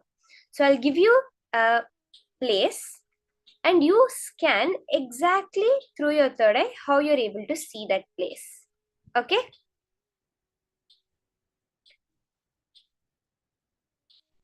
Are we all ready for this power manifestation session? Let's see, remember that the whole thing in life, every manifestation is a cognition shift. As Swamiji was saying, it's the cognition you build about you when you are young, which causes all the problems that you have. It literally makes your life hell. What is living life as hell? Living life in matter. That's all. It's very simple. As long as you think matter is real, it will only be hell. Because you think you have to do so much work to make anything happen. You have to move something. That's what happens when you think that the world is a matter. But when you shift your cognition, when you have that understanding that life is not matter, it is an independent intelligence, it is energy. Then energy influencing energy becomes very simple for you. Any manifestation in life, you can apply this cognition. Whether you're trying to do some fasting, you're trying to manifest wealth, you're trying to go beyond some pattern, anything you want to manifest, you can apply this cognition. The cognition shift that life is not matter, but life is energy. That's all. It's very simple. Now, let's take the example of food. If you take food and you say that life is matter, so I am a matter being and I do not have the energy to run myself, this food has the energy, so this food as matter, I put into this matter and it gives me the energy. But when you look at it as energy, you are vibrating energy, you are space. And that food in front of you is the energy. Whether you add energy to energy or take off energy to energy, does it make a difference? When you add space to space or remove space from space, does it make a difference? No. Then when this becomes your cognition, when you internalize it, logically prove it to yourself. After that, fasting will never be a problem for you. Now, the same way with power manifestation, when you're doing the power manifestation process, remember that you are not matter trying to see a far off place as matter. You are energy connecting in the energy to another energy and revealing it. Okay? When you're doing the power manifestation like this, it's very simple because energy has no limits. It does not have a boundary. It can reach as far as you want, everywhere.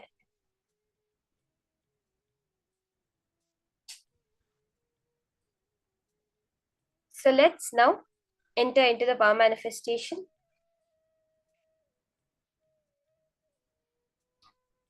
The place I'm going to give you to scan is, when I had gone on the world tour program in November of 2017, I had gone for doing a demo in a aerial yoga studio. Okay, it's a certain place in Santa Cruz, LA.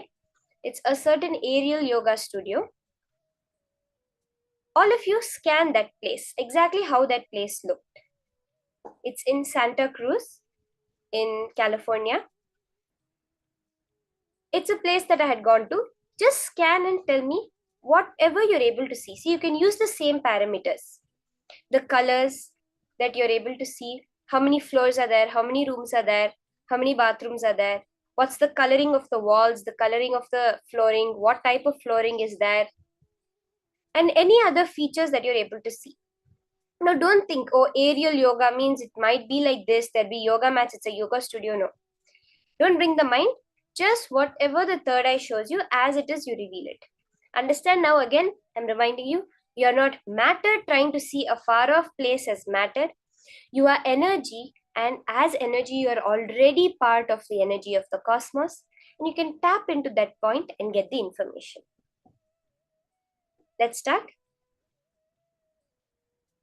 You can sit with your head, neck, and spine in a straight line. If you have any questions about the various cognitions Swamiji reveals, you can always put it. The acharyas are there ready to answer, ready to help you take your cognition to the next level.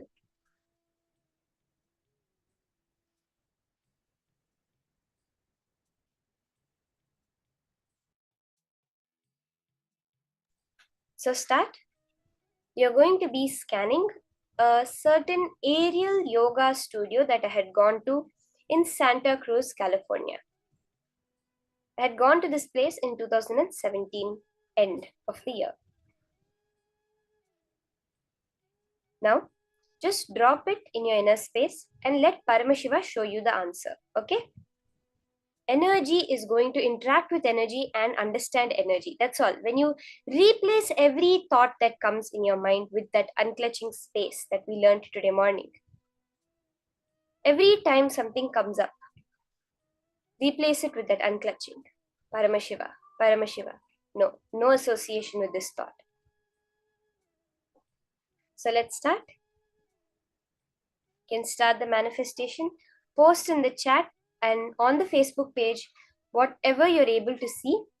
If you post it on the Facebook page, we'll not miss any messages, because if you post it in the Zoom chat, there is a chance that it gets buried and we may miss the messages. So for this round of manifestation, go to the Facebook group, which is facebook.com/groups/Mahaparamashivoham. The name of the group is Mahaparamashivoham. Please go to that group and post whatever is appearing in your third eye.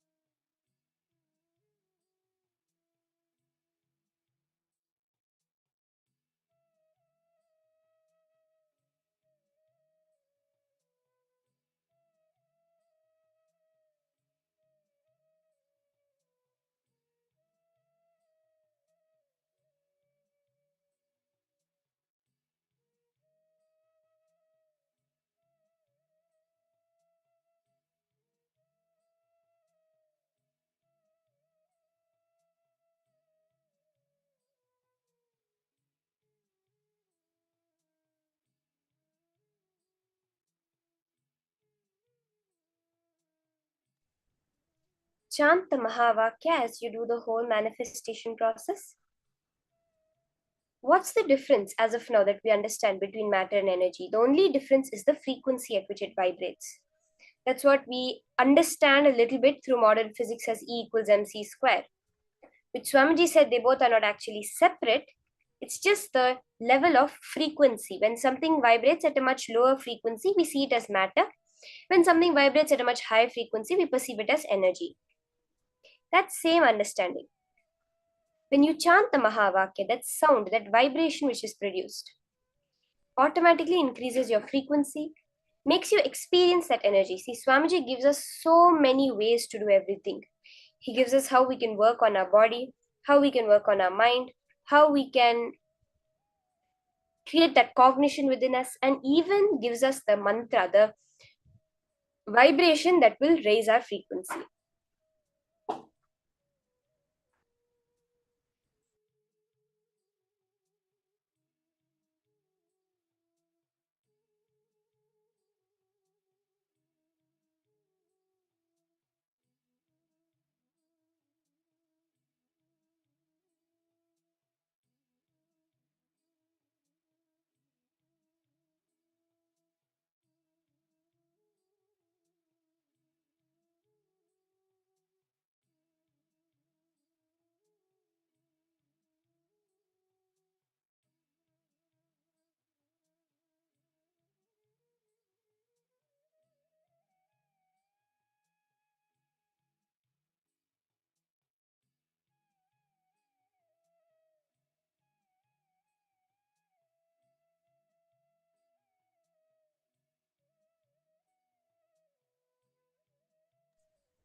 Ma Priyesha, you have so beautifully posted how Swamiji gave you spot on revelations when you asked him and you were scanning. This is so beautiful, Ma. You've actually drawn it. I see. That's awesome. Let's do it as detailed as we can when we do the manifestation. Now scan the certain place in Santa Cruz, our aerial yoga studio. You're all scanning me now. You don't need to connect with another partner. All of you are scanning this particular place that I've just given. And then I will immediately verify your answers. You can go to the Facebook group and post it.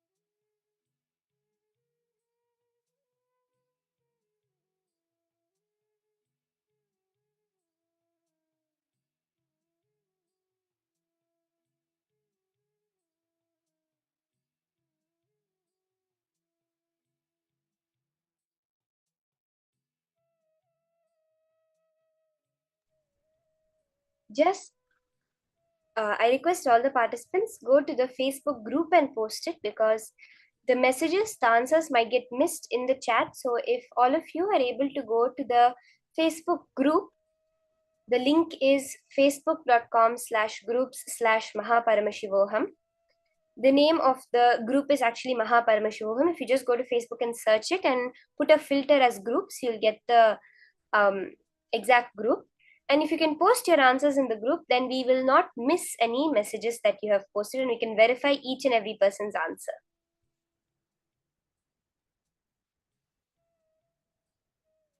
Scan it in full detail, whatever you're able to see. The more detailed you go, the more you will get it. You'll be able to understand that it's a manifestation happening. See, when you give very generic things, then you're not able to see the manifestation, because you feel that, oh, every house might have this. But when you give the specific details, you believe, yes, I'm able to see such small details, it must be a manifestation.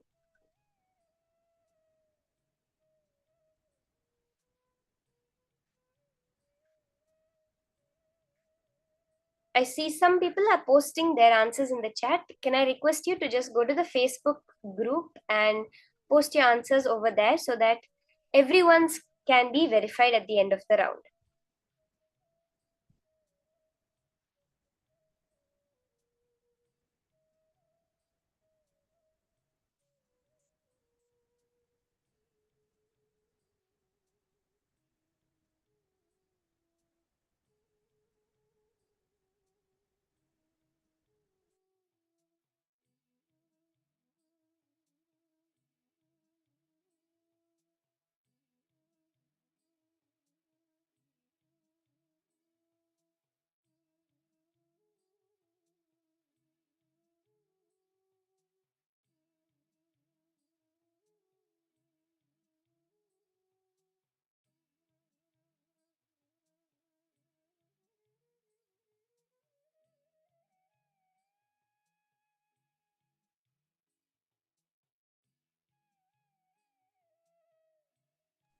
Let's now verify.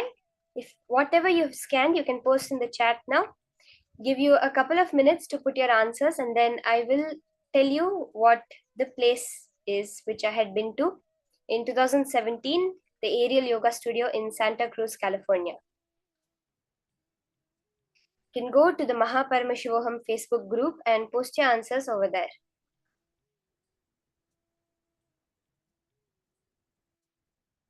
Yes, Ma Dahana, Ma Hongli Wang, all of you can go to the Facebook group and post whatever you saw through your third eye.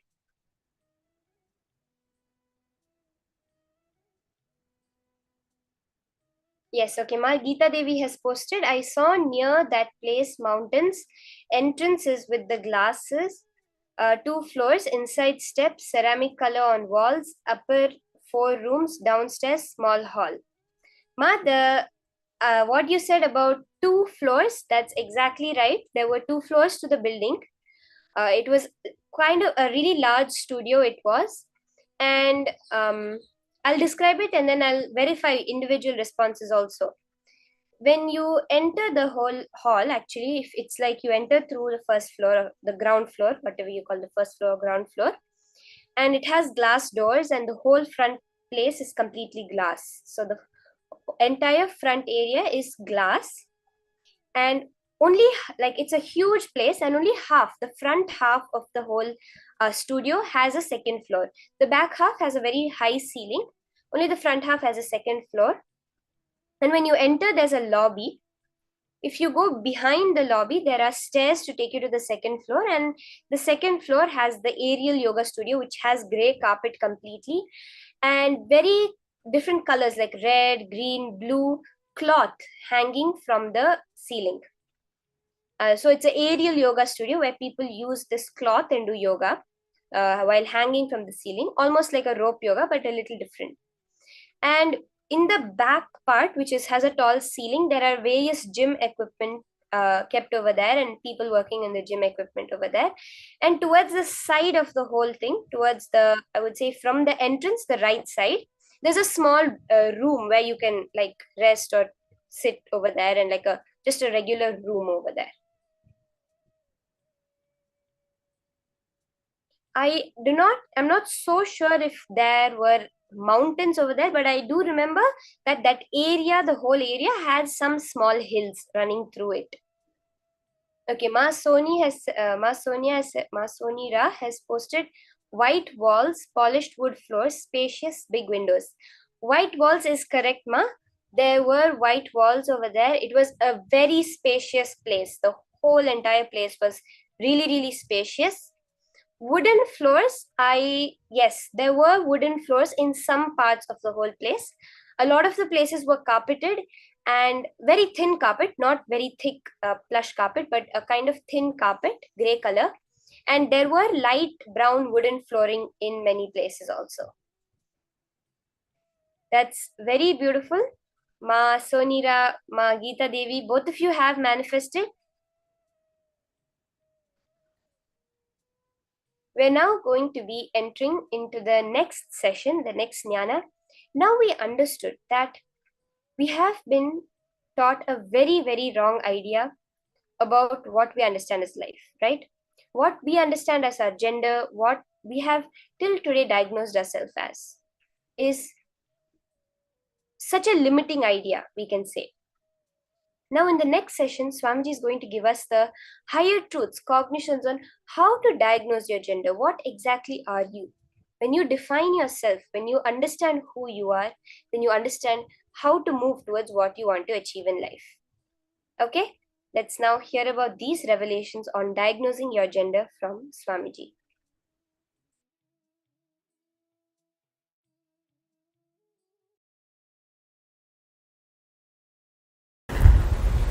Some of the most powerful sacred secrets and powerful cognitions you need to know from Paramashiva about the 11 genders.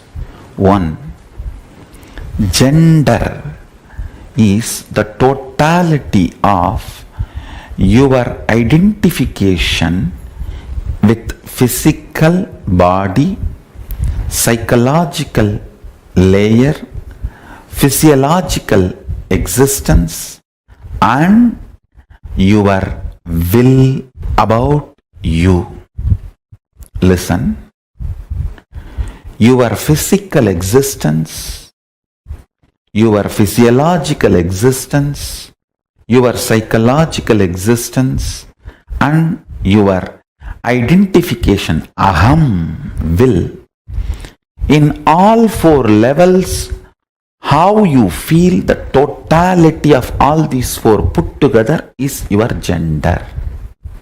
And unfortunately, society does not have this elaborate true understanding because this knowledge was kept with elite.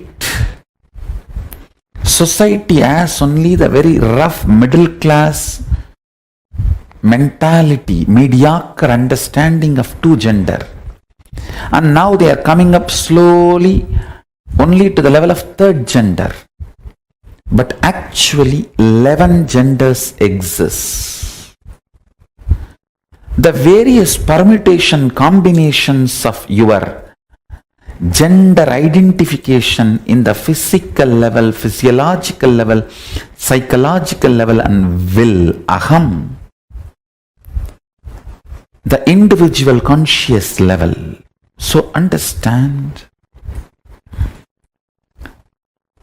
when Hinduism, Vedas and Agamas asks you to be a celibate till the age of 21, the purpose is for you to realize in physical level what is the gender with which you feel comfortable. In psychological level, what is the gender with which you are comfortable. In physiological level, what is the gender identity with which you are comfortable. And your conscious, self-conscious level, what is the gender with which you are comfortable. Exploring it, understand, one of the biggest problem is till 21, if you allow somebody to explore you, or if you explore somebody, you collapse into the wrong identification due to powerless cognitions, and you build a wrong gender identity. Understand? Whether you feel oversexed or undersexed, womanizer or suppressed, any powerlessness or complication in the level of sex and sexual fulfillment or sexual desires, sexual guilt, and any problem you go through with the sex fundamentally starts with gender identification. I tell you, when your gender is properly identified, all the sexual problems just melt down. 3,000 problems sexologists have created can just melt down if you just diagnose your gender. That's all, nothing else. Please understand, multiple disorders related to eating can be cured completely. Multiple disorders related to drug addictions can be cured completely just by gender identification. Do not, first thing, just say no to society and society labeling you in any gender. If you are below 21, decide not to allow anybody to physically explore you and never explore another physical body. Wait. Understand, gender identity is like a mercury. It cannot be kept even in golden pot. It can be only kept in stone vessel. Only after 21, your system becomes a stone vessel. If you are below 21, decide no question of exploring another body or letting another body to explore you. And if you are already above 21 and you feel you have allowed people to explore you or you explored other bodies, don't fall into guilt, but sit and go through every incident and go for completing it. I am telling you, you need to cognize your will, the aham, tries to play with your multiple possibility, multiple permutation combination. Sometimes it tries to be physically male and physiologically female and psychologically gay. Sometimes it tries to be psychologically male, physiologically female and physically gay. It just tries multiple permutation combinations, explores itself. During those periods, you just need to be with yourself. 3 worst things are done to you by society. First, trying to push you into 3 or 4 genders they are recognizing, like pushing you into either male or female or lesbian or gay. That's one of the biggest crime done to you. Second, not letting you understand that they don't have the ultimate solution. They are ignorant, but trying to push their off, unverified,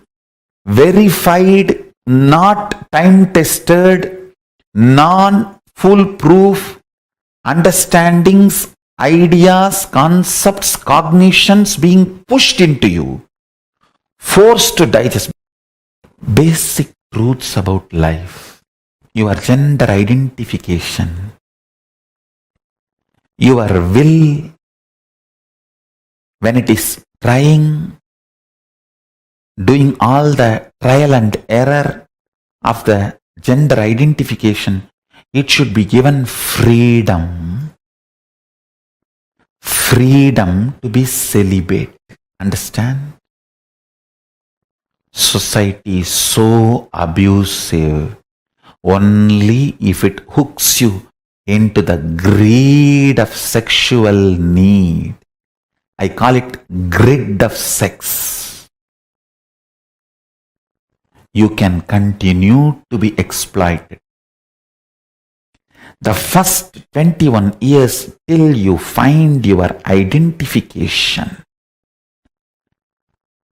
and your beautiful alignment of the gender, which is the true integrity with which your physical, physiological, psychological existences feel complete.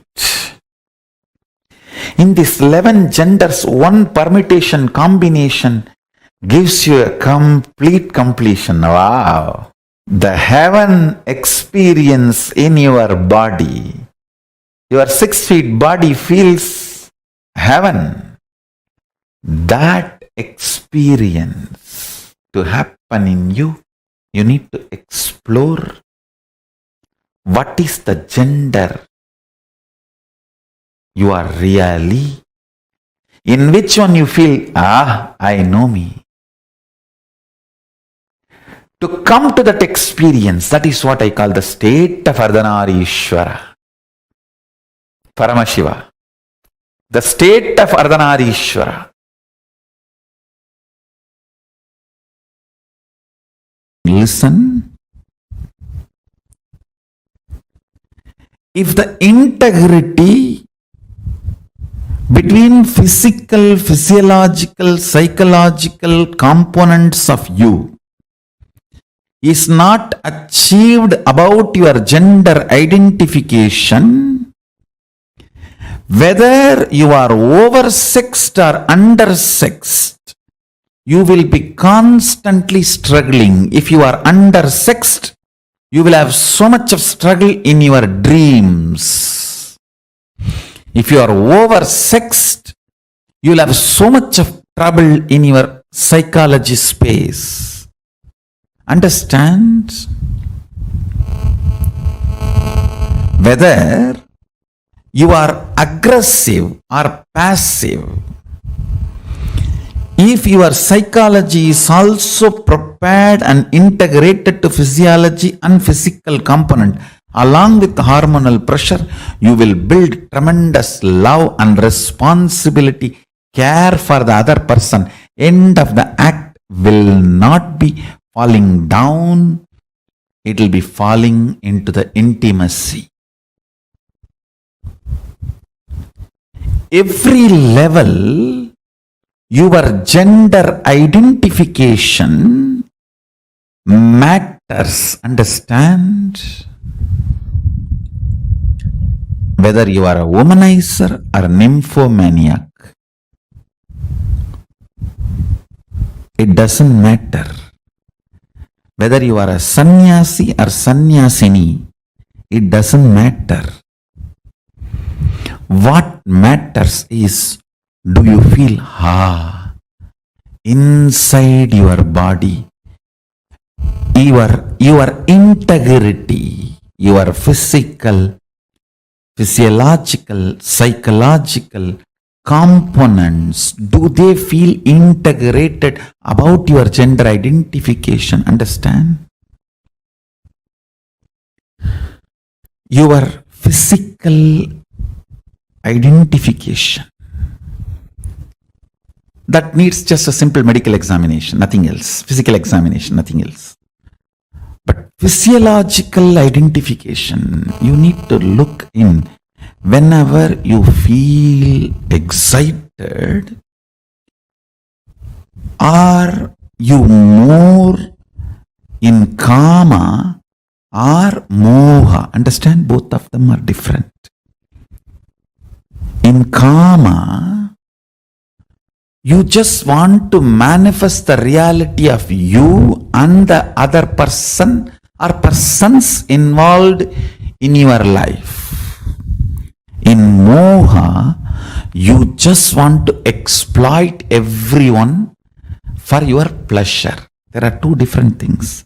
In kama, You are very sure you want the completion for everyone involved. In moha, it is all about you feeling complete. I should not even use the word complete. You feeling relieved. Listen carefully. Whenever your physiology is pressured, if your psychology feels calm, it is integrity. You will be such a beautiful being. Whenever your physiology feels pressured and your psychology feels moha, you will just be exploitative. It will be more or less like a masturbation with another body or a rape. That's it. Understand? The reflection of Paramashiva in you, Pratyagatma Chaitanya, the individual consciousness, as a freedom to align your gender identification in the level of psychology and physiology and physical, all three. I wanted to make a statement. By your willpower, you can change your gender completely, even physically. All you need is aligning. And when I say aligning, I don't want to say in physical, physiological, psychological, you need to feel the same gender identity. No. You just need to identify what you feel. That's all. If you identify, you will know why you are feeling what you are feeling, why you are behaving the way you are behaving. Understand? Realizing blind spot is curing blind spot. Nothing else. Realizing why you are behaving the way you are behaving, why you are doing the way you are doing, why you are saying what you are saying, liberates you.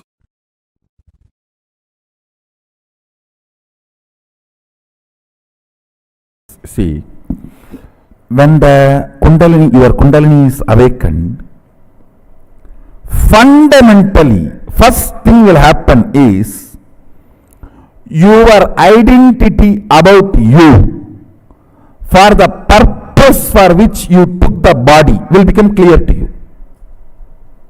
It will become clear to you.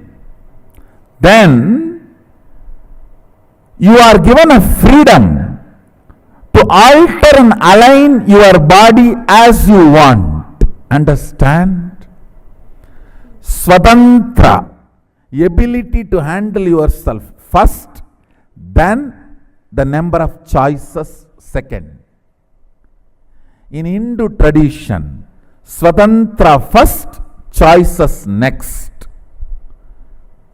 If the Swatantra does not grow first, directly choices are given. Depression is life.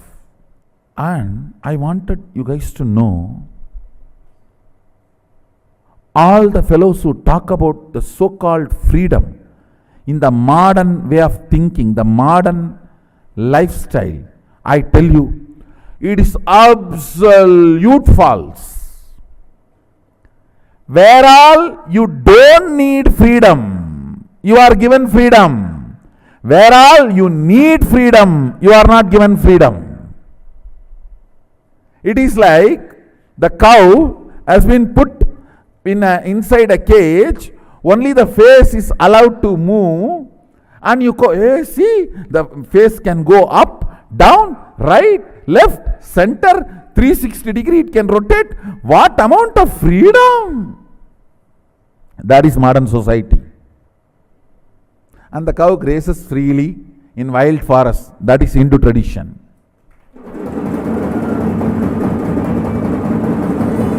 And that cow is given the intelligence what to eat and what not to eat, and even if it eats poison, it will not get into its system. Please understand, Swatantra is much, much higher than the freedom based on choices. Freedom defined by the choices. Freedom defined as choices is too low than the Swatantra defined by the Hindu tradition. Recently, I was conducting sessions for a group of people on Brahmacharya. You will be surprised. In that class question answer, almost 90% of the people say they don't feel the gender they are supposed to be feeling as their body. 90% of the people, not a joke, understand. 90% of them are saying we are not feeling the gender we are supposed to feel as per the society, the body in which we are. I think it's little more than 90. Fortunately, they are having understanding about Brahmacharya as per Sadashiva's instruction. The first instruction, as I said, 9 months. No physical sexual activity. And practicing completion means the power manifestation. Second instruction, every morning have neem juice, every night a black betel leaf with a little pachakarpuram, the raw camphor, a pinch of raw camphor. These two herb, if it can be programmed by the master and given, that is great. Even if that is not possible, offer it to Sadashiva's deity or Sadashiva Mandala and take. This two instruction can do so much of healing, I tell you. All the toxins gets accumulated in your system because of sexual abusal.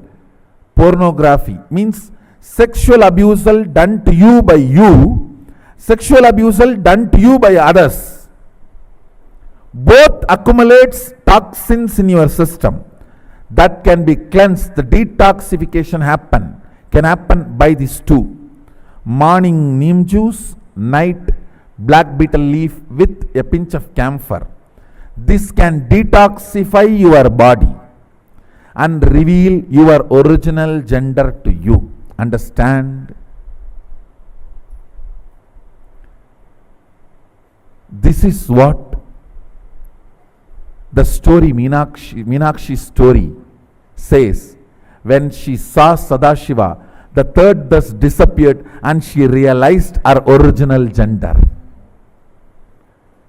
She realized her original gender, her original identity. Till we get that, we will not know who we are. When she had the darshan of Sadashiva, the third breast disappeared and she realized her original gender. Understand? This two instruction can bring tremendous healing and realization of your original gender can happen in you. That can solve almost 90% of your problems.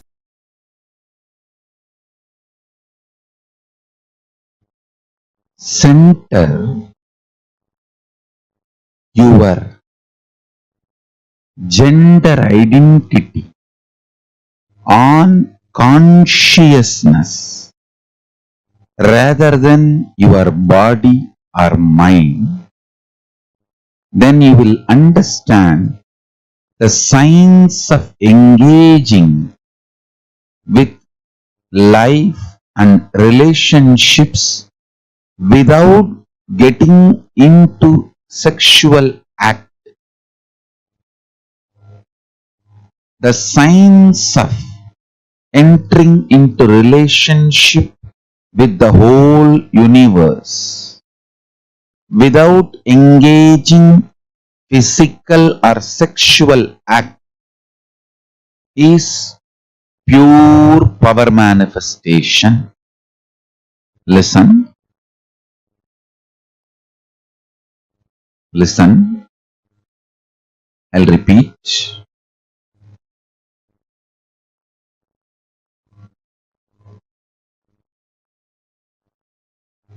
Do not take your consciousness, life for granted.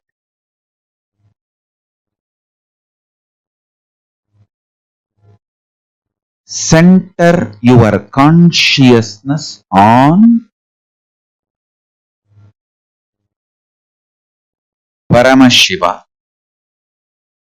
Center even your gender identity. Understand, the science I am teaching you now is the most powerful, beautiful power manifestation science. Center even your gender identity on consciousness instead of your body. Listen, when you look in, even before you remember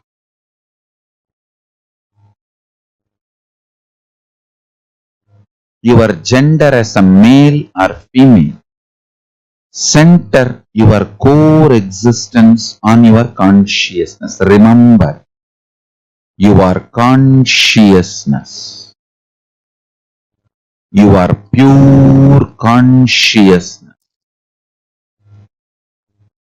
On that understanding, cognition, your pure consciousness.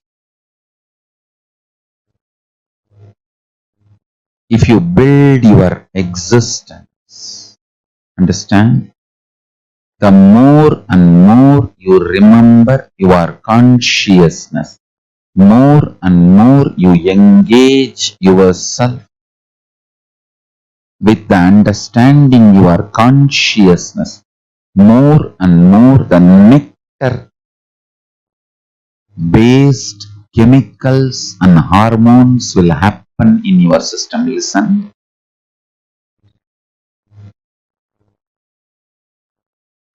The everyday living process of your body, your inhaling, exhaling, breathing, digestion, all this can be either amritatva, nectaric, or they can be aging, growing old.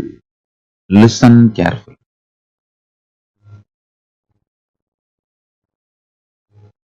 You need to understand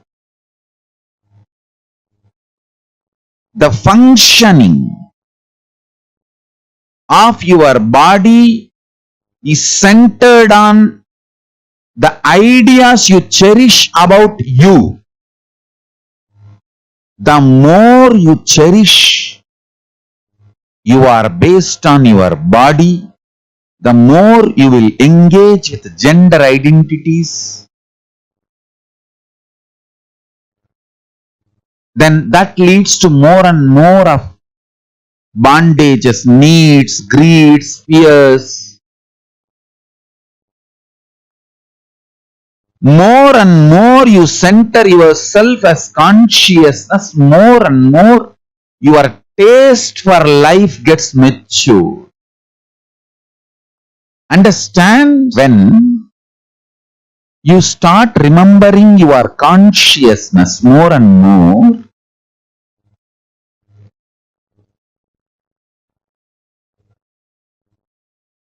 your identity will not be based on gender. Cognizing yourself consciously, from that cognition, your consciousness when you approach your physiology, it engages itself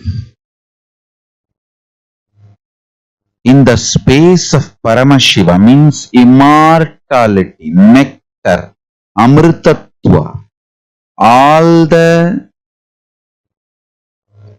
life processes like a breathing, inhaling, exhaling, eating, digestion, all engagement with life,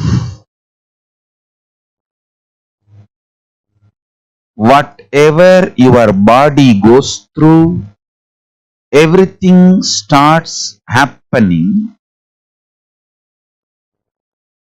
towards immortality, being filled with amrita, nectar. Understand?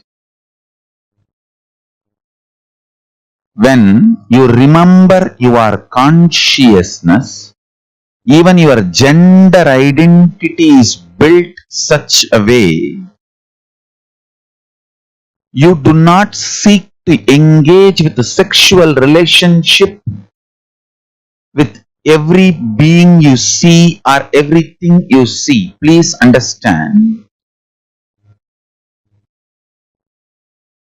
gender identity built based on consciousness knows how to engage with every person and everything without sexual relationship, sexual activity, but able to engage. That is what I call power manifestation. Listen.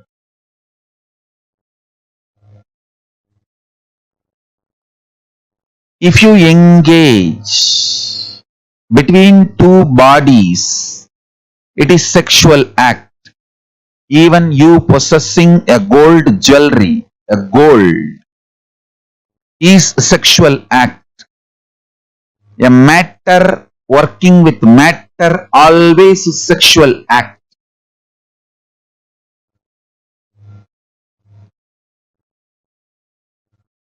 When you establish yourself as consciousness and being conscious, you build your identity and engage with life. Everything becomes power manifestation. I'll tell you, signs of having relationship with the whole universe without engaging into sexual act is power manifestation. Understand?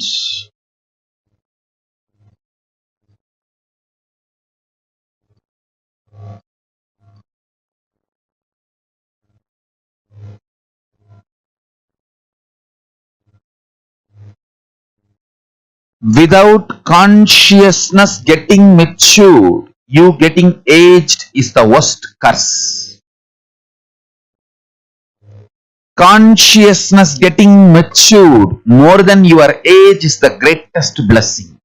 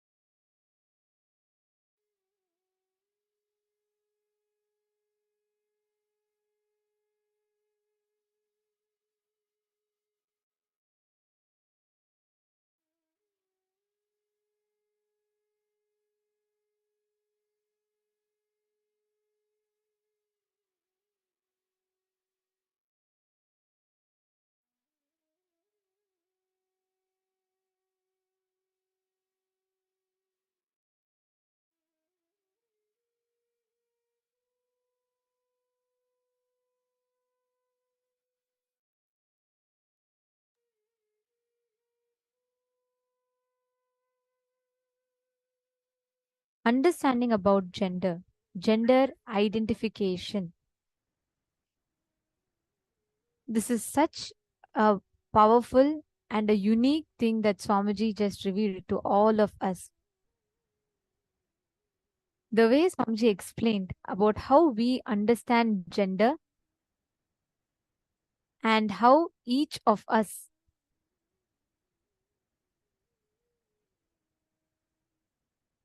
experience the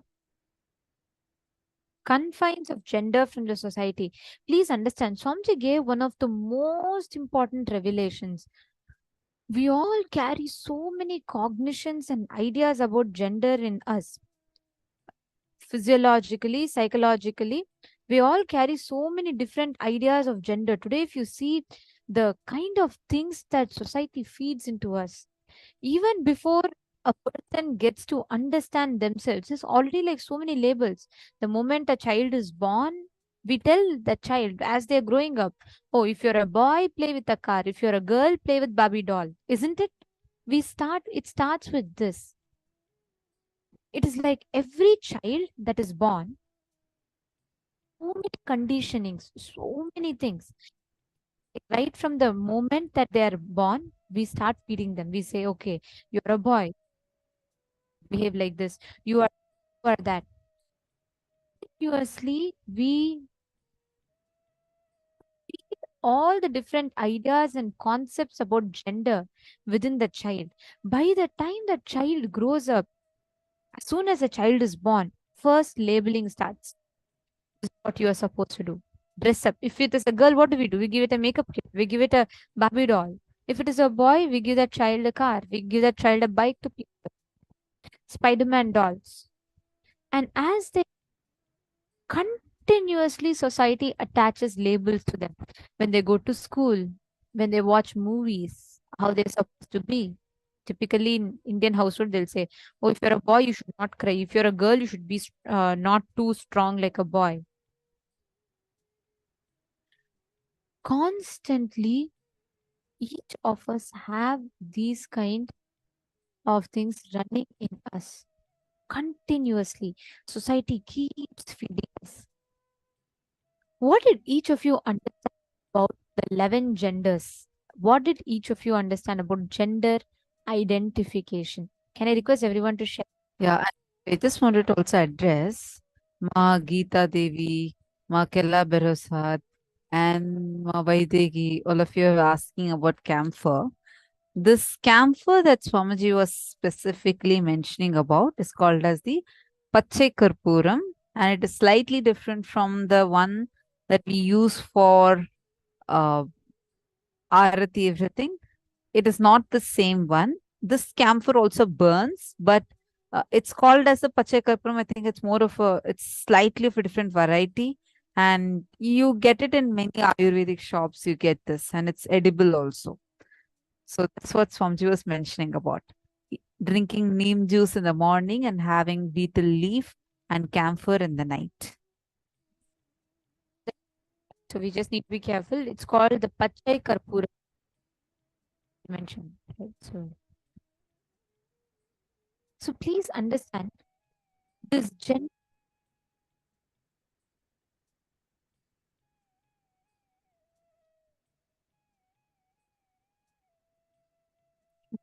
right? Um, Gurukul education system till the age of 20 is taught to only follow the life cycle. Today, by the time a child is years old, they start having relationships. Our body goes through so many changes, logically, psychologically, based on make so many conclusions about ourselves downs. But they put so much of pressure, kids start getting into relationships. Weird when a kid is just 15 or 16-year old, they get into relationships in life and they already come to conclusions in life.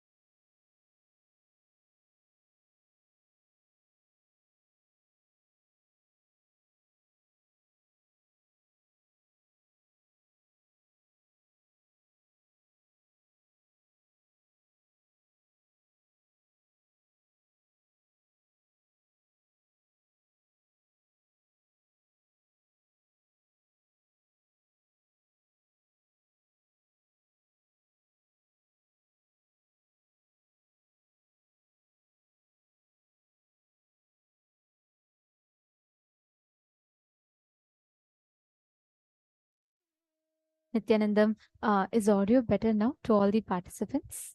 Nithyanandam, are you all able to hear us clearly now? If you're all able to hear us better, if the audio is not breaking for you all anymore, please could you all confirm? Great. Okay, I apologize for the inconvenience previously. All right. Okay, see, this is a very, very important session. We want to make sure none of you are missing this session. Can I request everyone to bring a paper and pen and please settle down in front of the cameras? Can I request For the next 1 hour, 1 to 2 hours, make sure that no one is disturbing you. You're not getting disturbed, distracted by anything. Be completely focused here. We're going to enter into a very, very, very important process. May I request everyone to please come and settle down in front of the camera? This is a very important exercise that we're going to be entering into. All of you need to be in the listening. So whatever you're doing, can I request you all to pause whatever you're doing and sit down here. Turn on your cameras. Please sit down. I request everyone to come on the camera. See, this session is very, very important. Even if any of you are busy with something else, take your time till you finish this session, because this one session is crucial for you establishing the right cognitions, understandings, and based on that, building the experiences in you. So I request every one of you to settle down. Stephanie Lally, I think your camera is, you're not visible on your camera, ma. There seems to be some error. Request if you can check that. All of you, please come on camera. Ma Naina Patel, Ma Anasha, Ma Sneha, Ma Nisha Ben Patel, Ma Sarita, Carol Liu. Can I request you all also? Please come on camera. Ma Priyatmananda, Ma Meena Mohandas, Eugene Kin, Yu Shen, Ma Han Shu Hee, Zijiang. Please come on camera. And during this session, anyone else?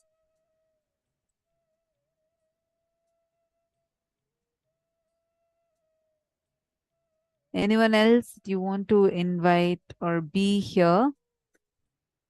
Please make sure you invite all of them. Make sure they're logged in. They're also sitting in the camera. Who all are here for the very first time and you're hearing all these concepts for the very, very first time? Please let us know. Ma Bhavani Viraya, Ma Sylvia. Please quickly come on camera. Settle down. We're going to be entering into a very, very, very powerful exercise right now. We are going to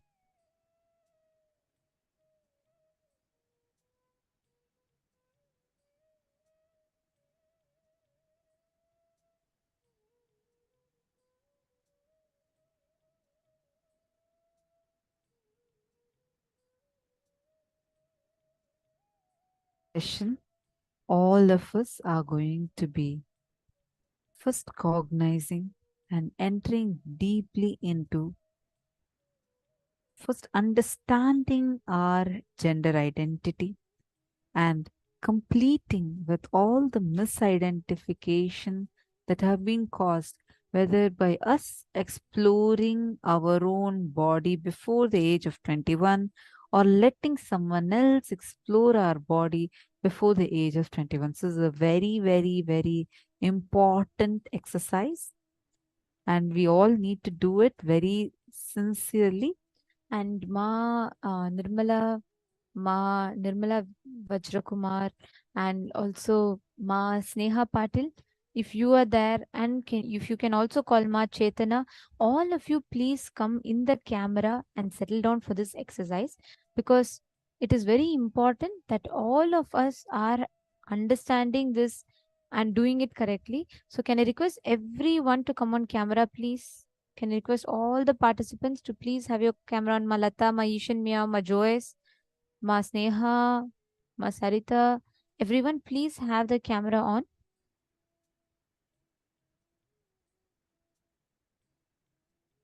Okay. Now, please understand. First truth.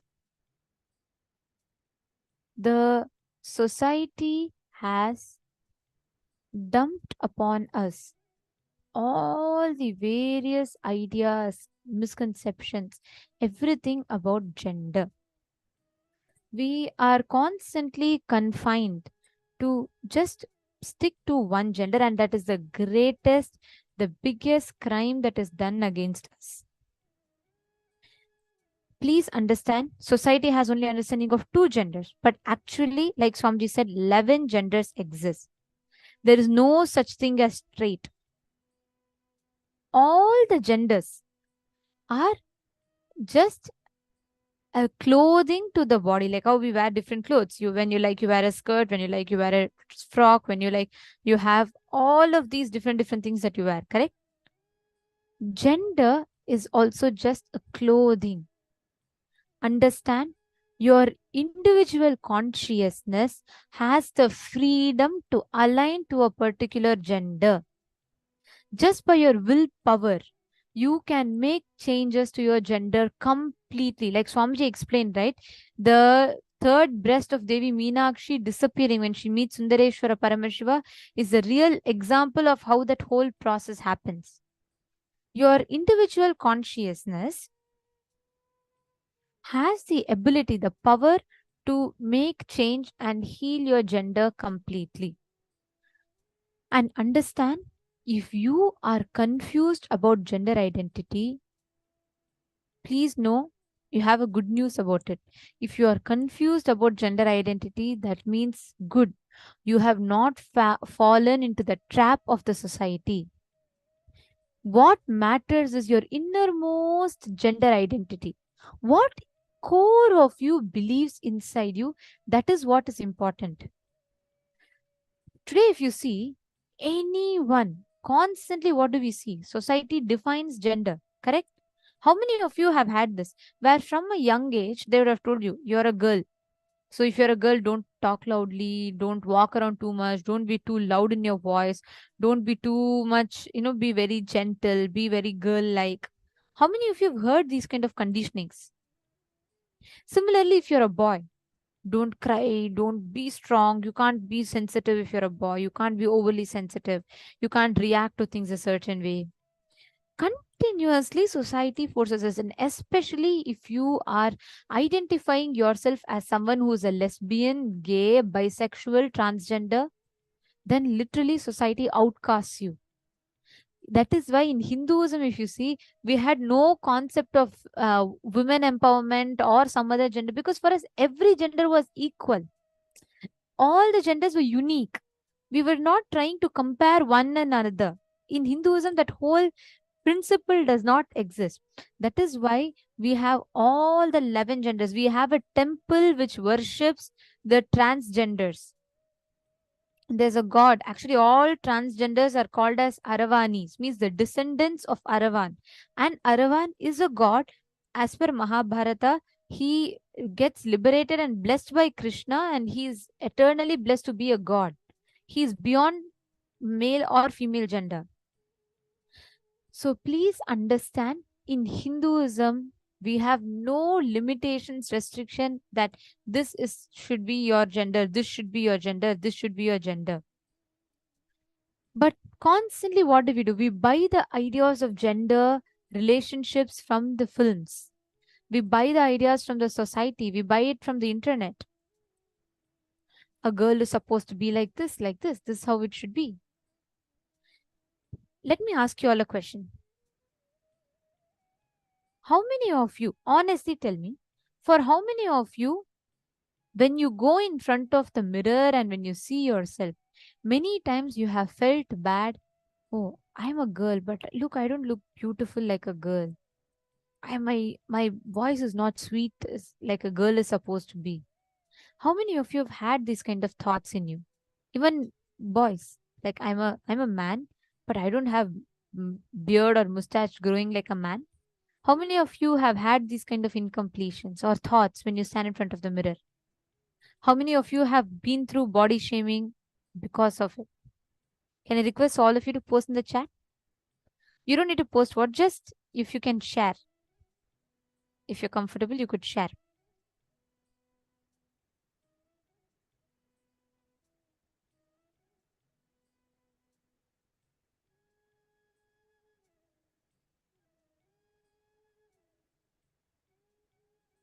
See, you all can see it for yourselves. How the whole thing happens inside of us. How many of you have these kind of questions in you when you stand in front of the mirror? And when you see the mirror, you have these type of questions running in your head.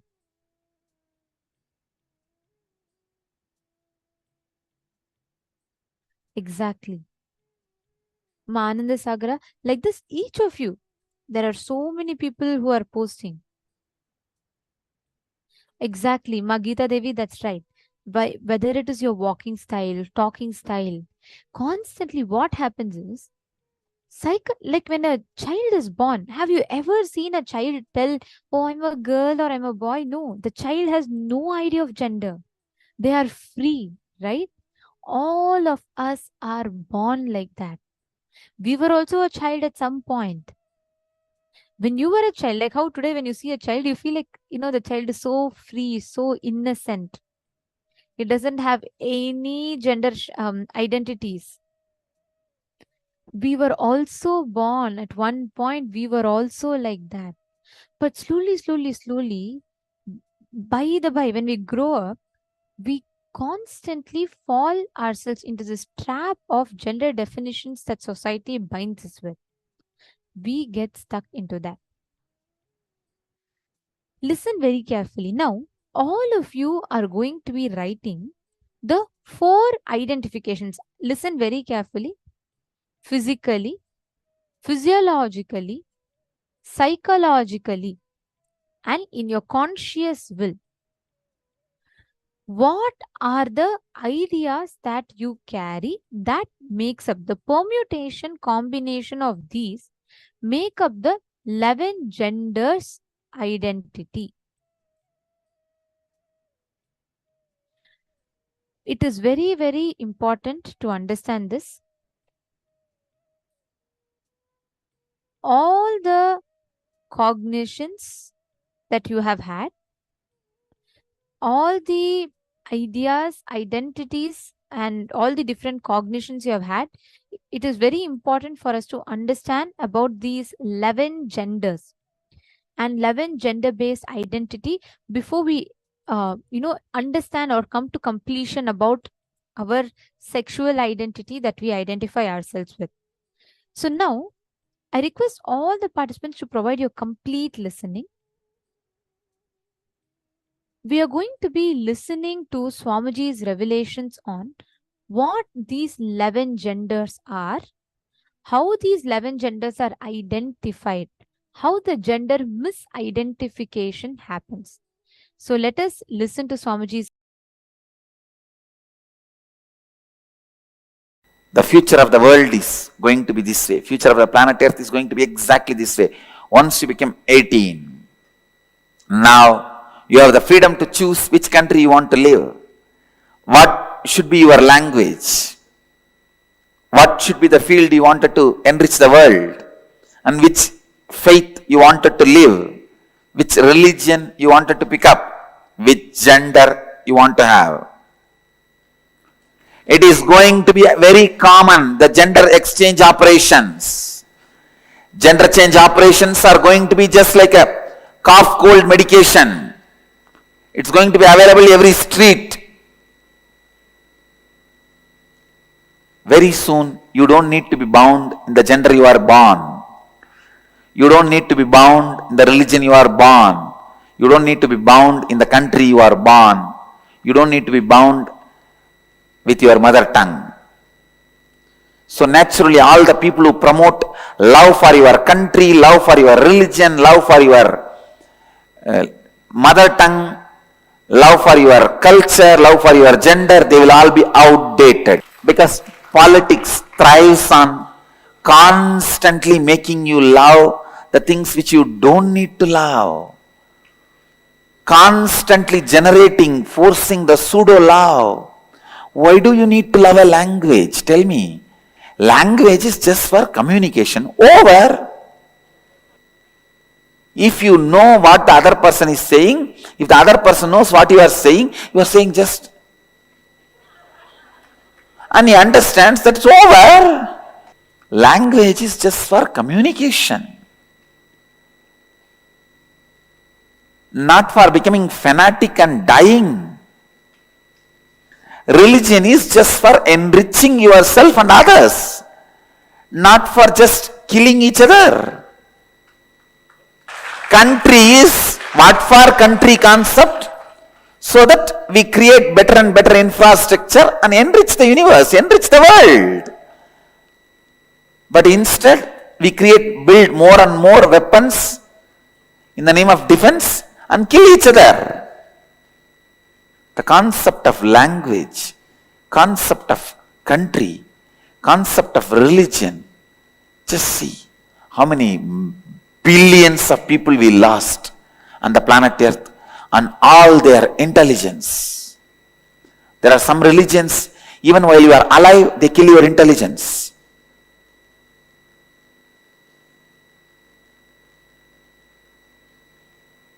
So understand, the future should be the religion, language, gender, and country. All these should be just openly available.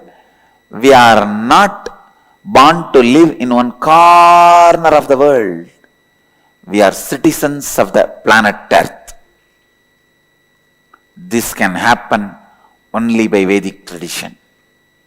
I tell you, only by Vedic tradition, which has a strength to stand any scrutiny. And not only that, even though it accepts all traditions, even if you don't accept Vedic tradition accepts you.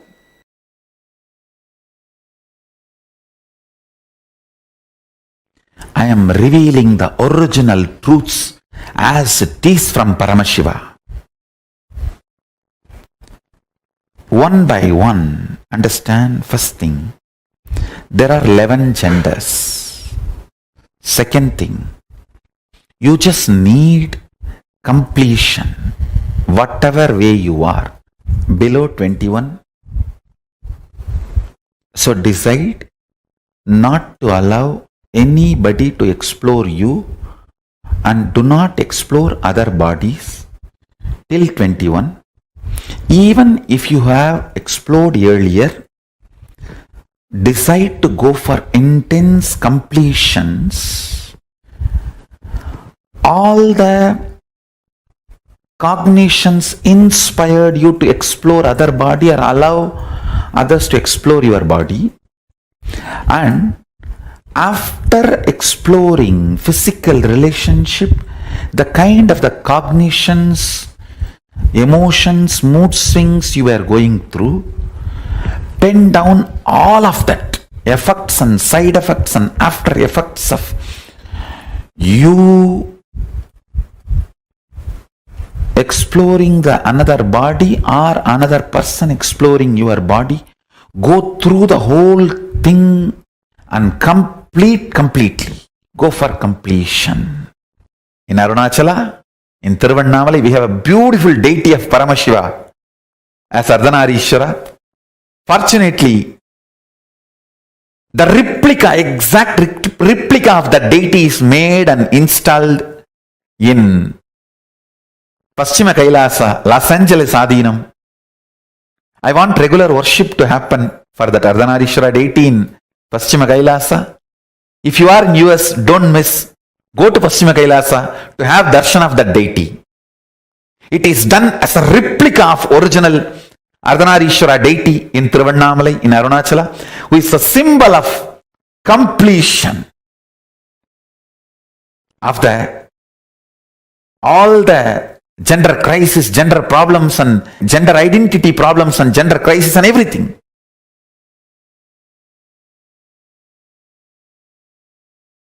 Actually, everything related.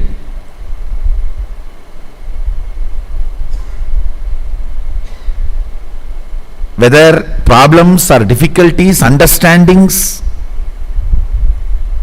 related to sexuality can be solved just by this one understanding of 11 genders. The moment you identify your gender, problem is solved. Then you know how you are going to be functioning. It is a simple mechanism. See, body is the best outfit you can wear. Understand this word. Body is the best outfit you can wear. The food or the pressures your body feels is just dependent on how you feel about your body. The moment you know what is you, all struggle will stop, will drop.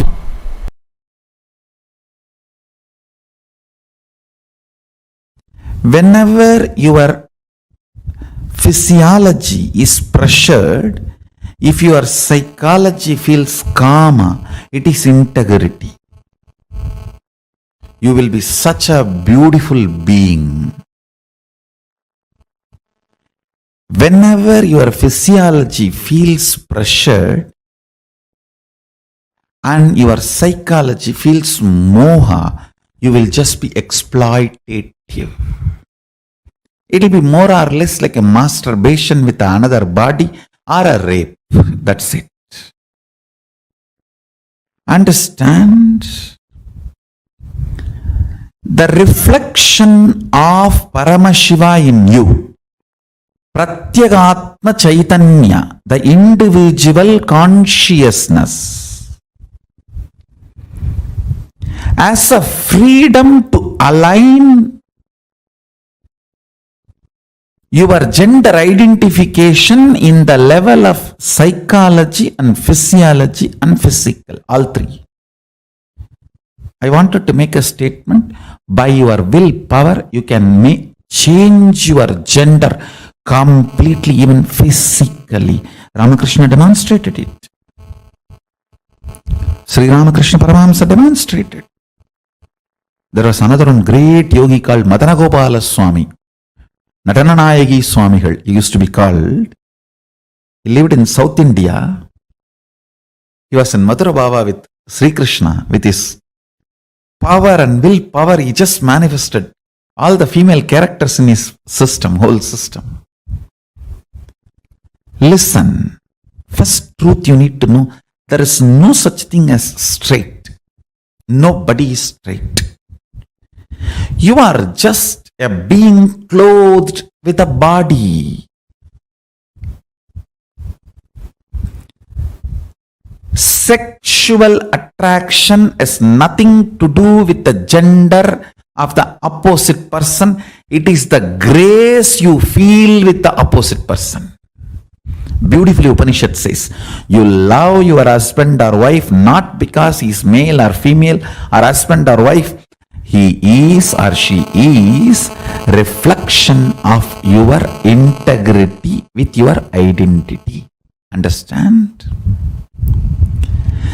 Attraction is due to the grace the other body radiates. Grace is always directly the quantity of the integrity that person's physical, physiological, psychological, conscious identity enjoys. Understand? The more their gender identification is integrated, more grace they will manifest. They will radiate. Grace is all about you being completely comfortable with your physical, physiological, psychological, conscious identity called Aham Pratyagatma Chaitanyam. And all attraction is towards the grace, not towards any gender, not towards any person. Please understand.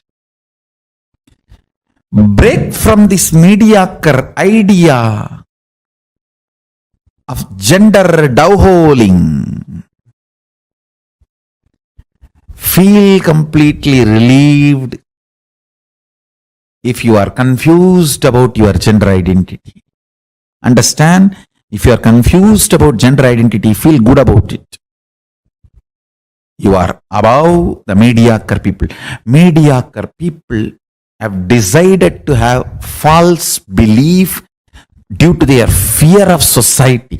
It is the fear of society. You deny your confusion or the identity crisis and just accept something society says and go on torture yourself for your whole life to believe what society has labeled it on you. Understand? I want you to understand first what real identity you are enjoying. What is your real gender identity? I tell you. If you integrate your gender identity, whether you are a sannyasi or a grihastha or a womanizer, you will be such graceful being. You will be such graceful being. I have seen the most graceful sannyasi and the most graceful womanizers. I have seen both. And sometimes I used to wonder how both of them radiate such grace. I realized it is not about the action. It is about the integrity and identity you feel in physical, physiological, psychological and conscious level.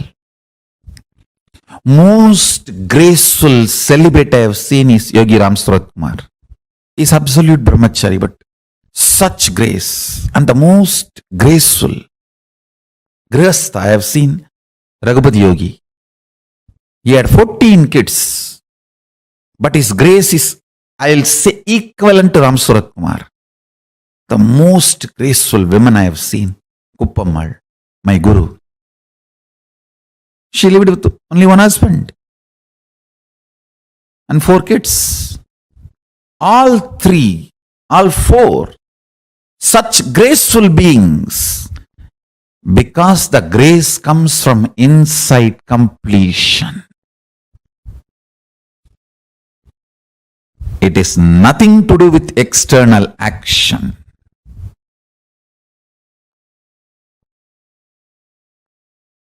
Grace means ability to generate huge love and respect in the other person the moment he sees you, she sees you.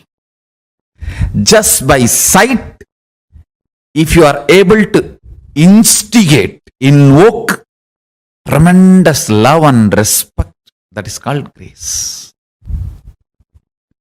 Beautifully, Valmiki describes when Sita entered the court, the whole court stood up, including Janaka. Understand? Janaka is father.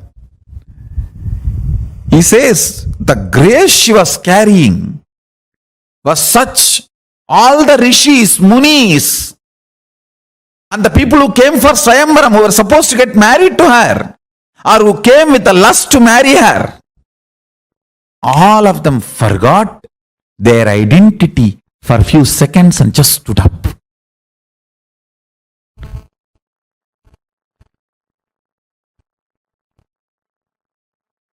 The grace she was radiating.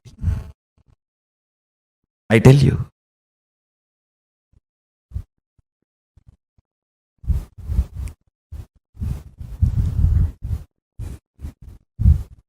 I wanted to get into the details.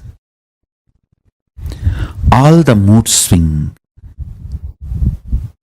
women suffer and feeling exploited women feel is just because their three layers are not integrated. Physical, physiological, psychological does not feel the same gender identity. There is a mismatch. There is a confusion. That is why women feel disgraced every time they enter into a sexual act and come out.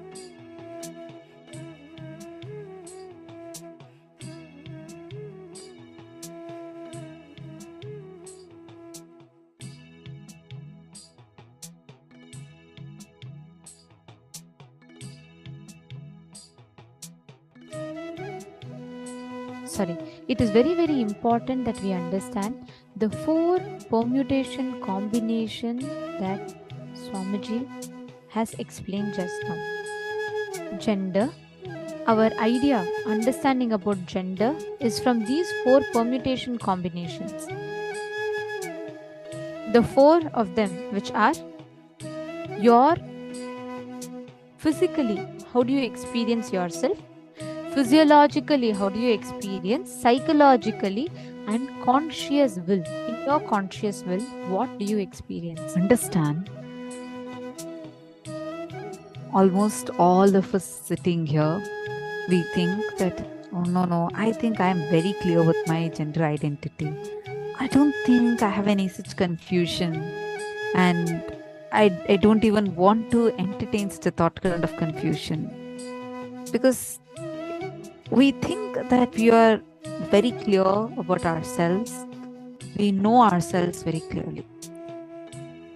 The truth is, because certain concepts, cognitions have been forced into us, we have suppressed so many parts of us. For example, when a child is young, if it's a boy, and suddenly let's say the boy is crying, immediately the parents start saying, oh no, you're a boy, you can't cry. Only a girl can cry. Boy should not cry.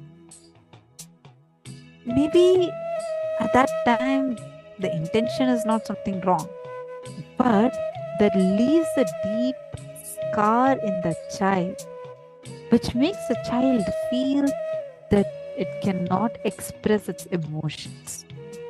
And then growing up, you build that as an identity, suppressing all other dimensions of this. We need to understand this clearly. Listen to this. In the physical level, physiological level, psychological level, how you feel about you, identifying it, and in the conscious level, how you feel about you, identifying that is too important. Who you are, there's nothing much you need to do. You just need to sit with yourself and identify ourselves. That's it. See, I'm seeing some of you are posting it in the chat. I request you all, don't post it in the chat. Listen to this carefully.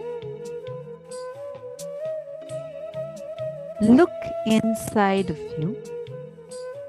Identify who you are really in all these levels. I'll give you a simple example. Like when I was very young, I heard that a girl is supposed to be very organized and always keeps everything very organized. And I had this habit of being very disorganized, keeping things here and there. And they'll say that, oh, you are behaving like a college boy. And I used to not even like that comment. I used to keep hearing that.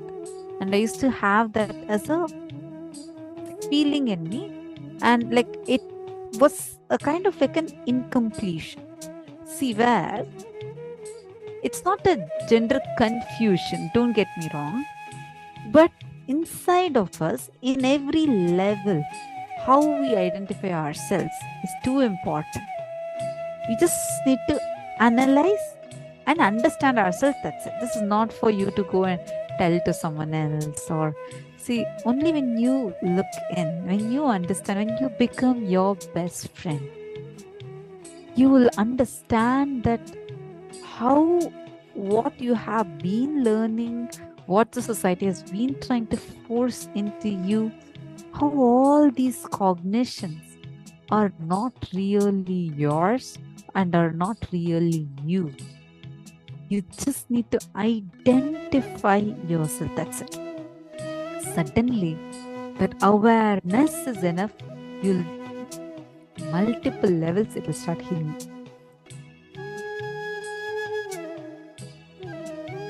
many times what these ideas does, what we see, we continuously pick up those concepts from TV. This is exactly the suffocation that society adds on us. Listen very carefully. Physically, you may many times identify yourself, feel comfortable with you being a female, but physiologically, you'll identify yourself as a male. And this confusion that you fall into is the biggest confusion. This forms a big identity crisis in you. What happens is, till the age of 21, you are still working on discovering this. But by then, what happens? You watch movies, you pick up these concepts. Society forces upon you these ideas, and you're forced to pick from one. So you go and pick from one. And what happens? You are automatically falling into that. So the moment you pick that up, you say, okay, I go into relationship. Neither you are ready nor the other person is ready. And without that inner maturity in you, when you get into these relationships, you completely get into that confusion. You mess up your very existence. And you start suffering with identity crisis, because that confusion becomes even more deeper, much more unstable inside of you. So what does physical means? What does psychological means? What does physiological means? Physical means your body. How you look, how you feel about yourself physically, what you are physically. Then physiological. Physiological is, like, for example, your voice or your hormones, including whether you feel attracted to the opposite gender or the same gender. All of these, what you feel attracted to. It's not that it's a very clear cut. Sometimes it's like 90% and 10%. It's not a watertight compartment. It's like one continuum. You're only, understand, don't approach yourself with, okay, you need to have this. Don't go with that. Like forcing yourself to be in a certain mold. You're just going to spend time with yourself and identify about yourself. Just be complete with yourself. Be friendly with you. All right? Go and look in about your physiological. Physiological includes how your body. Sometimes you'll feel that, oh, my shoulders are too broad, like a man. So all these kind of cognitions you carry, look in and identify where all you suppress yourself and what exactly you're identifying yourself as in all levels. Psychologically, like for example, oh, I'm a man, so I can't be emotional. I can't have emotions. What do you feel inside of you? Or you feel that I'm very emotional, but look, I'm a man. I'm not able to express it. So how do you identify yourself in all these levels? Take a few minutes, spend time with yourself and do this exercise. We request every one of you, do not post this in the chat. See, each one, if this incompletion, it is better you just write it down and keep it for yourself, and you do the process. Please do not post your incompletions in the chat.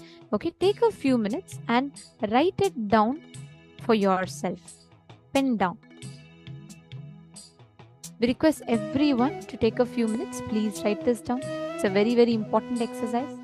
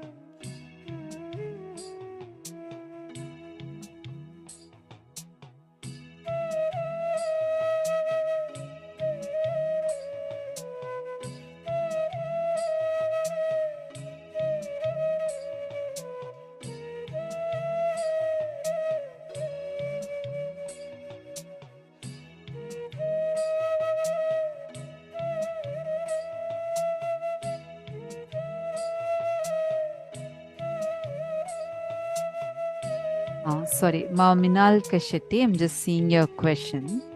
Yes. So, Minal Kasheti is asking, what is this physiology? Like, you want more understanding on physiology. See, Ma, for example, you're able to hear us, Ma? Okay. See,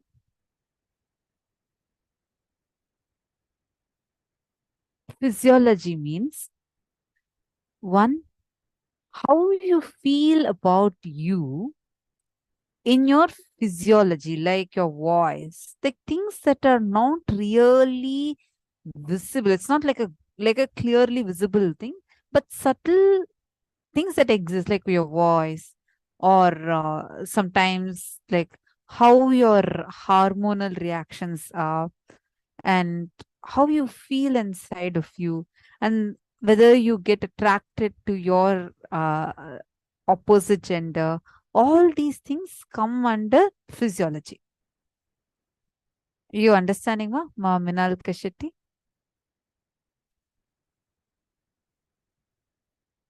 Physiology is more like what you can't actually physically see it, but you experience it. The best example is voice. Thank you.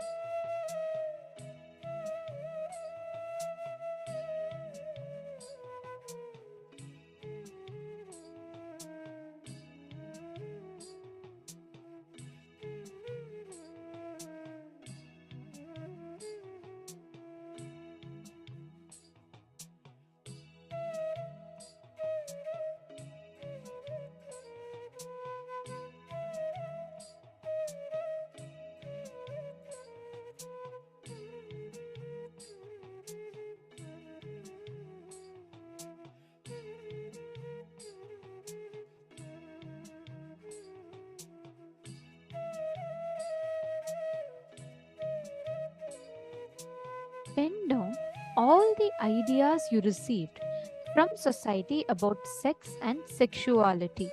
Ideas about suppression and expression. Listen very carefully. Write down everything that was told to you about sex and sexuality. Maybe people told you don't be too expressive, people told you don't be too submissive, and they told, when from your young age, when you would have asked some questions, seeing the romantic scenes in movies, your parents would have told you it's all very dirty, don't talk about it. All the ideas, please only pen it down for yourself. Please write it down just for yourself.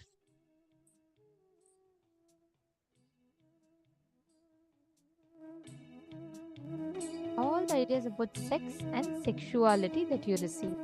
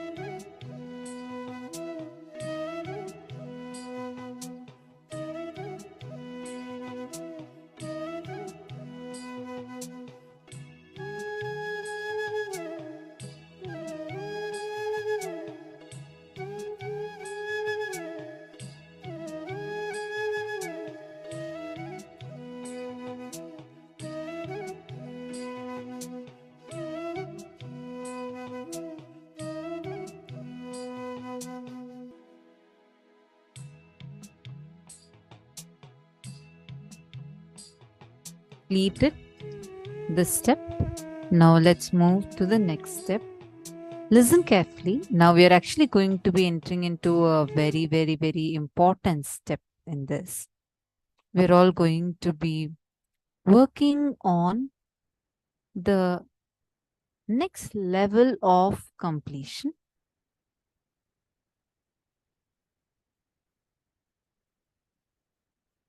We understood about the gender identity,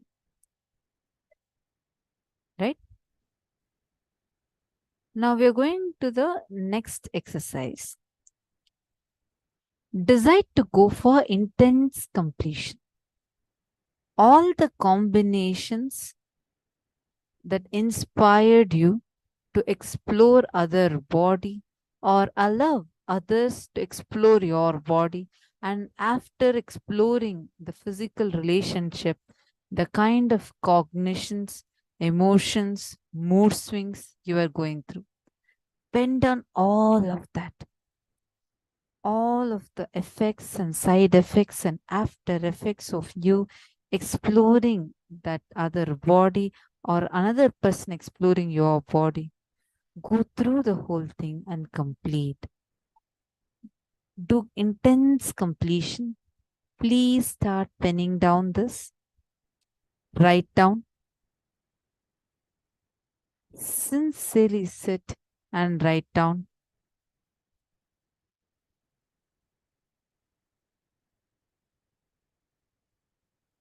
Requesting all of you to sit and write how you exactly felt the first time when you let another person to explore your body, or you explored another person's body or your own body. What kind of emotions you went through, what kind of cognitions you went through, what were the emotions, mood swings that you faced. Please sit, start penning this down. Intensely relive the whole moment, what all the after effects, side effects, and after effects of it. Please start now.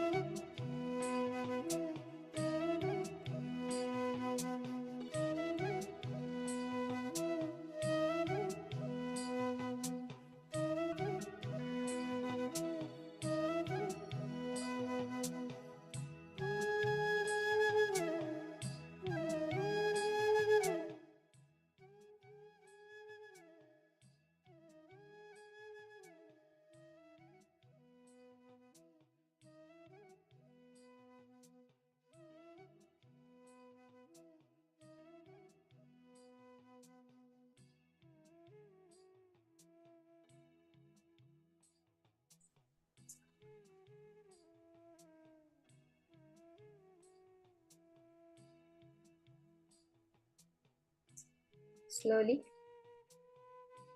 settle down. Just in that space of intense completion.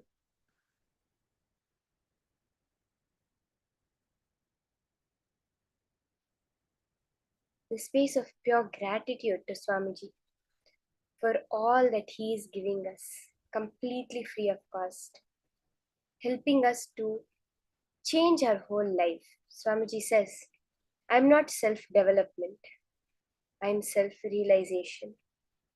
You are realizing who you are.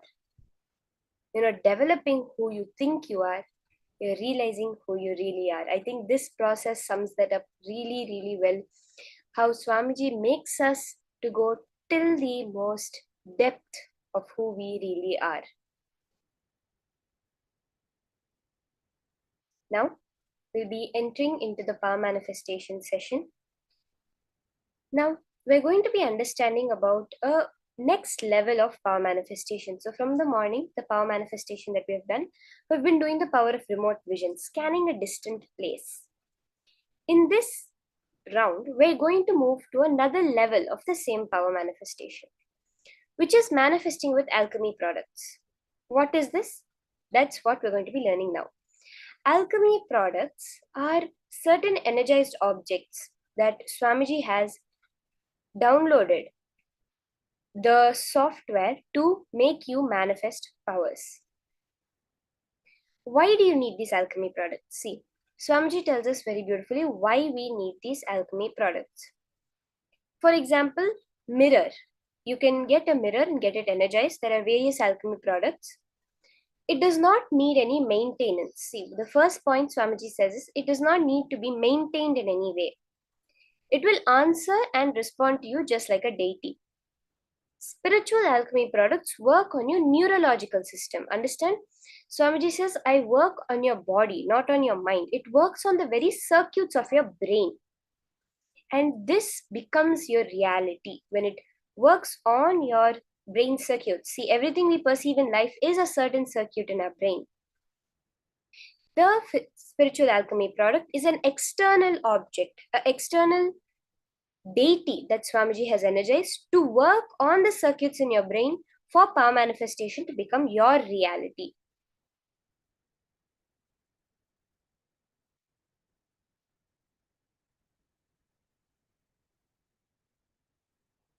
Like this, there are many alchemy products.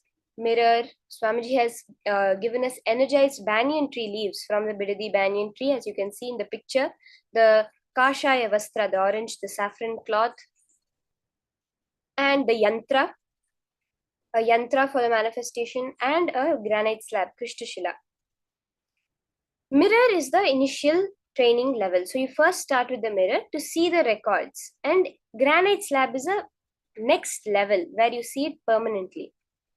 Through the spiritual alchemy products, your default future can be studied, which will be an amazing educating experience, inspiring for you to alter, manifest in different ways as you want, where you want. It will be an amazing input for your day-to-day life to make your day-to-day life better and to see your near and dear ones. See, this alchemy product is basically you can get any answer you want from it. It does not have to be specific. You need a solution for something in your life, you can ask the alchemy product. You want to manifest certain power, you can manifest with the alchemy products. When we do the power of materialization also, if you keep the Krishtashila and do the materialization, the granite slab, the materialization happens much more powerfully, because that is the independent intelligence that is programmed. Literally, a software program is written and put into that for the power manifestation to happen. Very beautifully, this power, this alchemy products have been mentioned by Swamiji when he was telling about when he was in Madurai Adinam. He described that Meenakshi, during her time, like how today we have TVs where we see, if you know the president wants to talk to you, you log into your TV or YouTube and you talk to him. Even now this class, how we're having it on our TV or on our laptop, on our phone, where we have the two-way system. I can see you and you can see me. In those days, during Meenakshi's time, that communication system was the alchemy products. Swamiji says in every house there would be a granite slab that's stuck on the wall. How you have a TV in your house, like that, they would have a granite slab in the wall. It was highly advanced that used this power of power manifestation for the day-to-day lives. So when they had this granite slab in the wall, anytime Meenakshi wanted to communicate with her citizens, wanted to make some announcement for the kingdom, in her palace, in her administrative place, which was the temple, which now we see as the Madurai Meenakshi temple, there she used to go and stand in front of her granite slab, which is the Krishtashila. Seema Anandasagara is asking what Krishtashila is. It is the granite slab. It's also called Paramashivashila.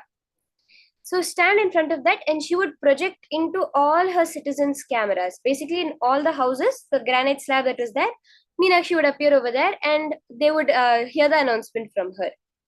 And the temple towers were what was the transmitting source of energy to every house.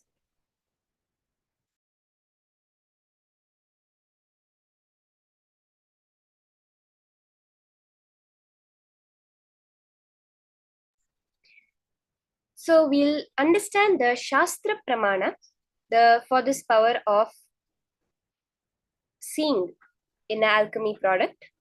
It's from the Vijnana Bhairava Tantra, Sutra 34, Dharana 11. Kapalantarmanonyasya tishthanmilitalochanaha kramena manaso dadhyat lakshayel lakshyamuttamam. Bhagavan Paramashiva says, by fixing the mind on the inner space within the crown center and sitting stably without any movement, having the eyes closed, in succession, by that stability of the mind and inner space, through the power of the third eye, one directly sees the ultimate goal by having the vision beyond the sight that reveals any object or place in the space of oneness with Paramashiva. Through the alchemy product, you're able to see more than what just your two eyes can perceive. Like now, you are sitting on the screen and watching me talk, watching the program happen. You're seeing other people also in your room where you see them all sitting there. Your normal two eyes cannot perceive that the way you understand it. But through the technology, what you cognize as technology, you're able to see it.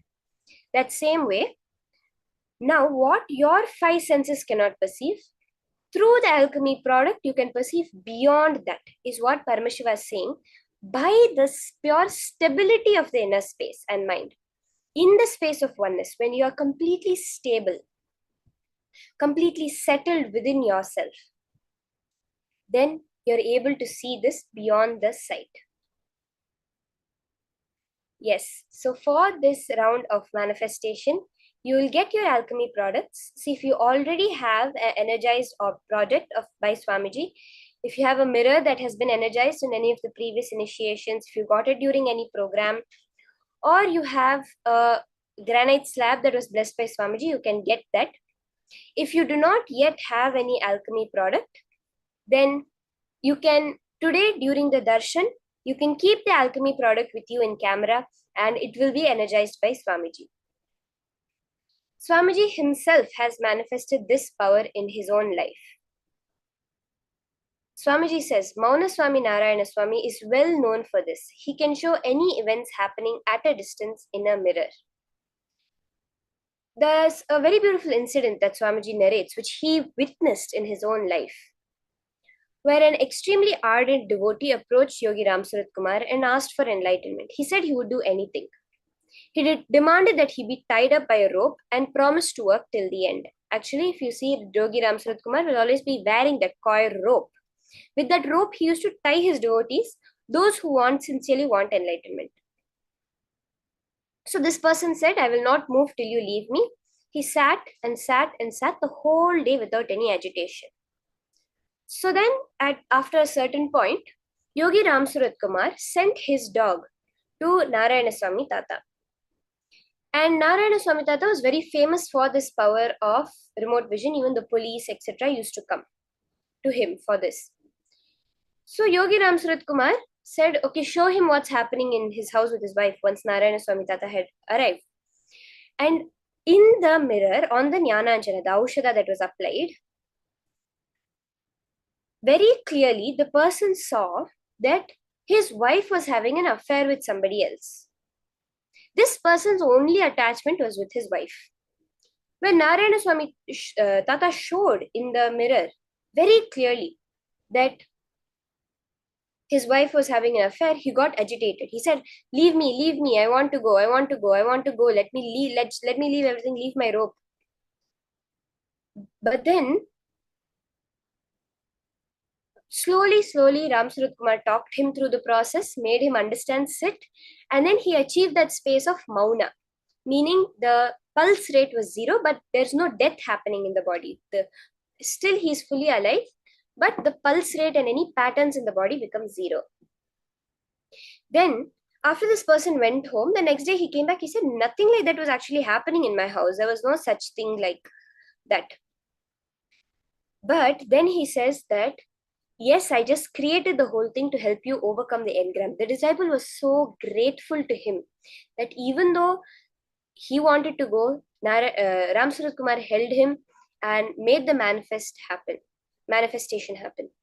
Now that is the power we're all going to be doing. Swamiji also says that he manifested this power where he showed the police officer the details of a criminal in the mirror by the initiation from Narayana Swami Tata. This is how you're going to manifest, okay? Let's start. There's a certain preparation that needs to be done. You take your alchemy product. You can take the mirror or the Krishna Shila. Keep it with you and wipe it clean. Just wipe it with a dry or wet cloth. You can wipe it. If you have a mirror in your house, which you will have to use it only for the manifestation, not for any other reason, that one you can take and keep in darshan today and Swamiji will energize it. So if you do not yet have a energized alchemy product, you can just sit and manifest through your third eye. But for those of you who have attended the previous programs and gotten the energized product from Swamiji, the mirror or the Krishna Shila, you can start with manifesting with that. So apply a thick layer of Aushadha. It can be any Aushadha, turmeric or Chandanam. If you have the Jnananjana, that is best. If you have the energized Jnananjana by Swamiji, you can apply that also. And put as a thick layer, like the whole surface of the mirror should no longer be reflective. It should be completely covered with the Aushadha.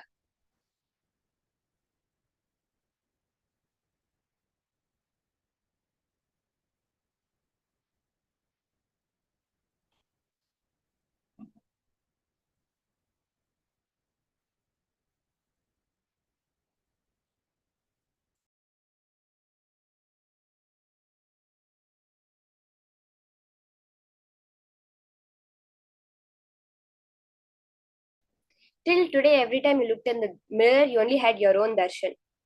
But who is your true existence? Your true existence is Swamiji, is Paramashiva. Now, with the alchemy, the Aushadha, in the mirror, you're going to have your own experience of Swamiji, of the Vishwa Rupa Darshan, the true form of Swamiji in the mirror. When you start, every time you do the manifestation, actually, first let the darshan of Swamiji happen in the mirror, and then you start the manifestation. So let's start.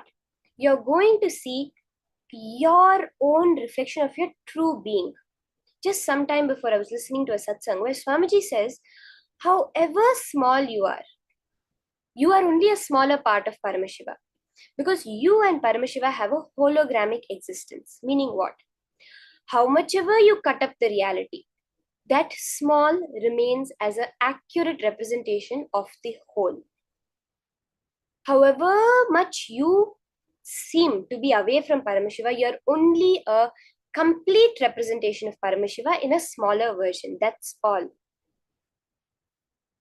Literally now, when you're having Swamiji's darshan in the mirror, it's not somebody else. It is your own pure existence. You're seeing your reflection without any distortions. Now when you go and look in the mirror, when you see yourself as a matter, as the face you remember yourself, as the dress you remember yourself, you're seeing only a false representation of yourself. It is a false representation. Anything you think about yourself other than Swamiji, other than Paramashiva, is a false representation. It is a lie. Now, you're going to have a glimpse, a darshan of that true representation of yourself, of your form as you are in the cosmos. So, are you ready? Start chanting the Mahavakya. Let your frequency raise. Lower frequency is matter, higher frequency is energy. Chant the Mahavakya. Raise your frequency. Swamiji, your true nature will just appear in the mirror for you. Connect to him. Just let him request Swamiji. Swamiji, show me my true existence present in this alchemy product now. The experience will be at the same clarity as you see on your screen. Right now, with what clarity, with what definition you are seeing this, the pictures, the words. That same clarity, same definition, you'll be able to see Swamiji in the mirror.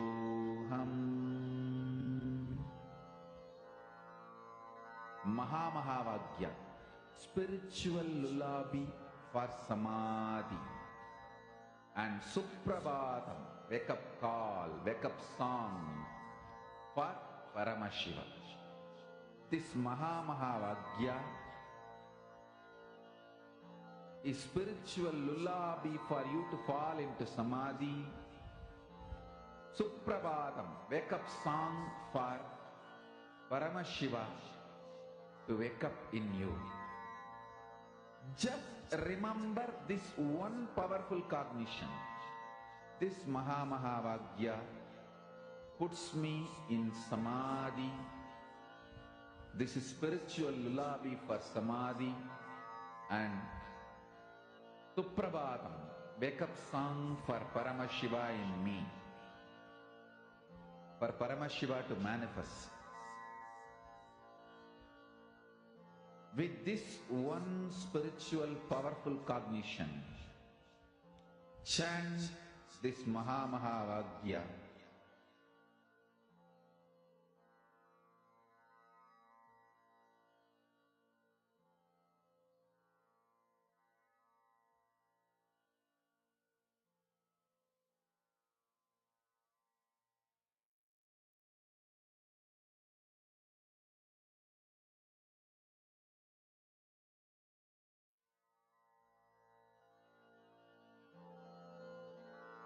Mahavagya, spiritual lullaby for samadhi, and Suprabhatam, wake up call, wake up song for Paramashiva, for Paramashiva to manifest. With this one spiritual powerful cognition, chant this Mahavagya. Om Nithyananda Paramashivoham. Om Nithyananda Paramashivoham. Om Nithyananda Paramashivoham. Om Nithyananda Paramashivoham. Om Nithyananda Paramashivoham. Om Nithyananda Paramashivoham.